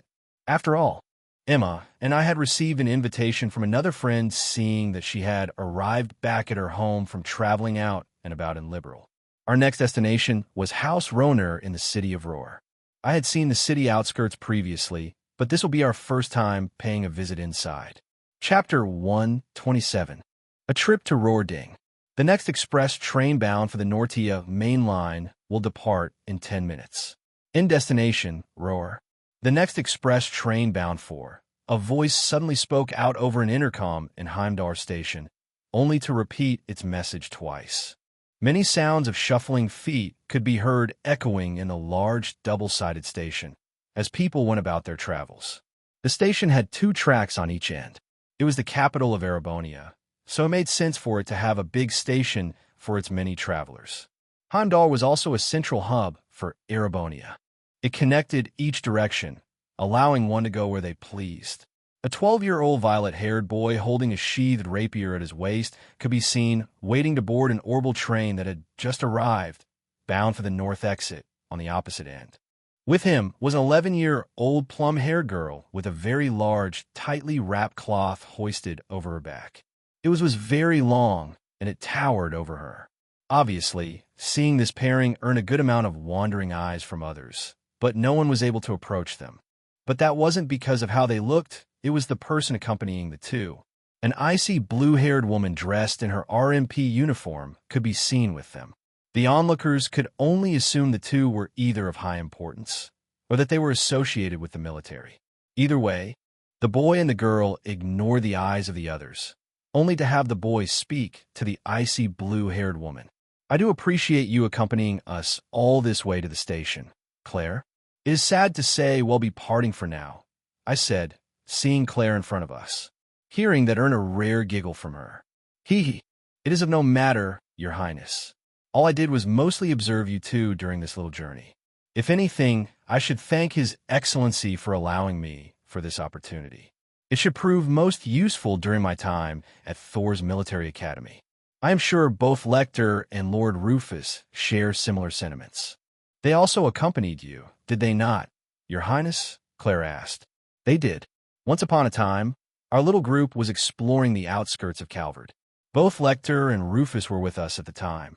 I answered Claire with a nod of my head. "I'm sure since you now have a similar experience, they would be willing to share you what they had experienced with us," I continued to say. "If only time allowed for that. I heard Lecter will be starting his studies where you'll be heading to in a couple years' time, Your Highness. I am sure Lord Rufus is busy with his duties as a noble as well, let alone me starting my studies. Should time permit, though, I will gladly ask them," Claire responded. Hearing that, I blinked my eyes for a moment before speaking to Claire again. "That's right," I began to say. "Lecter will be enrolling at Jenny's, won't he?" I asked. "And if I remember correctly, Lecter's final year will be the same year Chloe and I start. Back then, he had to drop out due to him receiving an invitation to join the Iron Bloods. But now that he is already a member, likely for my existence, I wonder if he has an actual chance to finish his studies. The events of Cold Steel won't happen until after Sky finishes, so I don't see anything that will prevent him from stopping that. Indeed, His Excellency also called out that you'll be quite busy in a year's time or so, Your Highness. So I will pray to ADOs that you two will be fruitful in your next endeavor," Claire said, giving us two a salute with her hand. "Ha, he said that, did he now? Well, he isn't wrong. We have something to do back here in Heimdall, actually, but it isn't time yet for that. I answered, keeping it vague about the Vermilion trials. Will you head back home then? Claire asked with interest.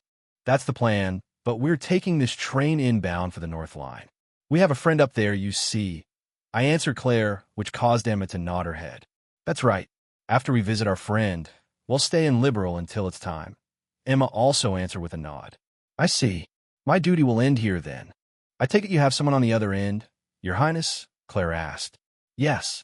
Julia will be expecting us after our visit to Roar. Do take care now, Claire, I said, bidding farewell to Claire. Ha, Claire said, giving a salute, as did the couple of RMP officers she had accompanying her.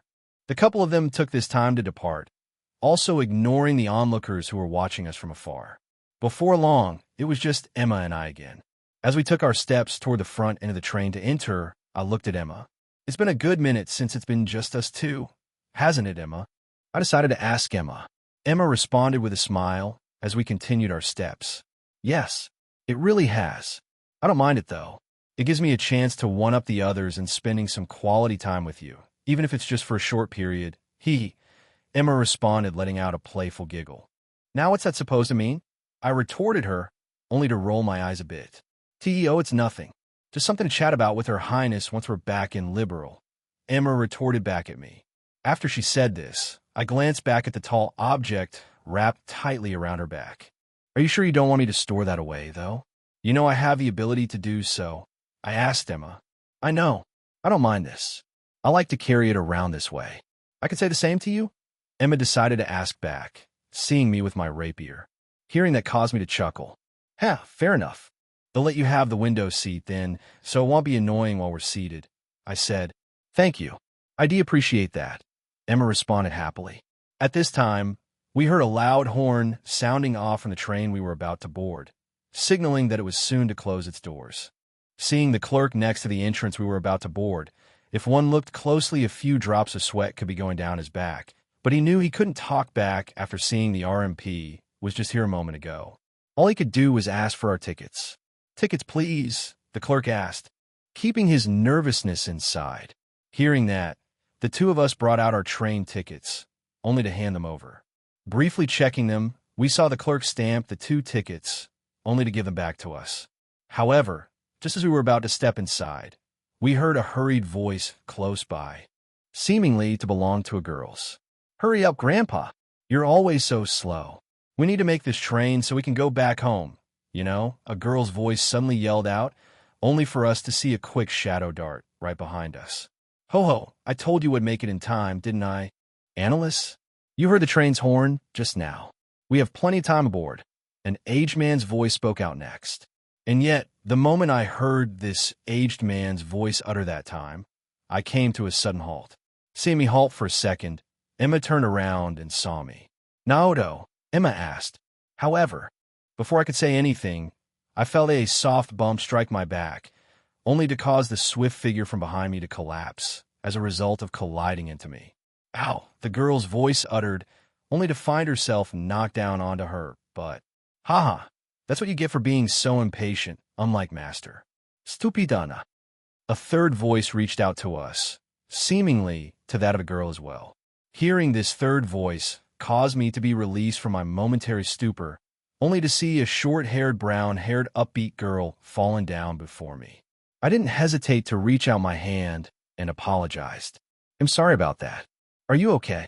I asked the girl.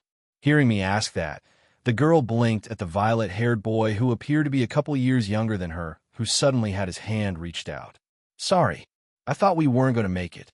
Thank you, the girl said, reaching out hers. With a quick tug, she was able to stand back up. Seeing this brought a smile to the aged man. He appeared to be quite old. Ho, sorry about that, young lad. To be honest, I didn't think we would actually see anyone besides us boarding first class on the Nortia line. So I guess we'll be neighbors for the time being. The old man responded as he spoke out to me. You definitely seem to be a noble too, the second girl's voice said, only for me to see a girl approach us sporting very lush silver hair. A katana could be seen at her waist. She seemed to be the same age as the girl who I just helped stand up again. You okay? Big sis? A fourth voice called out to us, only to belong to that of a boy's. Emma, and I saw a black-haired boy approach us. Oh, Emma tried to say, quickly realizing who this black-haired boy was. He seemed to be the same age as her, 11 years old, like the lush, silver-haired girl. He too had a katana sheathed at his waist. Seeing the first girl had my suspicion, but seeing these 4 people arrive to board the same line as us, my suspicion was cleared immediately. Behind us was none other than the master of the 8 Leaves One Blade School of Martial Arts, Master Kafai. He seemed to have 3 disciples of his accompanying him. 2 girls, Annalise and Shizuna, and 1 boy. It made sense seeing their end destination, but it was a surprise to see these 4 here in Heimdall Station. But I guess they were out and about on an excursion similar to how we were not so long ago. And I could immediately recognize the black-haired boy. And at the same time, I could see the look in his eyes as he took a glance at me. He did not know who I was in the slightest bit, but I knew well. After all, he was my dearest half-brother, Reen Swartzer. Chapter 128, Detour. There we go, Emma said, only to effortlessly take off her wrapped orbital rifle off her back, placing it at the corner of her seat. Thankfully, the train was big enough to fit it. The train had set off a few minutes ago, and now Emma and I were alone on the train. Well, I wouldn't say alone, thanks to the size of the train. For other people could be seen seated with us at the same seats. It was big enough to have a table centered in the seating room. The perks of being able to choose first class over the normal cabins. Reen himself was a noble, as well as Master Kafai hailing quite a name. It makes sense for them to ride first class too. And there weren't that many passengers today in first class. Besides Emma and I, it was just Master Kafai and 3 of his disciples. They decided to bunk up with us to pass the time, and we weren't against it either. Seeing us accept their invitation, Master Kafai let out a chuckle. Ho ho! It is nice for us to be able to pass the time like this. Thank you for letting us take the seats beside you, Master Kafai responded politely. It is no trouble. It is always nice to meet some new friends, Emma responded happily. I agree. You guys seem to be heading up north like we are, I also said. We immediately saw the brown-haired girl give us a thumbs up in response to me saying that. Bingo! We are on our way back home. We'll have to take a connector since we're further up north, though, the brown hair happily answered. That we will, but it will still take an hour or 2 for us to reach Roar. Why don't we introduce ourselves for now? Master Kafai suggested. Works for us, I answered, giving Master a simple hand gesture.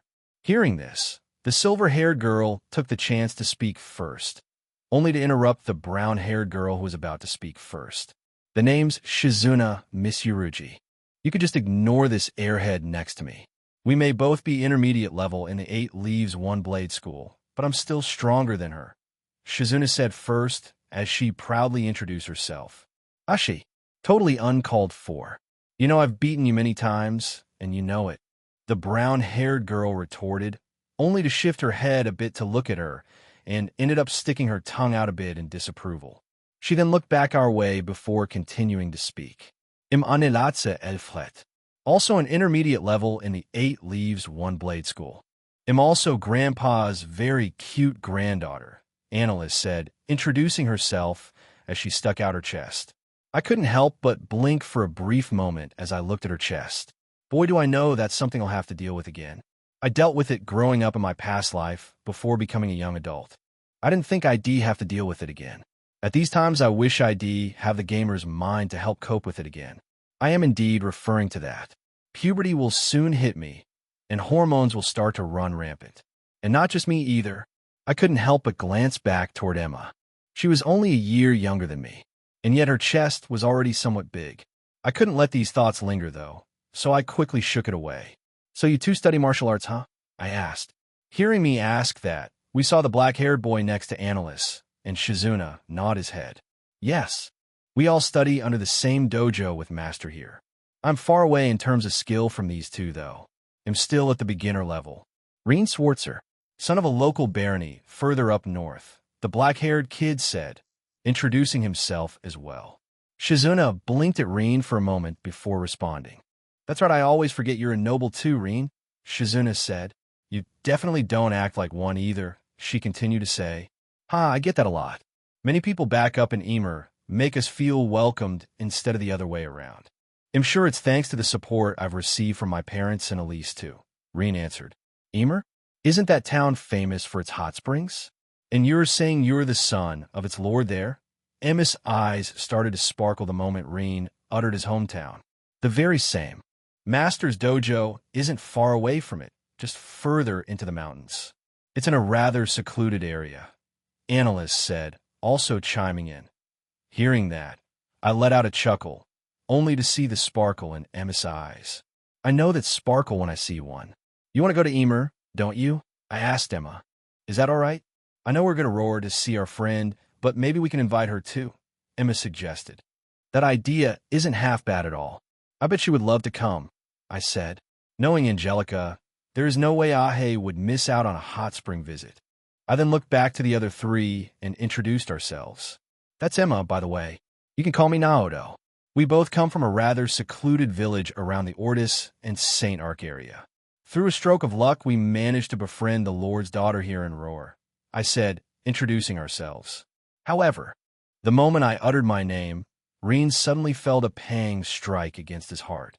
He then suddenly saw a shadowy image appear inside his head, but it was not clear enough for Reen to see it. It also vanished the moment it appeared. He felt an urge to clutch it, but resisted. That name, Reen tried to utter. Won't look back at me. Have we met before? Reen asked. Hearing Reen ask that, Shizuna looked at Reen. Are you saying you met this guy before? Shizuna also asked. I gently shook my head to answer him. I doubt it since we've rarely left our village. Yeah, you're probably overthinking things, Reen. How can you know a person who we just met? Shizuna also doubted him. You're right. It's nice to meet you too, Reen said, feeling a bit apologetic. It is of no issue, Emma happily responded. Ho ho. Still, it is good to be young like you youngsters. In their teacher, a master in the 8 leaves one blade school. As my dear granddaughter pointed out, the dojo is quite secluded behind Emer.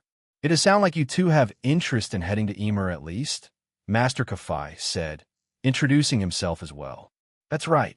We want to head there immediately, though. We'll go see our friend and then go there as a detour to our visit, I answered him. I see.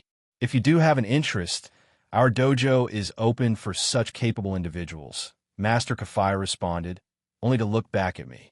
Right. You did have a thin blade being held at your waist. You also study an art like us. Analyst questioned. Oh, you mean this thing? I said, only to remove a rather beautiful sheath from my waist, embedded in spotted gems and the like. With a shing, I slowly removed radiant starlight from its chest. Everyone saw a very thin, yet durable, silver lining blade. That's a rapier, isn't it? I hear it's one of the more popular weapons used in the military, Shizuna said, blinking her eyes. Indeed it is. You serve a master similar to my own disciples, yes? Master Kafai asked. I have. He isn't quite known, but for those who have come across him, they say he's the demon commander. He used to serve Liberal's royal army. But when Master taught me, he was already retired. I answered. The demon commander, Master Kafai. Never thought he'd ever be willing to take in an apprentice, Master Kafai continued to say. Hearing him say that made me raise my eyebrows. Have you met Master before? I decided to ask. Only once, and we had a single bout. He was quite relentless, but at the time he was still lacking in skill. Master Kafai answered, only to comb his white beard with his hand a bit.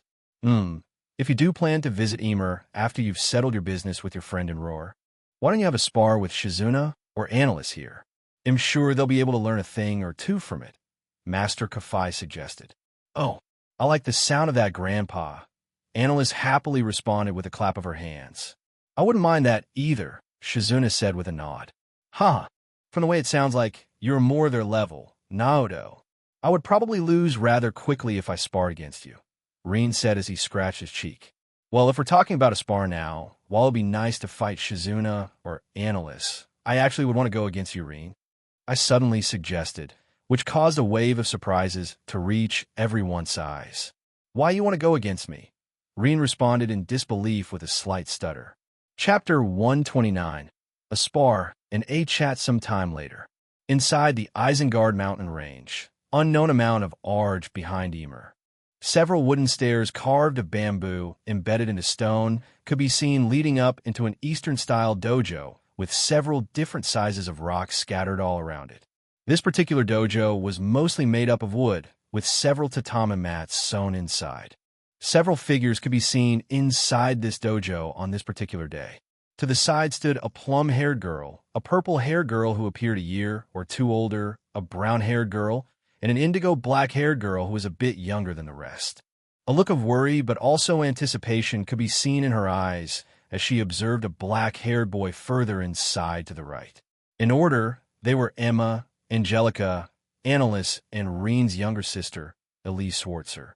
Some time had passed since Naoto and Emma parted from this group back in Roar. Thanks to the invitation the two received from Angelica, they were able to have a nice dinner at the Roner estate. Thankfully, Lord Roner was out at the time, so the two didn't have to deal with him. Naoto still introduced himself as Duke Phoenix, however, so it wasn't like those at the estate could do much to him either. As a result of the dinner, Naoto and Emma invited Angelica to a trip to Emer, with a side detour that they were to visit Master Kafai's dojo first. Of course, with Angelica's personality, she didn't refuse a single bit. She was very much looking forward to taking a dip in the hot springs. And well, after that period of time, this group could now be seen at the dojo. Since Reen was going to partake in a spar against an outsider, word of it traveled rather quickly in Emer, as there weren't many who resided there. This also included Reen's parents, Teo and Lucia Schwartzer. The two of them could also be seen beside the four girls. Master Kafai stood beside them to the left, more toward the center of the dojo. To his opposite stood Shizuna at the other end. A violet-haired boy could be seen off to the left side, and likewise, as stated earlier, Reen could be seen on the right. That violet-haired boy facing Reen was, of course, me. "Take your stance," I declared. "I will. I still don't why you chose to spar against a beginner like me, though. Shizuna or Annalise are still better to fight against, are they not?" Reen still doubted as he began to draw a blade from a black sheath held on his waist. It was a metal blade and not a wooden one. It was quite long, too, a Hitachi-style katana. A stark contrast to the thin blade I took out. With my blade out, I placed my right foot in front and held out my blade. My stance was opposite to Master's, but the concept was still the same. They are, but I have my reason. Naoto von Auslese, sole disciple of the Sword Fox. "Don't take this spar half-fastly, Reen Schwartzer," I said as I formally introduced myself, bringing a wave of surprise to a few present in this room. Reen also tried to exclaim, but found no words as his shock was muddled by the seriousness he saw in my eyes. "Right," Reen began to say, shifting his leg back a bit. He seemed to enter the second form, Gale. Reen Schwartzer, disciple of the 8, leaves one blade. Beginner level. I hope to learn from this experience. Reen said, readying himself. "Very well.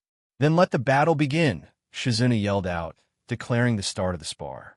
"Second form, Gale," Reen tried to say as he rushed out to me, ready to slash with his blade. Yet the moment he saw me, I began to rapidly hop back and forth, not stopping my momentum. It didn't take long to increase my speed. From Reen's vision, he started to see afterimages. Reen tried to react quickly, striking out with his blade. Yet Reen felt his slice cut through air. The moment he blinked, he no longer saw me. Thwack! A hard thwack struck the room everyone was in. "Ah!" Reen's voice cried out, feeling a sharp pain strike the backside of his neck. As he felt the wind get knocked out of him, he was blasted toward the other end, only to collapse onto one of his knees. As for me, I reappeared right behind Reen. No blood was drawn as he was hit by the backside of my rapier. "Reen," Elise said, carrying a hint of worry in her voice. She felt a hand on her shoulder, coming from none other than her father, Teo. "Reen needs this, Elise. You know this," Teo said, trying to comfort Elise. "I know," Elise uttered softly as she nodded her head. As for me, I still saw Reen collapsed, gasping for a bit of air. "Is that all you can do? Just what have you learned at this dojo?"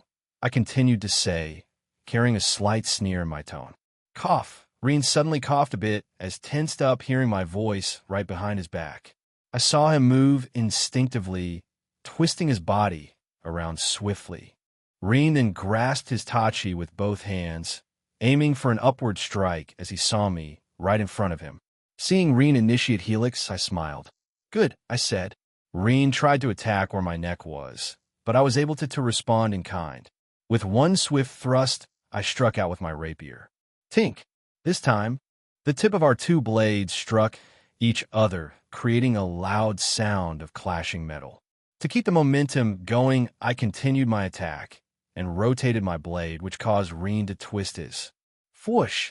All of a sudden, despite having both hands grasping his Tachi a moment ago, with the force that I used in this rotation, he saw his Tachi fly away to the side of the dojo. Reen could now see that he was unarmed. Seeing his Tachi sent flying, Reen's eyes turned wide a bit. Good, but not good enough. Just what have these last 6 years done to you? Reen Swartzer? I decided to ask, which caused Reen to blink at me. Jay, just who are you? Reen asked back, ignoring the fact that I now had my rapier pointed at his neck. We have not met before, but why do I feel that we have? Reen asked. Who I am is not important. I can see hesitation in your eyes. You don't have enough practical experience. I answered him. Maybe you need a little push to get your gears going. I continued to say. A push? It's clear you're stronger than me. Reen retorted back. So, you'll continue to fight stronger opponents. You just need that decisive action you just showed me. One bit of hesitation could cost you your life, you know. I responded back. It wasn't till now that Reen was realizing that I was teaching him a bit similar to his master, Yin Kafai. Ho, the boy speaks the truth, Reen. That is partially where your lack of experience compares to him. You have killed as well, have you not? Master Kafai decided to ask as he slowly approached my way. Yes, I began to say, sometimes killing is the only action you have to take to get out alive. I answer Master Kafai. True, our school shares a similar sentiment, but typically out of self-defense or as a last resort. Either way, the result of this spar is clear. Thank you for having a bout with Reen, Master Kafai said.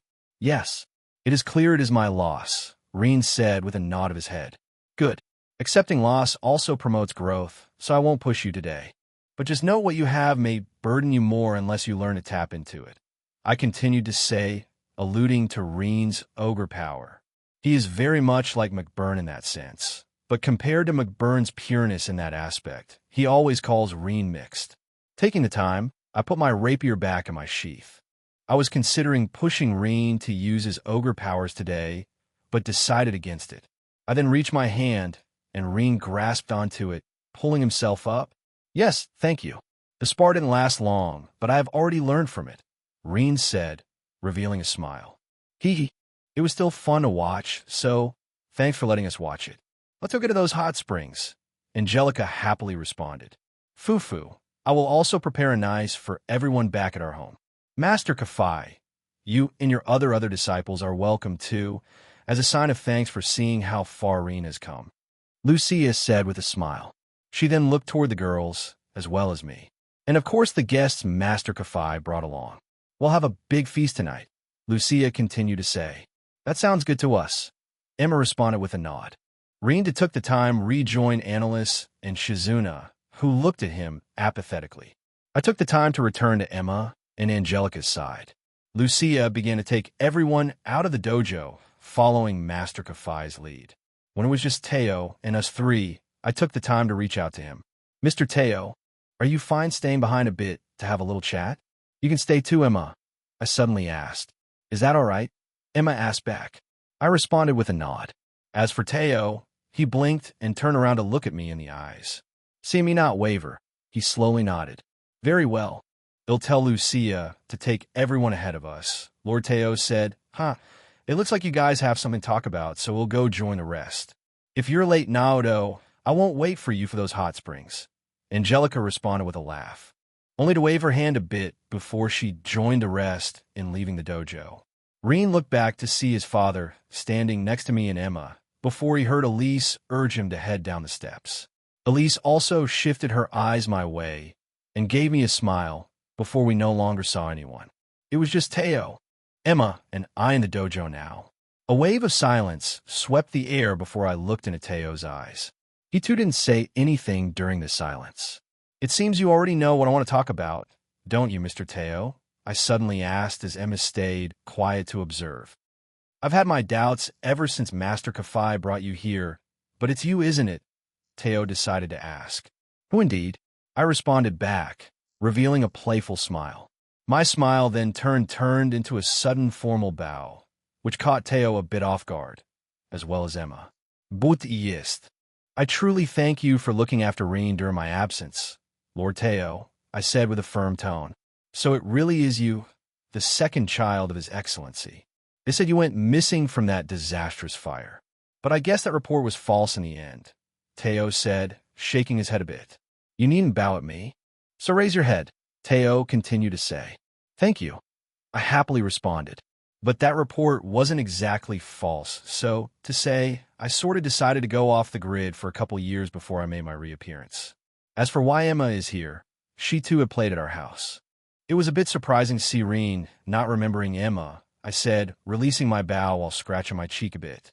Yes, it is as Naoto says, I've only met Reen once or twice, so it is a pleasure to meet you as well, Lord Teo.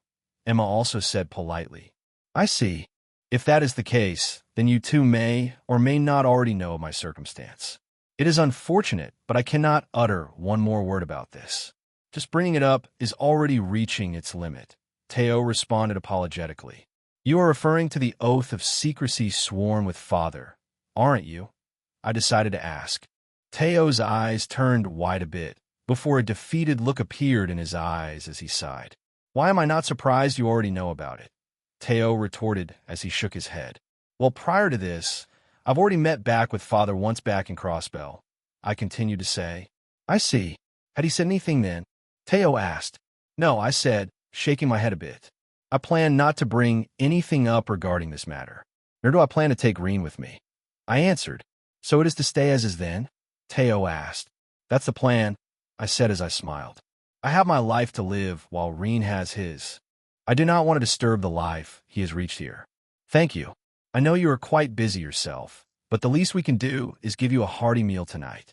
The stay at Phoenix Wings will also be free of charge, so I hope you guys will look forward to it.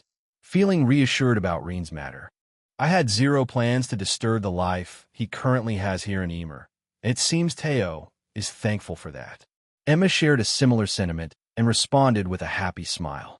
It also seemed that tonight's stay and the hot springs will be free of charge tonight, so that's a plus. With that in mind, the three of us departed toward Reen's home.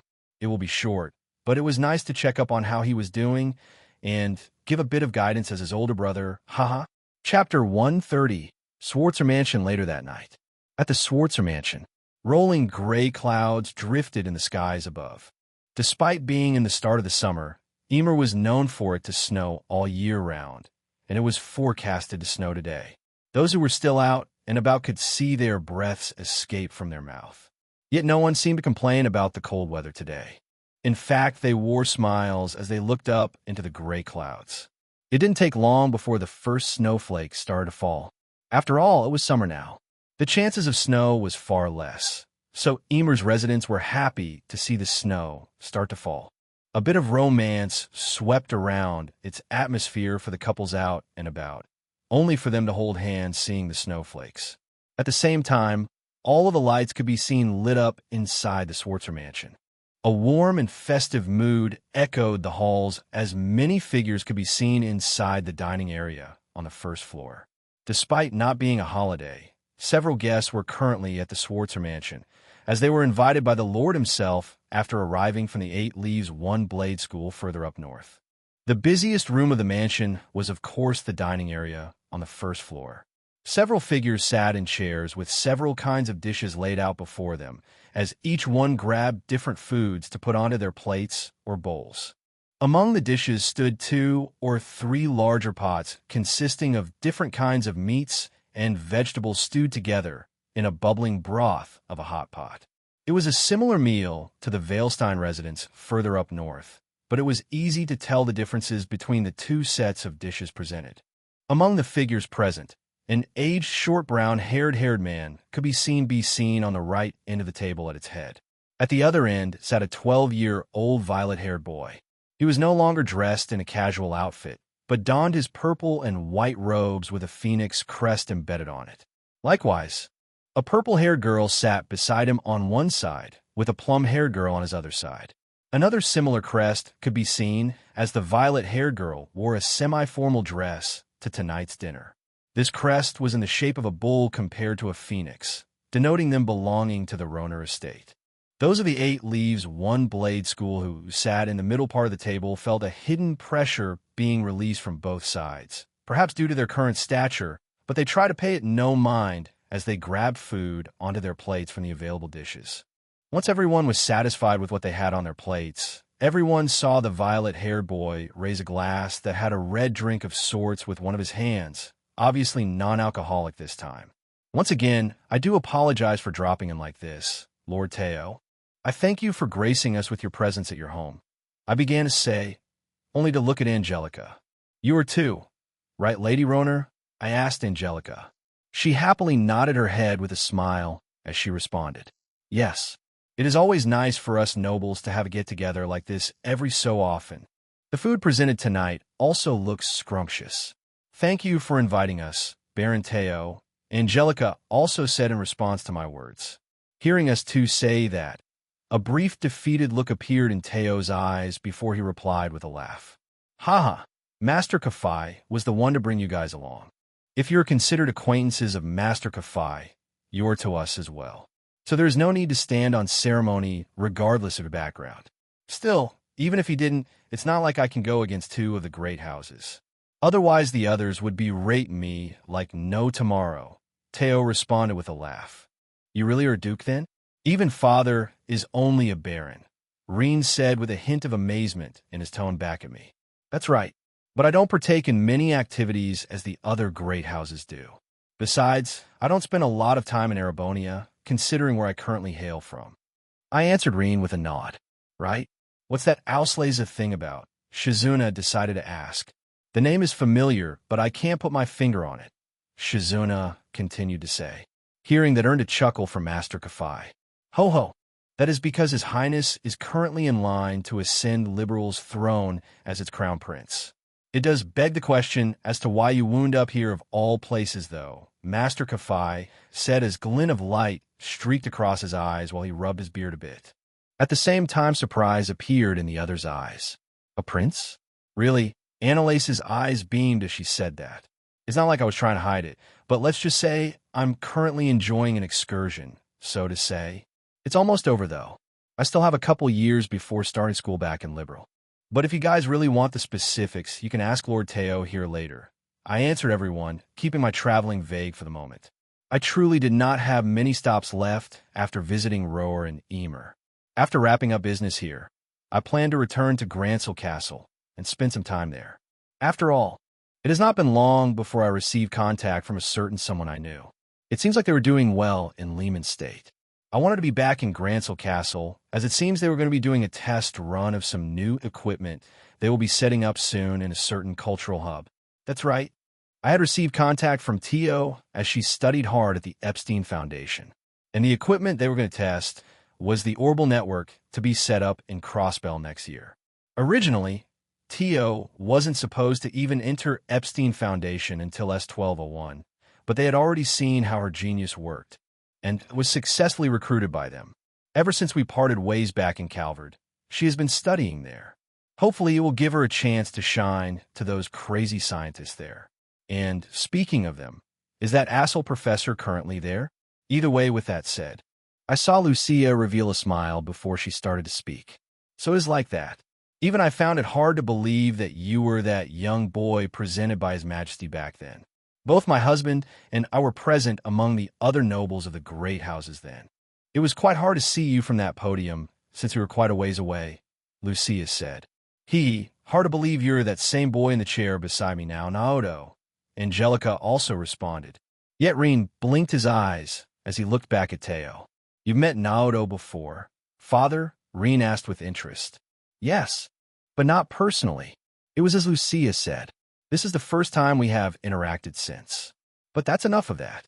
This meal is for you guys tonight, so let us give a toast, Teo said as he also raised his glass. Cheers, everyone present said. After everyone said that, they all took a gulp of the glass they held and dove right into their meals.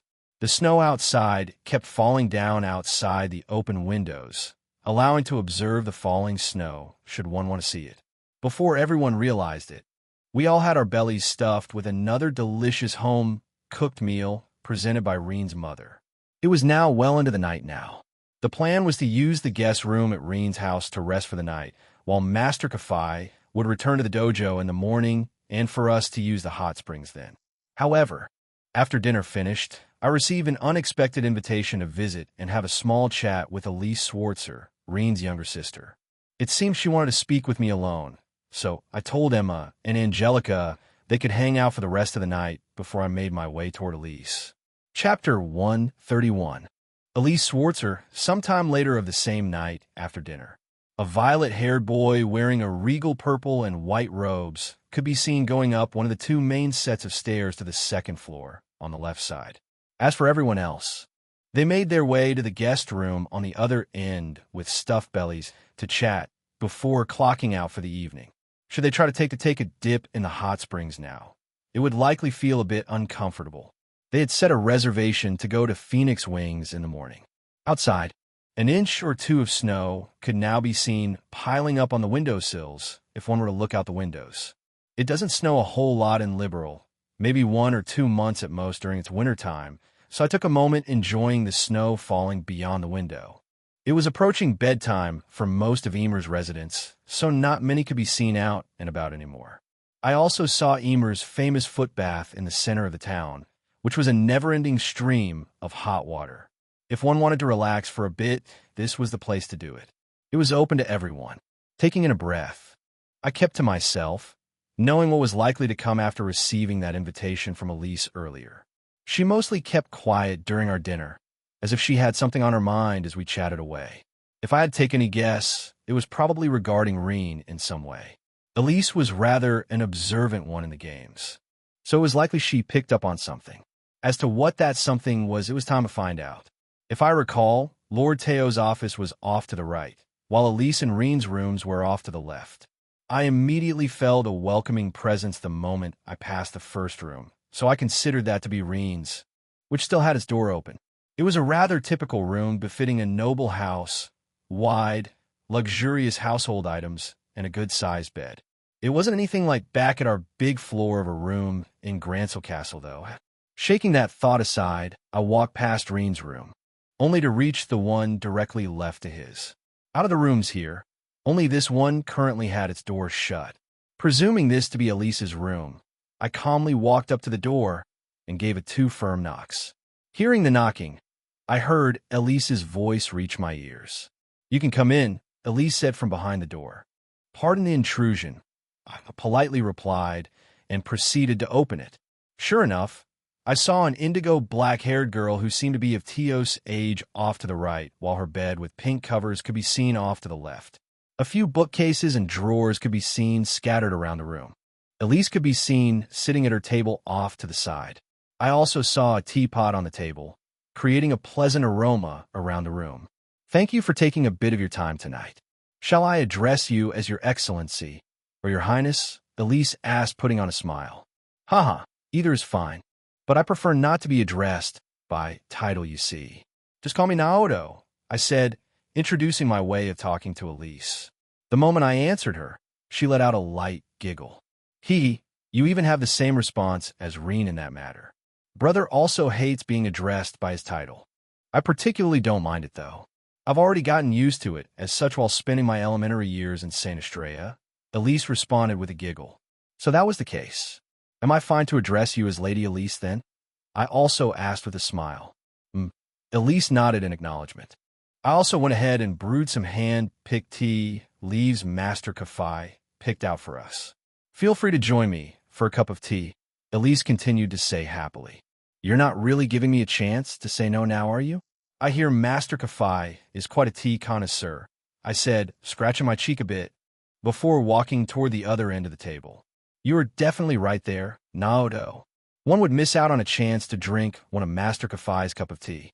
Brother is also studying the art of tea ceremony from him outside of his training in the sword," Elise said, explaining a bit. After Elise said that, she took the teapot after it was ready and poured 2 cups of tea, letting the aroma thicken in the room. It definitely gave a really soothing scent as it tickled down my throat the moment I first drank it. It felt very pleasant. Still, I doubt you are one to stand on ceremony, Lady Elise. You did call me out here of your own will, did you not? I decided to ask after placing my cup down. I did. I do apologize if I'm overstretching my boundaries here, but as you saw, we were there observing Reen spar back at the dojo to check up on his progress. It is not often Master Kafai brings guests either. It is hard to turn down someone of your status, though. Elise began to explain. Haha, it is of no issue. If you want some clarity, I don't mind trying to explain one or two things for you. I assured Elise, causing her to nod her head. I mostly have one matter to discuss, really. Reen's been improving his swordsmanship by heaps and bounds these last couple years, but he also gets beat up a lot by his seniors. That serves also with purpose of training, much like how you deliver that spar. But compared to theirs, your spar was a bit different. It was more of a scolding. If I were to put in the right word for it, Elise pondered to herself as she took another sip of her tea. Hearing that answer caused me to smile again. Unexpected to her, I slowly stood back up from the chair I just sat down in and calmly placed my hand behind my back as I began to approach her window.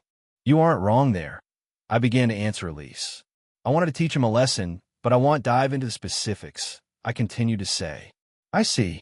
But why is it that I could see a hint of affection as you were beating up my brother?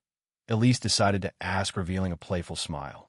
Yet the moment she asked that, I closed my lips, only to turn my face the other way, causing a momentary silence to spread in her room. Seeing me do this caused Elise to raise her eyebrows a bit. I do apologize, Lady Elise, but I am inclined to say nothing further than what I have just spoken prior, I said. After all, Lord Teo had his oath of secrecy with my father. There was no way I could break that to Elise. Besides, Reen eventually came to know of it, so I don't see a reason to tell her now. Hearing me say that, Elise shook her head a bit and let out a sigh. Sigh. I guess I was hoping for too much now, was I? Elise said, feeling a bit disappointed with that answer. That caused me to smile, seeing Elise behave this way. I decided to turn toward her again, and our eyes met. Walking toward Elise, I reached my hand out, only to ruffle her hair a bit, and gave her a head pat. Seeing me ruffle her hair with a head pat all of a sudden surprised Elise a bit. She was known to turn away strangers, but she felt a strange feeling of familiarity and didn't turn it down. Instead, she just closed her eyes a bit and let me ruffle her hair for a brief moment. This boy even ruffles my hair like Reen does. Just who exactly are you? Elise pondered to herself for this moment. A light hint of red appeared on her cheeks as she enjoyed this feeling. Sadly, this feeling did not last long, as she quickly shook my hand away and brought one of her hands to her mouth and let out a dry cough. Cough, Elise began to say. I do apologize if I spoke out of turn there just now.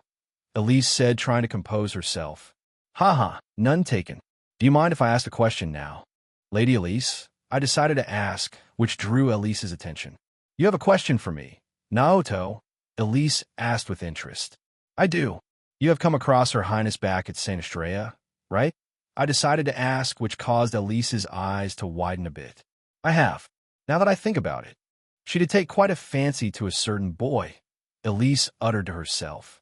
Seeing her say that, I took my seat again and drank some more of Master Kafai's tea. That boy has to be you, right? Elise couldn't help but ask. We have met on different occasions. I even gave Alphen a tour of our capital city not too long ago. I explained a bit. To think you would call Her Highness by first name too kind of makes me a bit jealous, Elise responded playfully. Well, since you've confirmed that with me, will you continue to look after Her Highness in my absence, Lady Elise? I asked her with a serious look. Seeing that, Elise nodded her head. Almost certainly, Elise said with a good. I do hope you'll continue to look after Reen too. As for what you may be concerned of, time will tell for that, I said, reassuring Elise on her previous matter. That seems to be the logical thing to think of for now, so I will not tarry on this matter any longer. We shouldn't put Master Kafai's tea to waste, either, since each leave is precious. I do hope you can at least stay until we finish the tea, Elise requested. Of course I wouldn't turn her down like that. Of course. I'd be happy to. I responded happily. Just like that, Elise's conversation with me had ended, and we happily chatted away about current matters, as well as her interest concerning Princess Alphen. She had already seemed quite close to her, so it was good to know Princess Alphen had friends here back in Arabonia. Before we realized it, we finished Master Kafai's tea. I then parted ways from Elise and closed her door. I found myself letting out some yawns, so I knew it was time for bed. However, before I could wander off to one of the rooms to where we will be staying at, I heard a single notification sound off inside my mind, causing me to blink for a moment.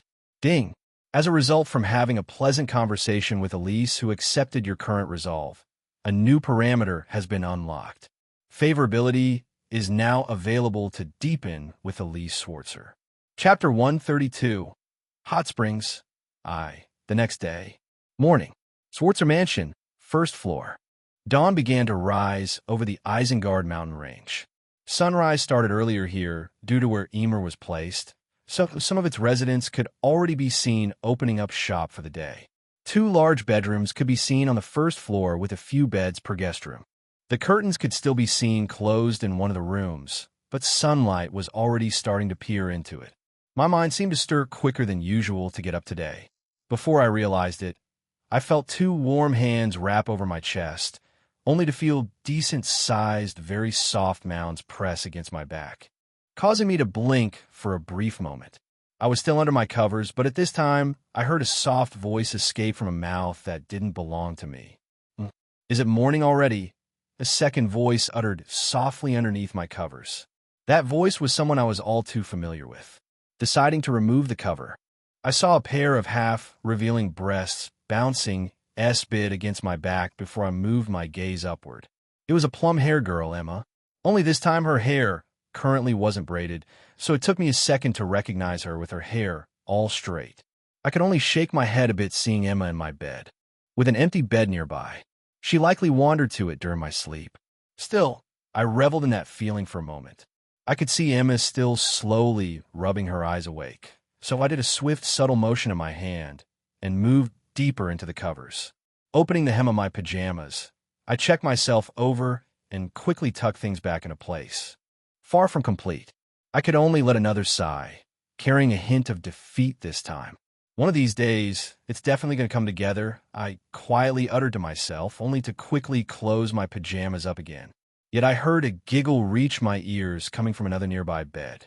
A purple-haired girl in a nightgown a year or 2 older than me could be seen in another bed not far away beside the empty bed. Hee. Oh my, what does it do my eyes see on this fine morning? Angelica spoke with a playful grin as she rested her back on a pillow, appearing awake. She could definitely see Emma and I in the same bed.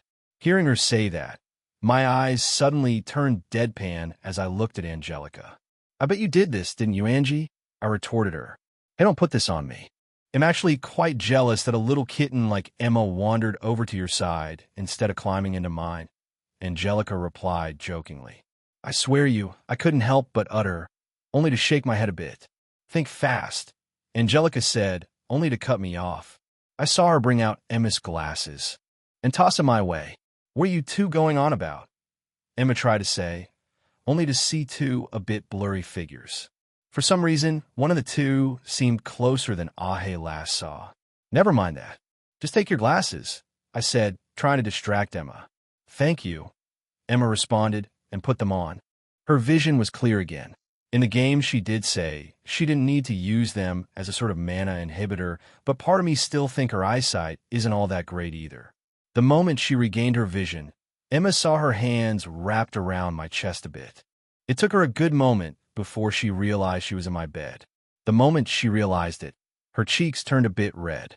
"Oh," Emma tried to say, only to reposition herself further away. "I caused you trouble again, didn't I?" Emma asked.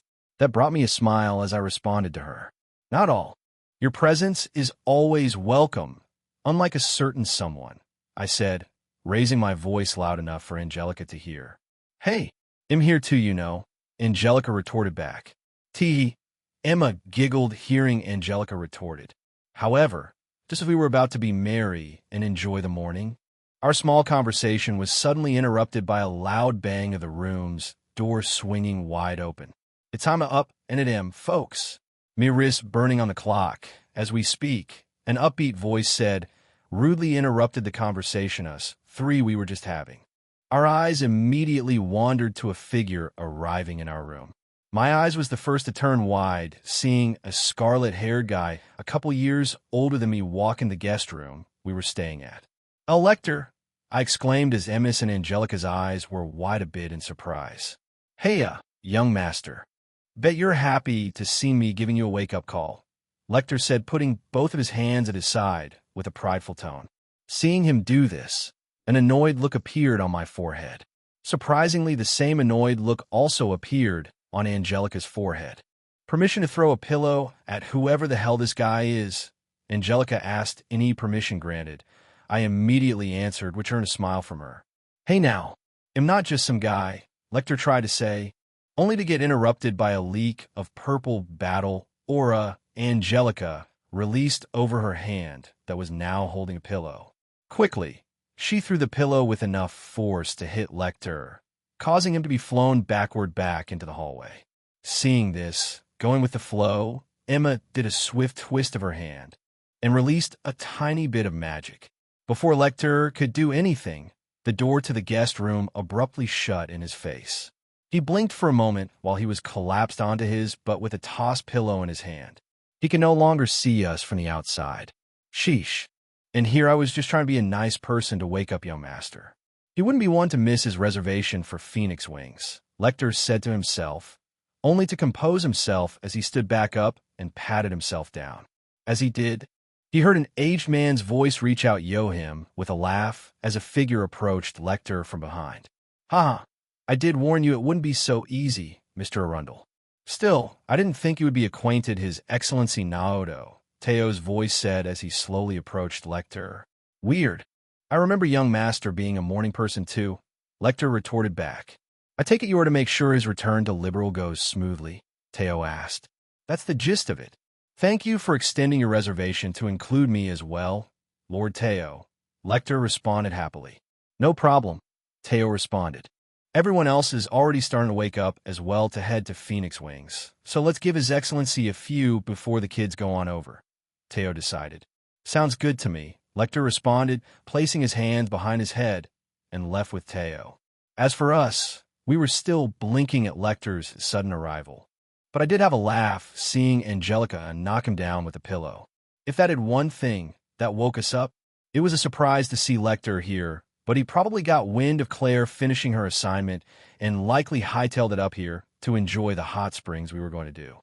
Or that he looked for a window of opportunity to skip out on his school duties. Perhaps a bit of both. Either way, the three of us got ready for the morning. Angelica also gave me a shout to talk about something after the hot springs, so that drew my interest. We regrouped with the others, and we all wandered over to Phoenix Wings, the largest building outside of the Schwarzer Mansion in Emer, the famous hot springs resort that was known to many. Chapter 133. Hot Springs 2. Now let's get this party started. Lecter's voice yelled out happily as he stood in front of the Schwarzer Mansion, seeing its doors slowly close shut. Lecter currently ignored the slightly purple bruise his eye currently had. After we got dressed and ready, Angelica took a moment to sock him in the eye, which was pretty funny to watch. Lecter didn't put up any sort of shield either, only to act as if he was expecting Angelica to do that. It really wasn't that much of a surprise to see Lecter again. He probably got a response from Claire, and he said that he was to ensure my safety going back to Liberal after we were done in Emer. But perhaps he jumped the gun too soon. He was way too much looking forward to going into these hot springs. Either way, I proceeded to give Lecter a deadpan look the moment he shouted that. "You want another punch to the face, Lecter?" I retorted him. "That's right. You have another, don't ya?" Angelica also revealed a grin, only to crack one of her knuckles a tiny bit. Hearing that, Lecter shuddered a bit.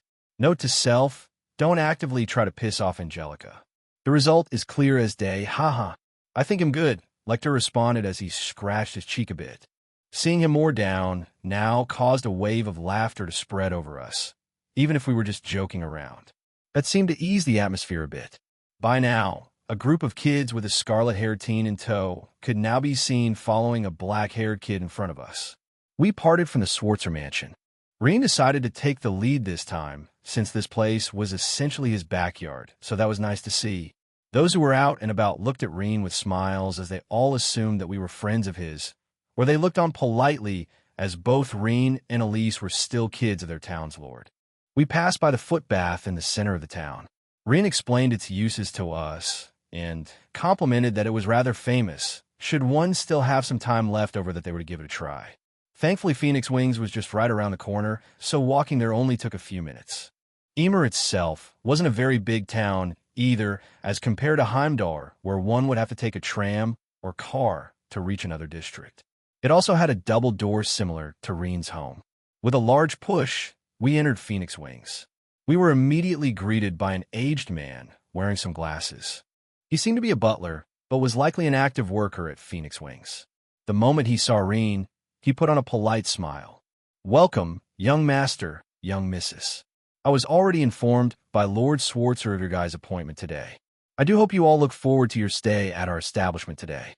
We do have rooms where one can cool down should the hot springs prove too much for them as well," a clerk at the front said, welcoming us. "And once you guys have finished bathing, Lord Schwarzer has reserved a lunch for you." The clerk continued, "Is that so? We'll have to thank Father for giving us such an opportunity." Elise thanked the clerk. "That we will do. But Mr. Baggins, how many times do we have to tell you to stop addressing us like that?" Reen asked as he scratched his cheek. Seeing him do that caused us to laugh a bit. "Ho ho! Young master will always be young master to me. Once you all are ready to go in, you'll find the entrances off to the right. The area for lunch will be to the left. Unless you all were staying overnight, the second floor will be off limits to residing guests only." "Any questions so far?" Mr. Baggins asked us. Most of us shook our heads. "Not currently, though we may have one or two who hasn't gone to Phoenix Wings yet. The open-air bath is reserved for us, right?" "It is. You all have it reserved until the appointed lunchtime.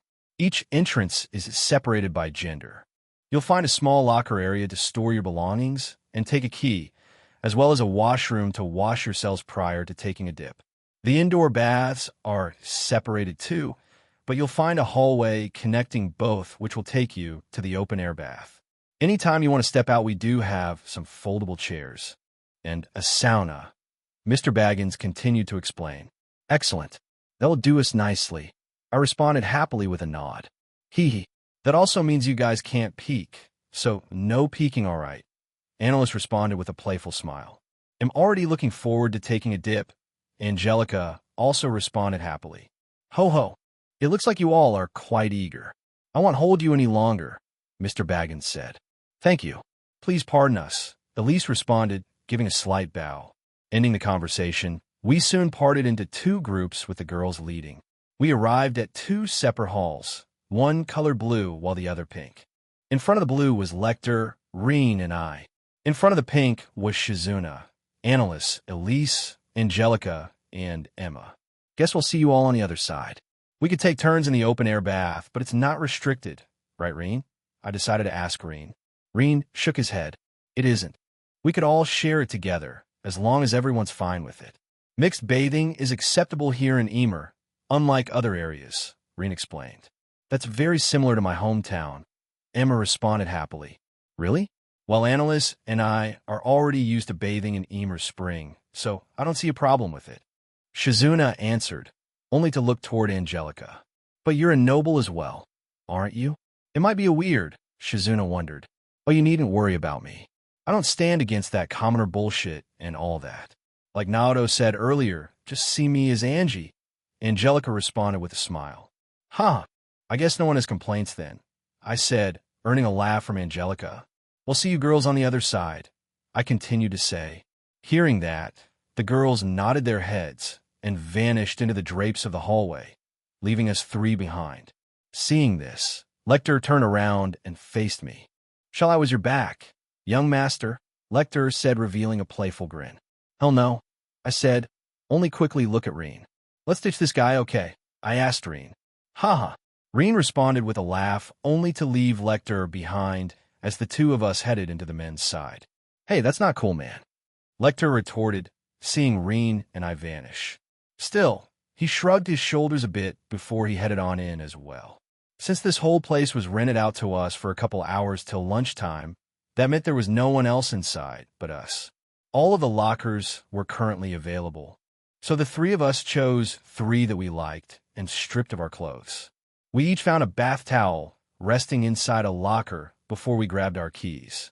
With bath towels in hand, we made our way to the wash area next. Lecter still gave us a boo before he took a spot first to wash him down. However, I suggested Reen that I wash him. He wasn't against it, so we took turns washing. It did deepen our bond, even if it was by a tiny bit. With a full rinse, the three of us proceeded to the hallway that led outside. The moment we reached it, we were blasted by the cold, drifting air of Emer along with the hot steam of the hot spring. It felt really nice. Sadly, it looks like we were not the first to arrive, as we could see 5 figures already on the opposite end of the hot spring. Huh, you guys are last after all. Still come on in, the water's great. Angelica responded with a grin. I couldn't help but blink at her for a moment. Those who were more composed, like Elise, Emma, and Shizuna, wore pink towels around their body as they enjoyed a soak, but Angelica laid there bare. The steam wafting around made it hard to see, but Angelica definitely laid herself bare there. She also had her 2 arms out resting over the rocks going around the spring's edges, acting as if she was having the time of her life. Annalise also stood bare next to her. Despite it being hard to see, I was still able to get a glimpse of her figure, and she was definitely pretty to say the least. Annalise was your typical tomboy adventurous type of girl. Now that is definitely how to enjoy a dip, Lecter said, seeing Angelica. He dove in right away, sticking to the closest end toward us, only to stretch out his arms too. We only blinked once, but he seemed to have brought out a tray from somewhere and had a glass ready. I doubt he had started drinking this early, so it was probably non-alcoholic. I shook my head seeing Lecter do this, but took a dip right after. Placing my back against the cool stones, I let the water start to flow around me. It was a very enjoyable sensation. After all, hot springs were used to have people relax and let their stress vanish. Once we all got settled, we started to make light conversation to pass the time. We were all friends by now compared to the beginning of arriving at the dojo, so we were able to pass the time pretty quickly with laughs and stories to share. We also brought up the topic of the future a bit as well, considering that most of us were still kids who were approaching their teens. Annalise expressed her interest in becoming a bracer, which surprised Reen and Shizuna, as it seemed she didn't bring it up a lot. Estelle and Joshua were set to become bracers in 3 years' time, so Annalise becoming a bracer now made sense, and she also expressed interest in working out of Liberal's branches, so it's possible Emma and I will see more of Annalise in these next couple of years. As for Elise, her studies at St. Estrella are going smoothly, and she's enjoying the circle of people she is currently spending time there with. Right now, she appeared to be on a small vacation, but was set back to start her next year there. Perhaps it was Shizuna who surprised us the most, as she expressed her interest into traveling to Calvard and the East beyond. Apparently, she had more contacts over there. I know I didn't play the Kuro games, but if I recall, Shizuna was also set to appear there, wasn't she? And to a Jaeger Corp, no less. I wonder if she had already reached out to her contacts after we heard her say that. Angelica looks like she will be returning home for a while, and perhaps will get to her duties with the other great houses during this next couple years. I do remember she wanted to talk to me about something after our dip, so I do wonder what she will talk about.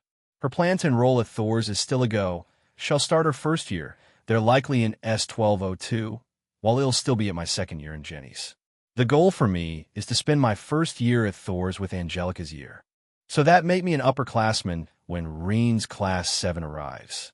As for Reen, it looks like he is just expressing his interest to develop his swordsmanship more, which made sense. He's still 11 this year, and as I recall, he would spend most of his days here with Master Kafai and Lord Swartzer and Emer until he decides to enroll at Thor's military academy when he turns 17. Emma was also with me acting as my supporter right now, but also to enjoy the fun here in Emer. So the both of us will be returning to Liberal once this trip is over. And well, for Lecter, he's still doing Lecter things, making a hassle out of everywhere he goes and showing up at random times. Hell, even now he should be back at Jenny's for his studies instead of doing who knows what all the way up here in Emer. I know the job he received since he's to be my escort back to Liberal, but even then, he's still a bit too carefree, isn't he? Still, we were very merry during our bathing here in the open bath at Phoenix Wings. Since it snowed last night, we were all able to get a good glimpse of the snow-capped mountains in the distance. The cool air around us made it the perfect temperature to where we could stay in for a longer period of time. We were sad yet thankful after seeing how much time had passed here, and it was soon to go back down and have lunch inside. If there was a peak to this trip, it was definitely catching a glimpse of both Annalise's and Angelica's bear at the moment they stepped out of the bath to walk back inside. Annalise seemed more clueless on the matter, but Angelica was able to spot my glimpse and gave me a playful grin after reminding me to speak to her. Since that was still the case, I bid everyone farewell for the moment and made my way toward Angelica after putting our clothes back on and drying off. Chapter 134. A Kiss Before Long. Both a purple-haired girl and a violet-haired boy withdrew from the bath, saying that they had a private matter to attend to. Everyone else was understanding of the matter, so they continued their conversation while enjoying the hot spring and remained merry. Until we parted ways back at the washing area. Angelica's bare back was in full view as she walked in front of me, giving me a good look at her. She had a playful smile on the whole time, so there was definitely something going on inside that head of hers. Otherwise, Angelica definitely wouldn't have been so casual about letting me see her like that. I definitely would have received a slap to the face, much like how she punched Lecter earlier. Thinking that, we both wandered back toward the locker area and parted ways. There was another set of towels for us to dry off with, so I took one and started to dry off my body and my hair. There were also yukatas laid out for us off to the side, seeing how long we were gone. It was likely prepared by the maids here. Mr. Baggins wasn't the only one who was currently on shift here at Phoenix Wings. There were plenty of others working. It was approaching noon. I did have a train ride back in the afternoon that was a two-way stop back to Heimdall. From Heimdall, I would take an orbital airship back to Grantsel landing port. As much as I would love a train ride between the two countries, that in itself would take another couple days of travel. So I opted for the more direct route. Still, my departure time wasn't set for another 2 to 3 good hours, since it was approaching noontime.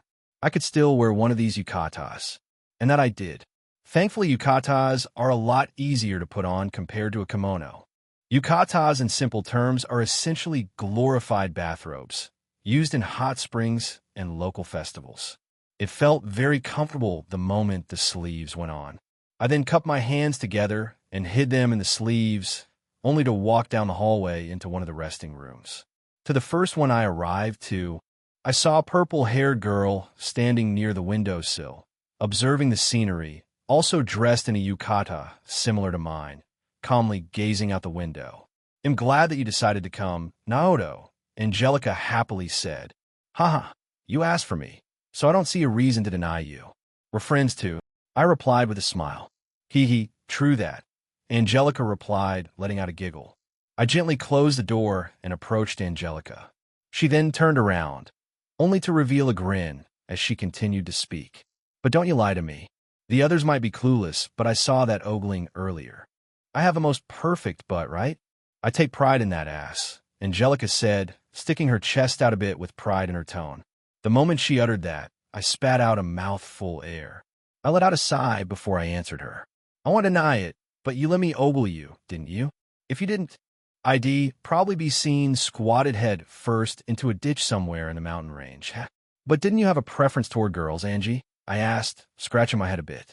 "I do, but that doesn't mean I don't like boys either," Angelica answered, causing me to nod a bit. "It looks like you've been having an increasing interest toward the opposite gender lately, which is normal for kids and teens like us. But therein lies why I invited you here in the first place." Angelica started to explain. "So that was the case after all," I uttered, only to think about it for a moment. It was true on the outside that Angelica loved to be around girls. As she grew older, didn't she develop some hidden feelings toward George? It was a shame that never got to be explored further, but hearing Angelica explain it that way, does that mean she has a bit of interest in me? Bingo. Angelica answered me with a nod. "I mean, how could I not grow interested in you, Naoto? For one, we're both nobles, and only a year apart. It's already been a few years since we first met each other. Though it is a shame you have some girls at your side that refuse to have their flower be plucked, hee. Angelica playfully said, "Hey, I take my relationships seriously, Angie. I mean, you are a very pretty girl, and to receive a confession like that, it really does flatter me. Just know you aren't the only one." I replied with my own playful grin. "Oh, that much is very clear. You're already engaged to that princess.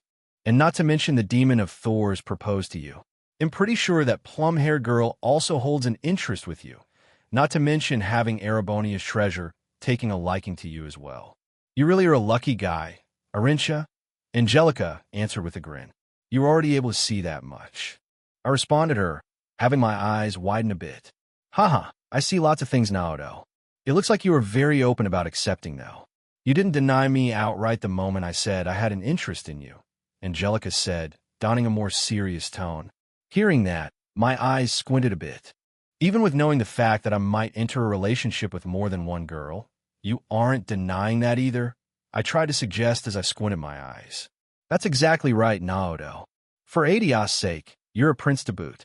It's normal for a soon-to-be monarch to have a harem. And I'm saying I want in on that." Angelica declared her intent, which still caused me some surprise. Angelica was already thinking that far, considering very well that I will have my own harem in the future. "You're not just aiming at me to get in line with the girls I have interested in, are you?" I suddenly turned cold a bit. Seeing this serious, Angelica looked back right at me, not backing away. "Of course not. It wouldn't be so far-fetched to say I'd give up my love of girls if it would mean I'd secure a spot in that harem of yours. My feelings I hold for you is quite genuine." Angelica, in return, responded seriously. "At first, I hid them away, but after coming into contact with a certain something, I decided not to keep them bottled up anymore," Angelica answered. "You be willing to go that far? And what do you mean a certain something?" I asked back. "You see, before you two came to Roar, a little birdie decided to contact me." Angelica began to answer. "That unification plan of yours is a very bold idea. It's a very simple one, yet complex at the same time. It won't be easy to achieve such a thing," Angelica answered me. Hearing that made me blink my eyes at her for a moment, before a wry smile appeared on my lips. "Chloe told you, didn't she?" I asked, lips curved upward. "She did. And think about it. If 2 of the 5 great houses unite, we would be able to hold some decent power over the other nobles and keep them in check. There's been growing unrest with them lately, as that new chancellor has proven his power time and time again. We could lose out footing should those stupid guys start something," Angelica continued to say. I also nodded in acknowledgement. Nobles did play a big part in Erebonia's history, so what she said made sense. I can definitely attest to that. "You'll have to still put up with me, though, if I do accept your confession, haha," I replied happily, which caused Angelica to smile at me. "Haven't you already?" Angelica replied happily. "Well, I won't deny that," I said, shrugging my shoulders a bit. "Then will you close your eyes for a moment?" Angelica asked me, which caused me to blink at her for a moment. As I blinked at her, Angelica stepped up right next to me. As she was a year older or so, she was a bit taller. Still, I proceeded to close my eyes as she asked, and my eyes went dark. Right after, I felt 2 soft hands wrap around my back, only to feel a softness press against my lips. A low groan couldn't help escape as I felt this softness keeping my lips from moving. I tried to say as I slowly opened my eyes again. The moment my eyes regained clarity, I saw Angelica's hands wrapped around my back, and her head tilted a bit to fall in a line with mine. Her lips were planted right onto mine, which is where that softness came from. It was a kiss. Seeing Angelica take the initiative to kiss me, I enjoyed this sensation for the moment. Sadly, it lasted for only a moment, and her lips parted from mine. Once the 2 of us were free, Angelica revealed a smile as she spoke. "Just so you know, that was my first kiss," Angelica replied in a teasing manner. Even though she said that teasingly, my eyes blinked. Was that really her first kiss, just now? I tried to say. However, before I could say anything else, Angelica, and I started to hear a couple of muffled voices coming from the door that I closed earlier. "You idiot, stop squirming around." A muffled voice yelled out from behind the door, which caused Angelica and I to blink. But it's hard to see. It was just getting to the good part. A second muffled voice retorted back at the first one from behind the door. However, after that second voice yelled that out, the two voices from behind the door suddenly heard the door click open in front of them. All of a sudden, two figures came crashing down. A silvery-haired girl with a short brown-haired girl on top of her. "Oh," Analyst suddenly said, seeing her now collapsed on top of Shizuna. She saw Angelica and I still close by each other, and a small string of drool stretched toward Angelica's lips. Seeing this drool, Annalise's face lightly blushed. She began to stutter. "We were just passing by. Honest." Annalise tried to retort back at us. Passing by my ass. You're the one who got us into this, you idiot," Shizuna said, also feeling a bit embarrassed. Hearing that, Angelica wiped away the little bit of drool from her mouth before she giggled. "Haha, I guess a certain group of people decided to get out of the bath," Angelica said, seeing Shizuna and Annalise on the floor near the door. "Sorry, I did try to stop them at first, but I also wanted to see your guys' reaction if I let them be," Emma's voice said, only to wear an apologetic smile as she approached the door. Congratulations," Elise's voice also said as she appeared beside Emma, as did Reen. "I didn't think I'd get to see a confession today, either," Reen said, feeling amazed as he looked our way. "Boy, you can say that again," Lecter's voice also said as he appeared at the door as well. "Looks like they all decided to get out at an appropriate time." I couldn't help but shake my head seeing them as Annalise helped pull Shizuna off from the floor. However, before I could say anything to time, I suddenly heard a ding sound off inside my mind, causing me to get distracted. Ding! Favorability has reached its maximum with Angelica Roner, the daughter of the Roner house, granting Angelica's blessing to player. Ding! As player has accepted Angelica's confession, a new parameter has been unlocked for Angelica Roner. Player will be able to see the love status of a person who is bonded with player. Ding! Current people who have bonded with player with a love panel unlocked. Claudia von Auslese. Angelica Roner. So far only Chloe and Angelica have reached the love status for Naoto. Characters like Phi and Emma are close by this point, but they have not had a final push yet. Characters like Alphen and Aurelius still require some time, while characters like Elise require a lot, as Elise had just been introduced into the favorability system. Most if not all of this system messaging is kept off-screen, but I can give an updated list soon for readers. It will probably be right before the Vermilion Trials or right before Naoto starts school. And if you guys can't tell already, a time skip is coming before the Vermilion Trials start. Chapter 135. Returning home, couple hours later.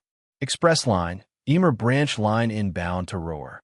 A soul train could be seen going through hilly passes as it drove through tunnel after tunnel through the mountains that acted as the foot of the Isengard range. This old train had several cabins. Inside the frontmost cabin were the first-class seats. Toward the end of the first cabin, figures could be seen sitting, enjoying the ride. A plum-haired girl currently enjoyed looking out the window. A violet-haired boy could be seen sitting across from her. There was a purple-haired girl as well, but she could currently be seen resting in the lap of the violet-haired boy. A loving look could be seen in her eyes as she enjoyed the lap of her newfound couple. The fourth figure next to the plum-haired girl was a scarlet-haired teen. His eyes still blinked as a look of disbelief could be seen in his eyes as he observed the duo. This really is the life, ain't it? It's such a shame we'll be parting soon, but I need to return home for some duties I need to attend to. Angelica responded, feeling a bit sad, as this moment will only last for a brief time. Still, Lecter blinked his eyes, seeing Angelica, and I start acting like a couple. You guys really are an item now, huh? Do you two know how much trouble this will cause if the other nobles find out about this? Lecter said with a somewhat serious tone. Hearing that, Angelica shifted her head a bit and looked at Lecter, only to reveal a grin. "Oh, I am sure Daddy will be happy to learn I started dating a boy and not a girl." A playful grin appeared on Angelica's face as she looked toward Lecter. "That's not really the issue at hand I'm trying to explain here," Lecter tried to answer back. "No lunch is free, Lecter," I suddenly replied, only to squint my eyes a bit at him. "Pardon?" Lecter asked, blinking his eyes at me. "You should know what I mean. Father did send you here to make sure I was escorted back to Liberal safely, which I am thankful for, but my words should carry similar weight to his, no? I began to ask. At the same time, Lecter began to feel some sweat drip down his back. As he felt that, Angelica spoke out to me. That's right. You never did talk about your family, Naoto, Angelica said, wondering. Haha, my family is a bit complicated to say the least. Mother died, giving birth to me, and father is an extremely busy person, mostly away on business trips. Thankfully, I have grandmother and the others back at the castle. So it's not like I'm really alone either. But since we are dating now, it will only be a matter of time where I have to introduce you to him eventually. Angie, I said, explaining a bit. So that was the case, huh? Guess they haven't really been around for you much then. Angelica responded. Oh, trust me, you really don't want to know, only to receive a sudden thwack to the head by Emma. Some words sometimes aren't meant to be spoken. Lecta, Emma responded, only to reveal a light grin over her lips. Hey, I was just trying to be honest here. Speaking of which, what do you lay in all of this? That was some pretty crazy stuff back at that island we were at in Calvard.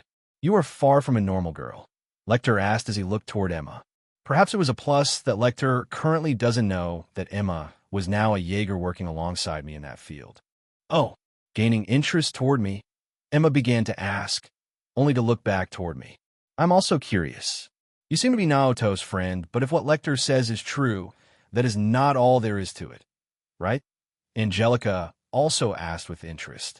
How much should we say, Naoto? Emma asked as she still had her eyes on me. I was thinking about calling those two here, but it probably isn't for the best. I'm not sure if they have experience in riding orbital trains, so it could get a little messy. But to put it simply, I went to Emma's village for a little bit. I began to explain. You keep bringing that village up, young master, and yet I can never seem to find it on any map. Period, Lecter answered me, hearing that earned a giggle from Emma. Hee, it is quite a secluded one, if I must say. Most humans won't even get to reach it in their lifetime. It's also surrounded by a protective barrier of sorts, Emma answered bit. Most humans? Angelica tried to respond back, but hearing Emma's answer only left Angelica more confused. And at the same time she uttered that, the three suddenly heard a clap of my hands, which distracted their current train of thoughts. But sadly, that will be enough for now, I replied, ending their thoughts. Going back to what I was mentioning earlier, you'll be the one who will keep those nobles in check to make sure the fact that Angie and I have started dating is to be kept secret. All right, Lecter, I continue to say with a playful grin. Ugh, you just had a return to that, didn't you, young master? Lecter groaned, feeling the cold sweat return his back. But wouldn't that be more up Rufus Alley? Lecter couldn't help but ask. That may very well be the case, but like I said, Lecter, no lunch is free. Haha, I replied, letting out a laugh. You guys know Sir Rufus too? Angelica asked as she blinked her eyes. I'd call us acquaintances, at least, but yes, I said with a nod of my head. However, right after I said that, we suddenly heard the intercom go off as a voice resounded over our cabin. We will soon be approaching our first stop on this express line, Roar, in less than 20 minutes.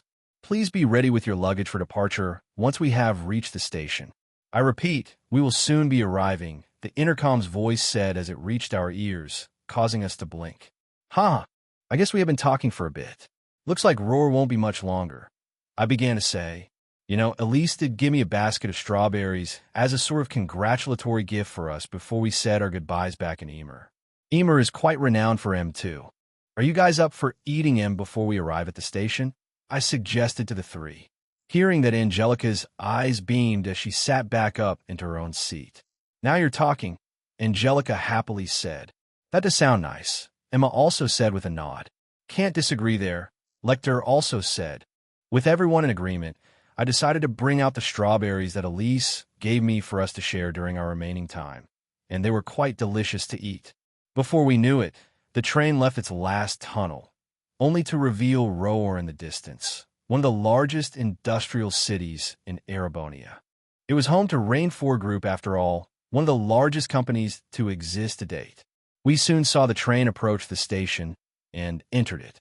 It came to a halt, only to have the doors open up, revealing the station from the inside. We received a notice that the train would depart again in 10 minutes. Emma and Lecter decided to stay on, while Angelica and I got off for the moment since we had a few minutes to spare. You'll stay in touch, won't you? I asked Angelica as she approached a couple of maids, along with a butler who seemed to be waiting for her arrival. Hearing that, Angelica turned around and looked at me. Of course I will. I do hope you'll give my regards to Her Highness as well. This trip was short, but I had a lot of fun, Angelica replied, revealing a smile. After she said that, the train started to honk its horn. Haha, that I can do, I replied in acknowledgement. Oh, and don't forget to look after Cheryl once In decides to drop her at your place. I doubt we'll be gone for long, but you never know, I said, causing Angelica to nod her head. Of course. There's still some time until that happens, right? Angelica asked. Right. I plan to take it easy for a bit, I said, answering her. Good. And when time permits, they'll come visit your place, Angelica responded, causing me to nod.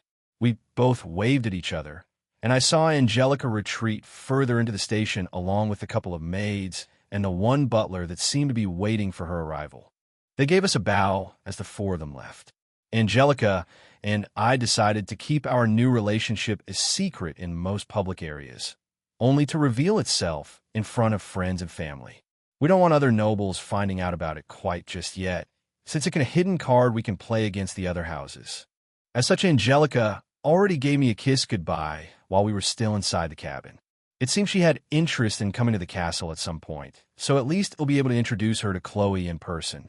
As for us three, the moment I entered the cabin again, I saw Lecter snoozing without a care for the world, which caused a wry smile to appear on Emma's face seeing my return. With the gears turning inside the train, it soon departed from Roar, with our destination of Heimdall Airport. Emma and I decided to pass time with light conversation and observing the scenery outside the window as the train moved along its tracks. It was finally time to return home again. Chapter 136. Emmis resolved later that afternoon. Somewhere over the skies in the airspace above Erebonia and Liberal's borders, a sole large commercial aircraft could be seen drifting above the clouds as it approached its cruising speed. Both Erebonia and Liberal were neighbors, so its flight time didn't last as long as it did for other countries, only a couple to a few hours at most. The commercial aircraft was quite large as well. On top of that, its deck was mostly open, compared to the previous life of a violet-haired boy. Most of the aircrafts he had seen could not afford such a luxury, such as the splendor of orbital energy. With orbital energy surrounding these aircrafts, one could freely explore above deck without being heavily blasted by the coldness of the sky's wind. Several figures could be seen out and about on the deck of this large commercial aircraft, enjoying the breeze as they enjoyed the view of the world beneath them. This aircraft departed from Heimdall directly, so the violet-hair boy had to report his identity once his group reached security. Security was pretty tight, which made sense, since it was going from country to country. As such, the plum-haired girl next to him opted to carry her large, tightly wrapped, clothed object over her back when his group boarded the aircraft. Security was surprised at first seeing Liberal's prince boarded, but they assumed he was returning home to Gransel, so it's not like they could have held him. Security could only assume the two figures with the prince were his escorts. Once they were past security, the orbital aircraft quickly left for the skies and approached its cruising altitude. The scarlet-haired teen with the two quickly passed out snoozing once he reached his seat. Both first class and the economy classes shared the same interior cabins, but they were heavily sectioned off. The first-class seats were toward the front end of the aircraft, allowing a full view should one decide to not get up and wander. As Lecter decided to catch up with his sleep some more, Emma also decided to doze off for a brief time during liftoff. Since that was the case, I decided to not bother the two. Orbital energy really is a wonder on these machines. We can lift off vertically without approaching high speeds, and there is minimal turbulence as well. It creates a very smooth ride from start to finish. To not disturb Emma or Lecter, I stretched my body a bit after hearing the intercom go off, saying we were free to move out and about.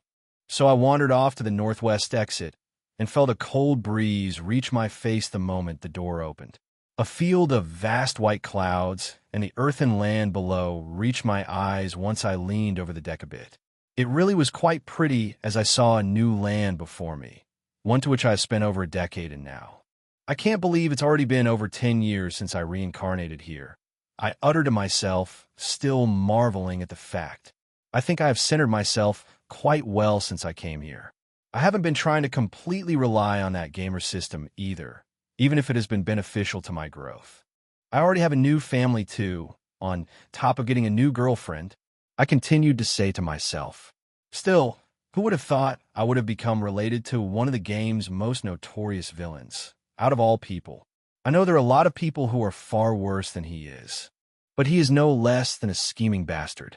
But that bastard is still my father.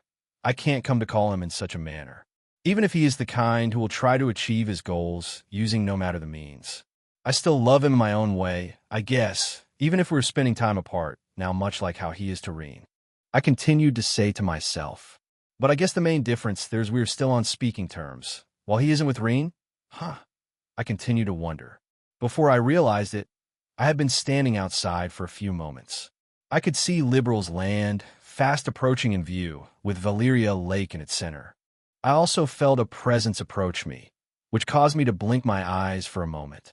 So you were here, Naoto. Emma's voice reached my ears. I didn't see you in your seat, so I figured you would be out and about, Emma said, arriving at my side with a smile on her face. I didn't want to disturb your guys' rest, so I just came out to take a breather. The wind really does feel nice, I replied happily, seeing Emma arrive beside me. It really does. Emma also replied happily, taking the moment to push her hair backward, despite it being in a ponytail. Her bangs could still be seen being whipped a bit from side to side. I'd say this trip was worth it, wasn't it? The pay we got from Zephyr was quite high too, Emma replied, causing me to chuckle. I wasn't really in it for the money. I wanted to see how Northumbria was doing. But those Northern Jaegers really are something. A very close-knit group, if I must say. Zephyr is kind of along that level too from the experiences we held there. You became quite close with Phi, didn't you? What are you trying to get at? I retorted Emma as I squinted my eyes a bit. It's clear she likes you. Plus Phi trusts you enough to where you can cover her back. That trust is quite hard to earn in terms of combat.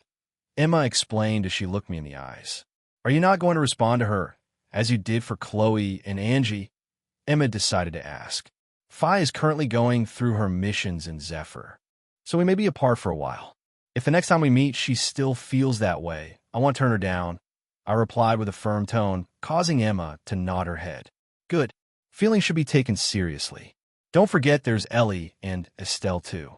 They may be doing their own business presently, but there may be a time where you come to face similar situations like you did with Angie, Emma continued to say, which caused me to blink my eyes for a moment. You're heading somewhere with what you're saying, aren't you? I decided to ask as I looked at Emma. Hearing that, Emma smiled, only to turn toward the sea of clouds to look at them before answering. Yes, they'll be returning to my village to be with grandmother for quite some time, Emma explained. When she said that, I turned quiet, letting the air breeze past us in a moment of silence. I see. You've come to reach such a decision yourself, I said, feeling amazed at Emma. That's right. Now don't get me wrong, once you start your trials, I will be there to support you, but outside of that, I wish to recollect what I have experienced to further promote my growth in my magic training. And with mana being so concentrated in Aaron, I feel that is the best path for me to take right now, even if I am to not be by your side during it. Emma explained her current situation. So that's what you currently feel then. He'll miss you, you know, I asked, only to reach out my hand a bit, ruffling Emma's hair. She didn't deny my head pat either, so she enjoyed the feeling for a moment. I know you will. I will be telling Chloe as well before I take my leave. I will be taking Celine with me too, so Tama will have to behave herself, Emma answered. Got it. You can send Rose my regards then, I said, pulling my hand back. Emma, I know you and grandmother have had a thing or two without me, but it looks like you two don't want to talk about it quite just yet, and I won't force you to tell me either. The topic seems to be a bit sensitive, so until you want to tell me yourself, I won't push it. Just know what I've seen so far, especially back at the island. I have already been ready for that other side of yours, Emma replied, revealing a smile. She must be referring to my damper class when I dove my teeth into Rose's neck back then. I thought to myself, only to nod my head at Emma. Got it. At least for myself, I don't plan on doing much once we're back at the castle. Mostly sword training and studies to prepare for my entry into Jenny's, I said. I'm sure Chloe will be doing the same. I continue to say, understood. Send a message through Tama once you're ready to start the trials, okay? Emma asked me. Of course. That much I can do. I tell it'll be quite hard to do a trial of the Divine Night without a witch overseeing it from the Hexen clan. Ha, I said, letting out a laugh. Hee. It'll stay 1 or 2 days before I use the spirit path to warp back. I may need your assistance then to reach the village. It's still quite hard to do so by myself. Emma said, I was wondering how you will get back. So we'll be with that method then, I said, nodding my head. Yup. Plus, is it possible to ask one more thing from you? I promise it won't take long, Emma asked, only to have a smile bloom on her face. Hearing that caused me to blink my eyes for a moment. Seeing me bewildered, my eyes turned wide, seeing Emma take the chance to swerve her head into mine. It took me a second, but she took off her glasses and tilted her head a bit, only to plant her lips against mine. I felt a similar softness strike my lips, but it lasted only for a brief moment. Emma struck before I could finish my train of thought. A red blush appeared on her cheeks soon after as I stood there dazed at Emma, who just gave me a kiss. I want back down against the others, you know. Many may hold a spot in your heart, but keep some room for me, too, okay?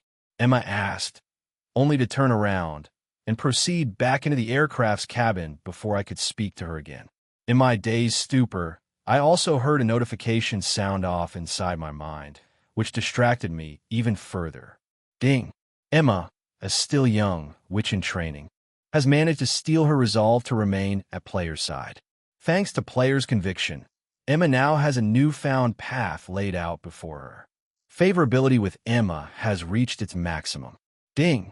As a result of reaching maximum favorability with Emma, a new parameter has been created for player. Player will now be able to view Emma's love status. Love panel has been updated. Current available people who can now be viewed by player in the love panel: Claudia von Auslese, Angelica Rohner, Emma Milstein. Ships have started to set sail, and this will probably be the last romance chapter for a while. 1 or 2 more chapters until the Vermilion Trials. Also, second best boy may or may not making his first appearance soon. Chapter 137. Welcome home. A plum-haired girl quickly left the violet-haired boy's side on the orbital aircraft's deck outside with a light blush on her cheeks while she put on her glasses again. Heading inside the cabin, she left the violet-haired boy to his own devices. The violet-haired boy couldn't help but smile seeing the plum-haired girl retreat like that after he regained his clarity from the couple of system notifications that sounded off inside his mind. So Emma felt that way too, huh? Guess Angie was right on the mirror for this one. I too had my suspicions, but it has been a few years spending time together, similar to Angie. It was a surprise to hear Emma's resolve to return to her village for the time being, though. I mused to myself. Either way, I enjoyed the brief kiss Emma gave me before I recollected myself. Seeing her head in, I also took off not long after and also headed inside. As we did, we heard the aircraft's intercom resound in the cabin, saying it will be landing in Gransel Airport dock soon. It seemed the sound woke up Lecter as well. Lecter blinked his eyes, seeing a light blush on Emma's cheeks while watching me return to my seat. Did something happen between you two? Lecter decided to ask. It's nothing. Emma immediately answered him. Hearing that caused me to chuckle. Haha, I wouldn't call it nothing.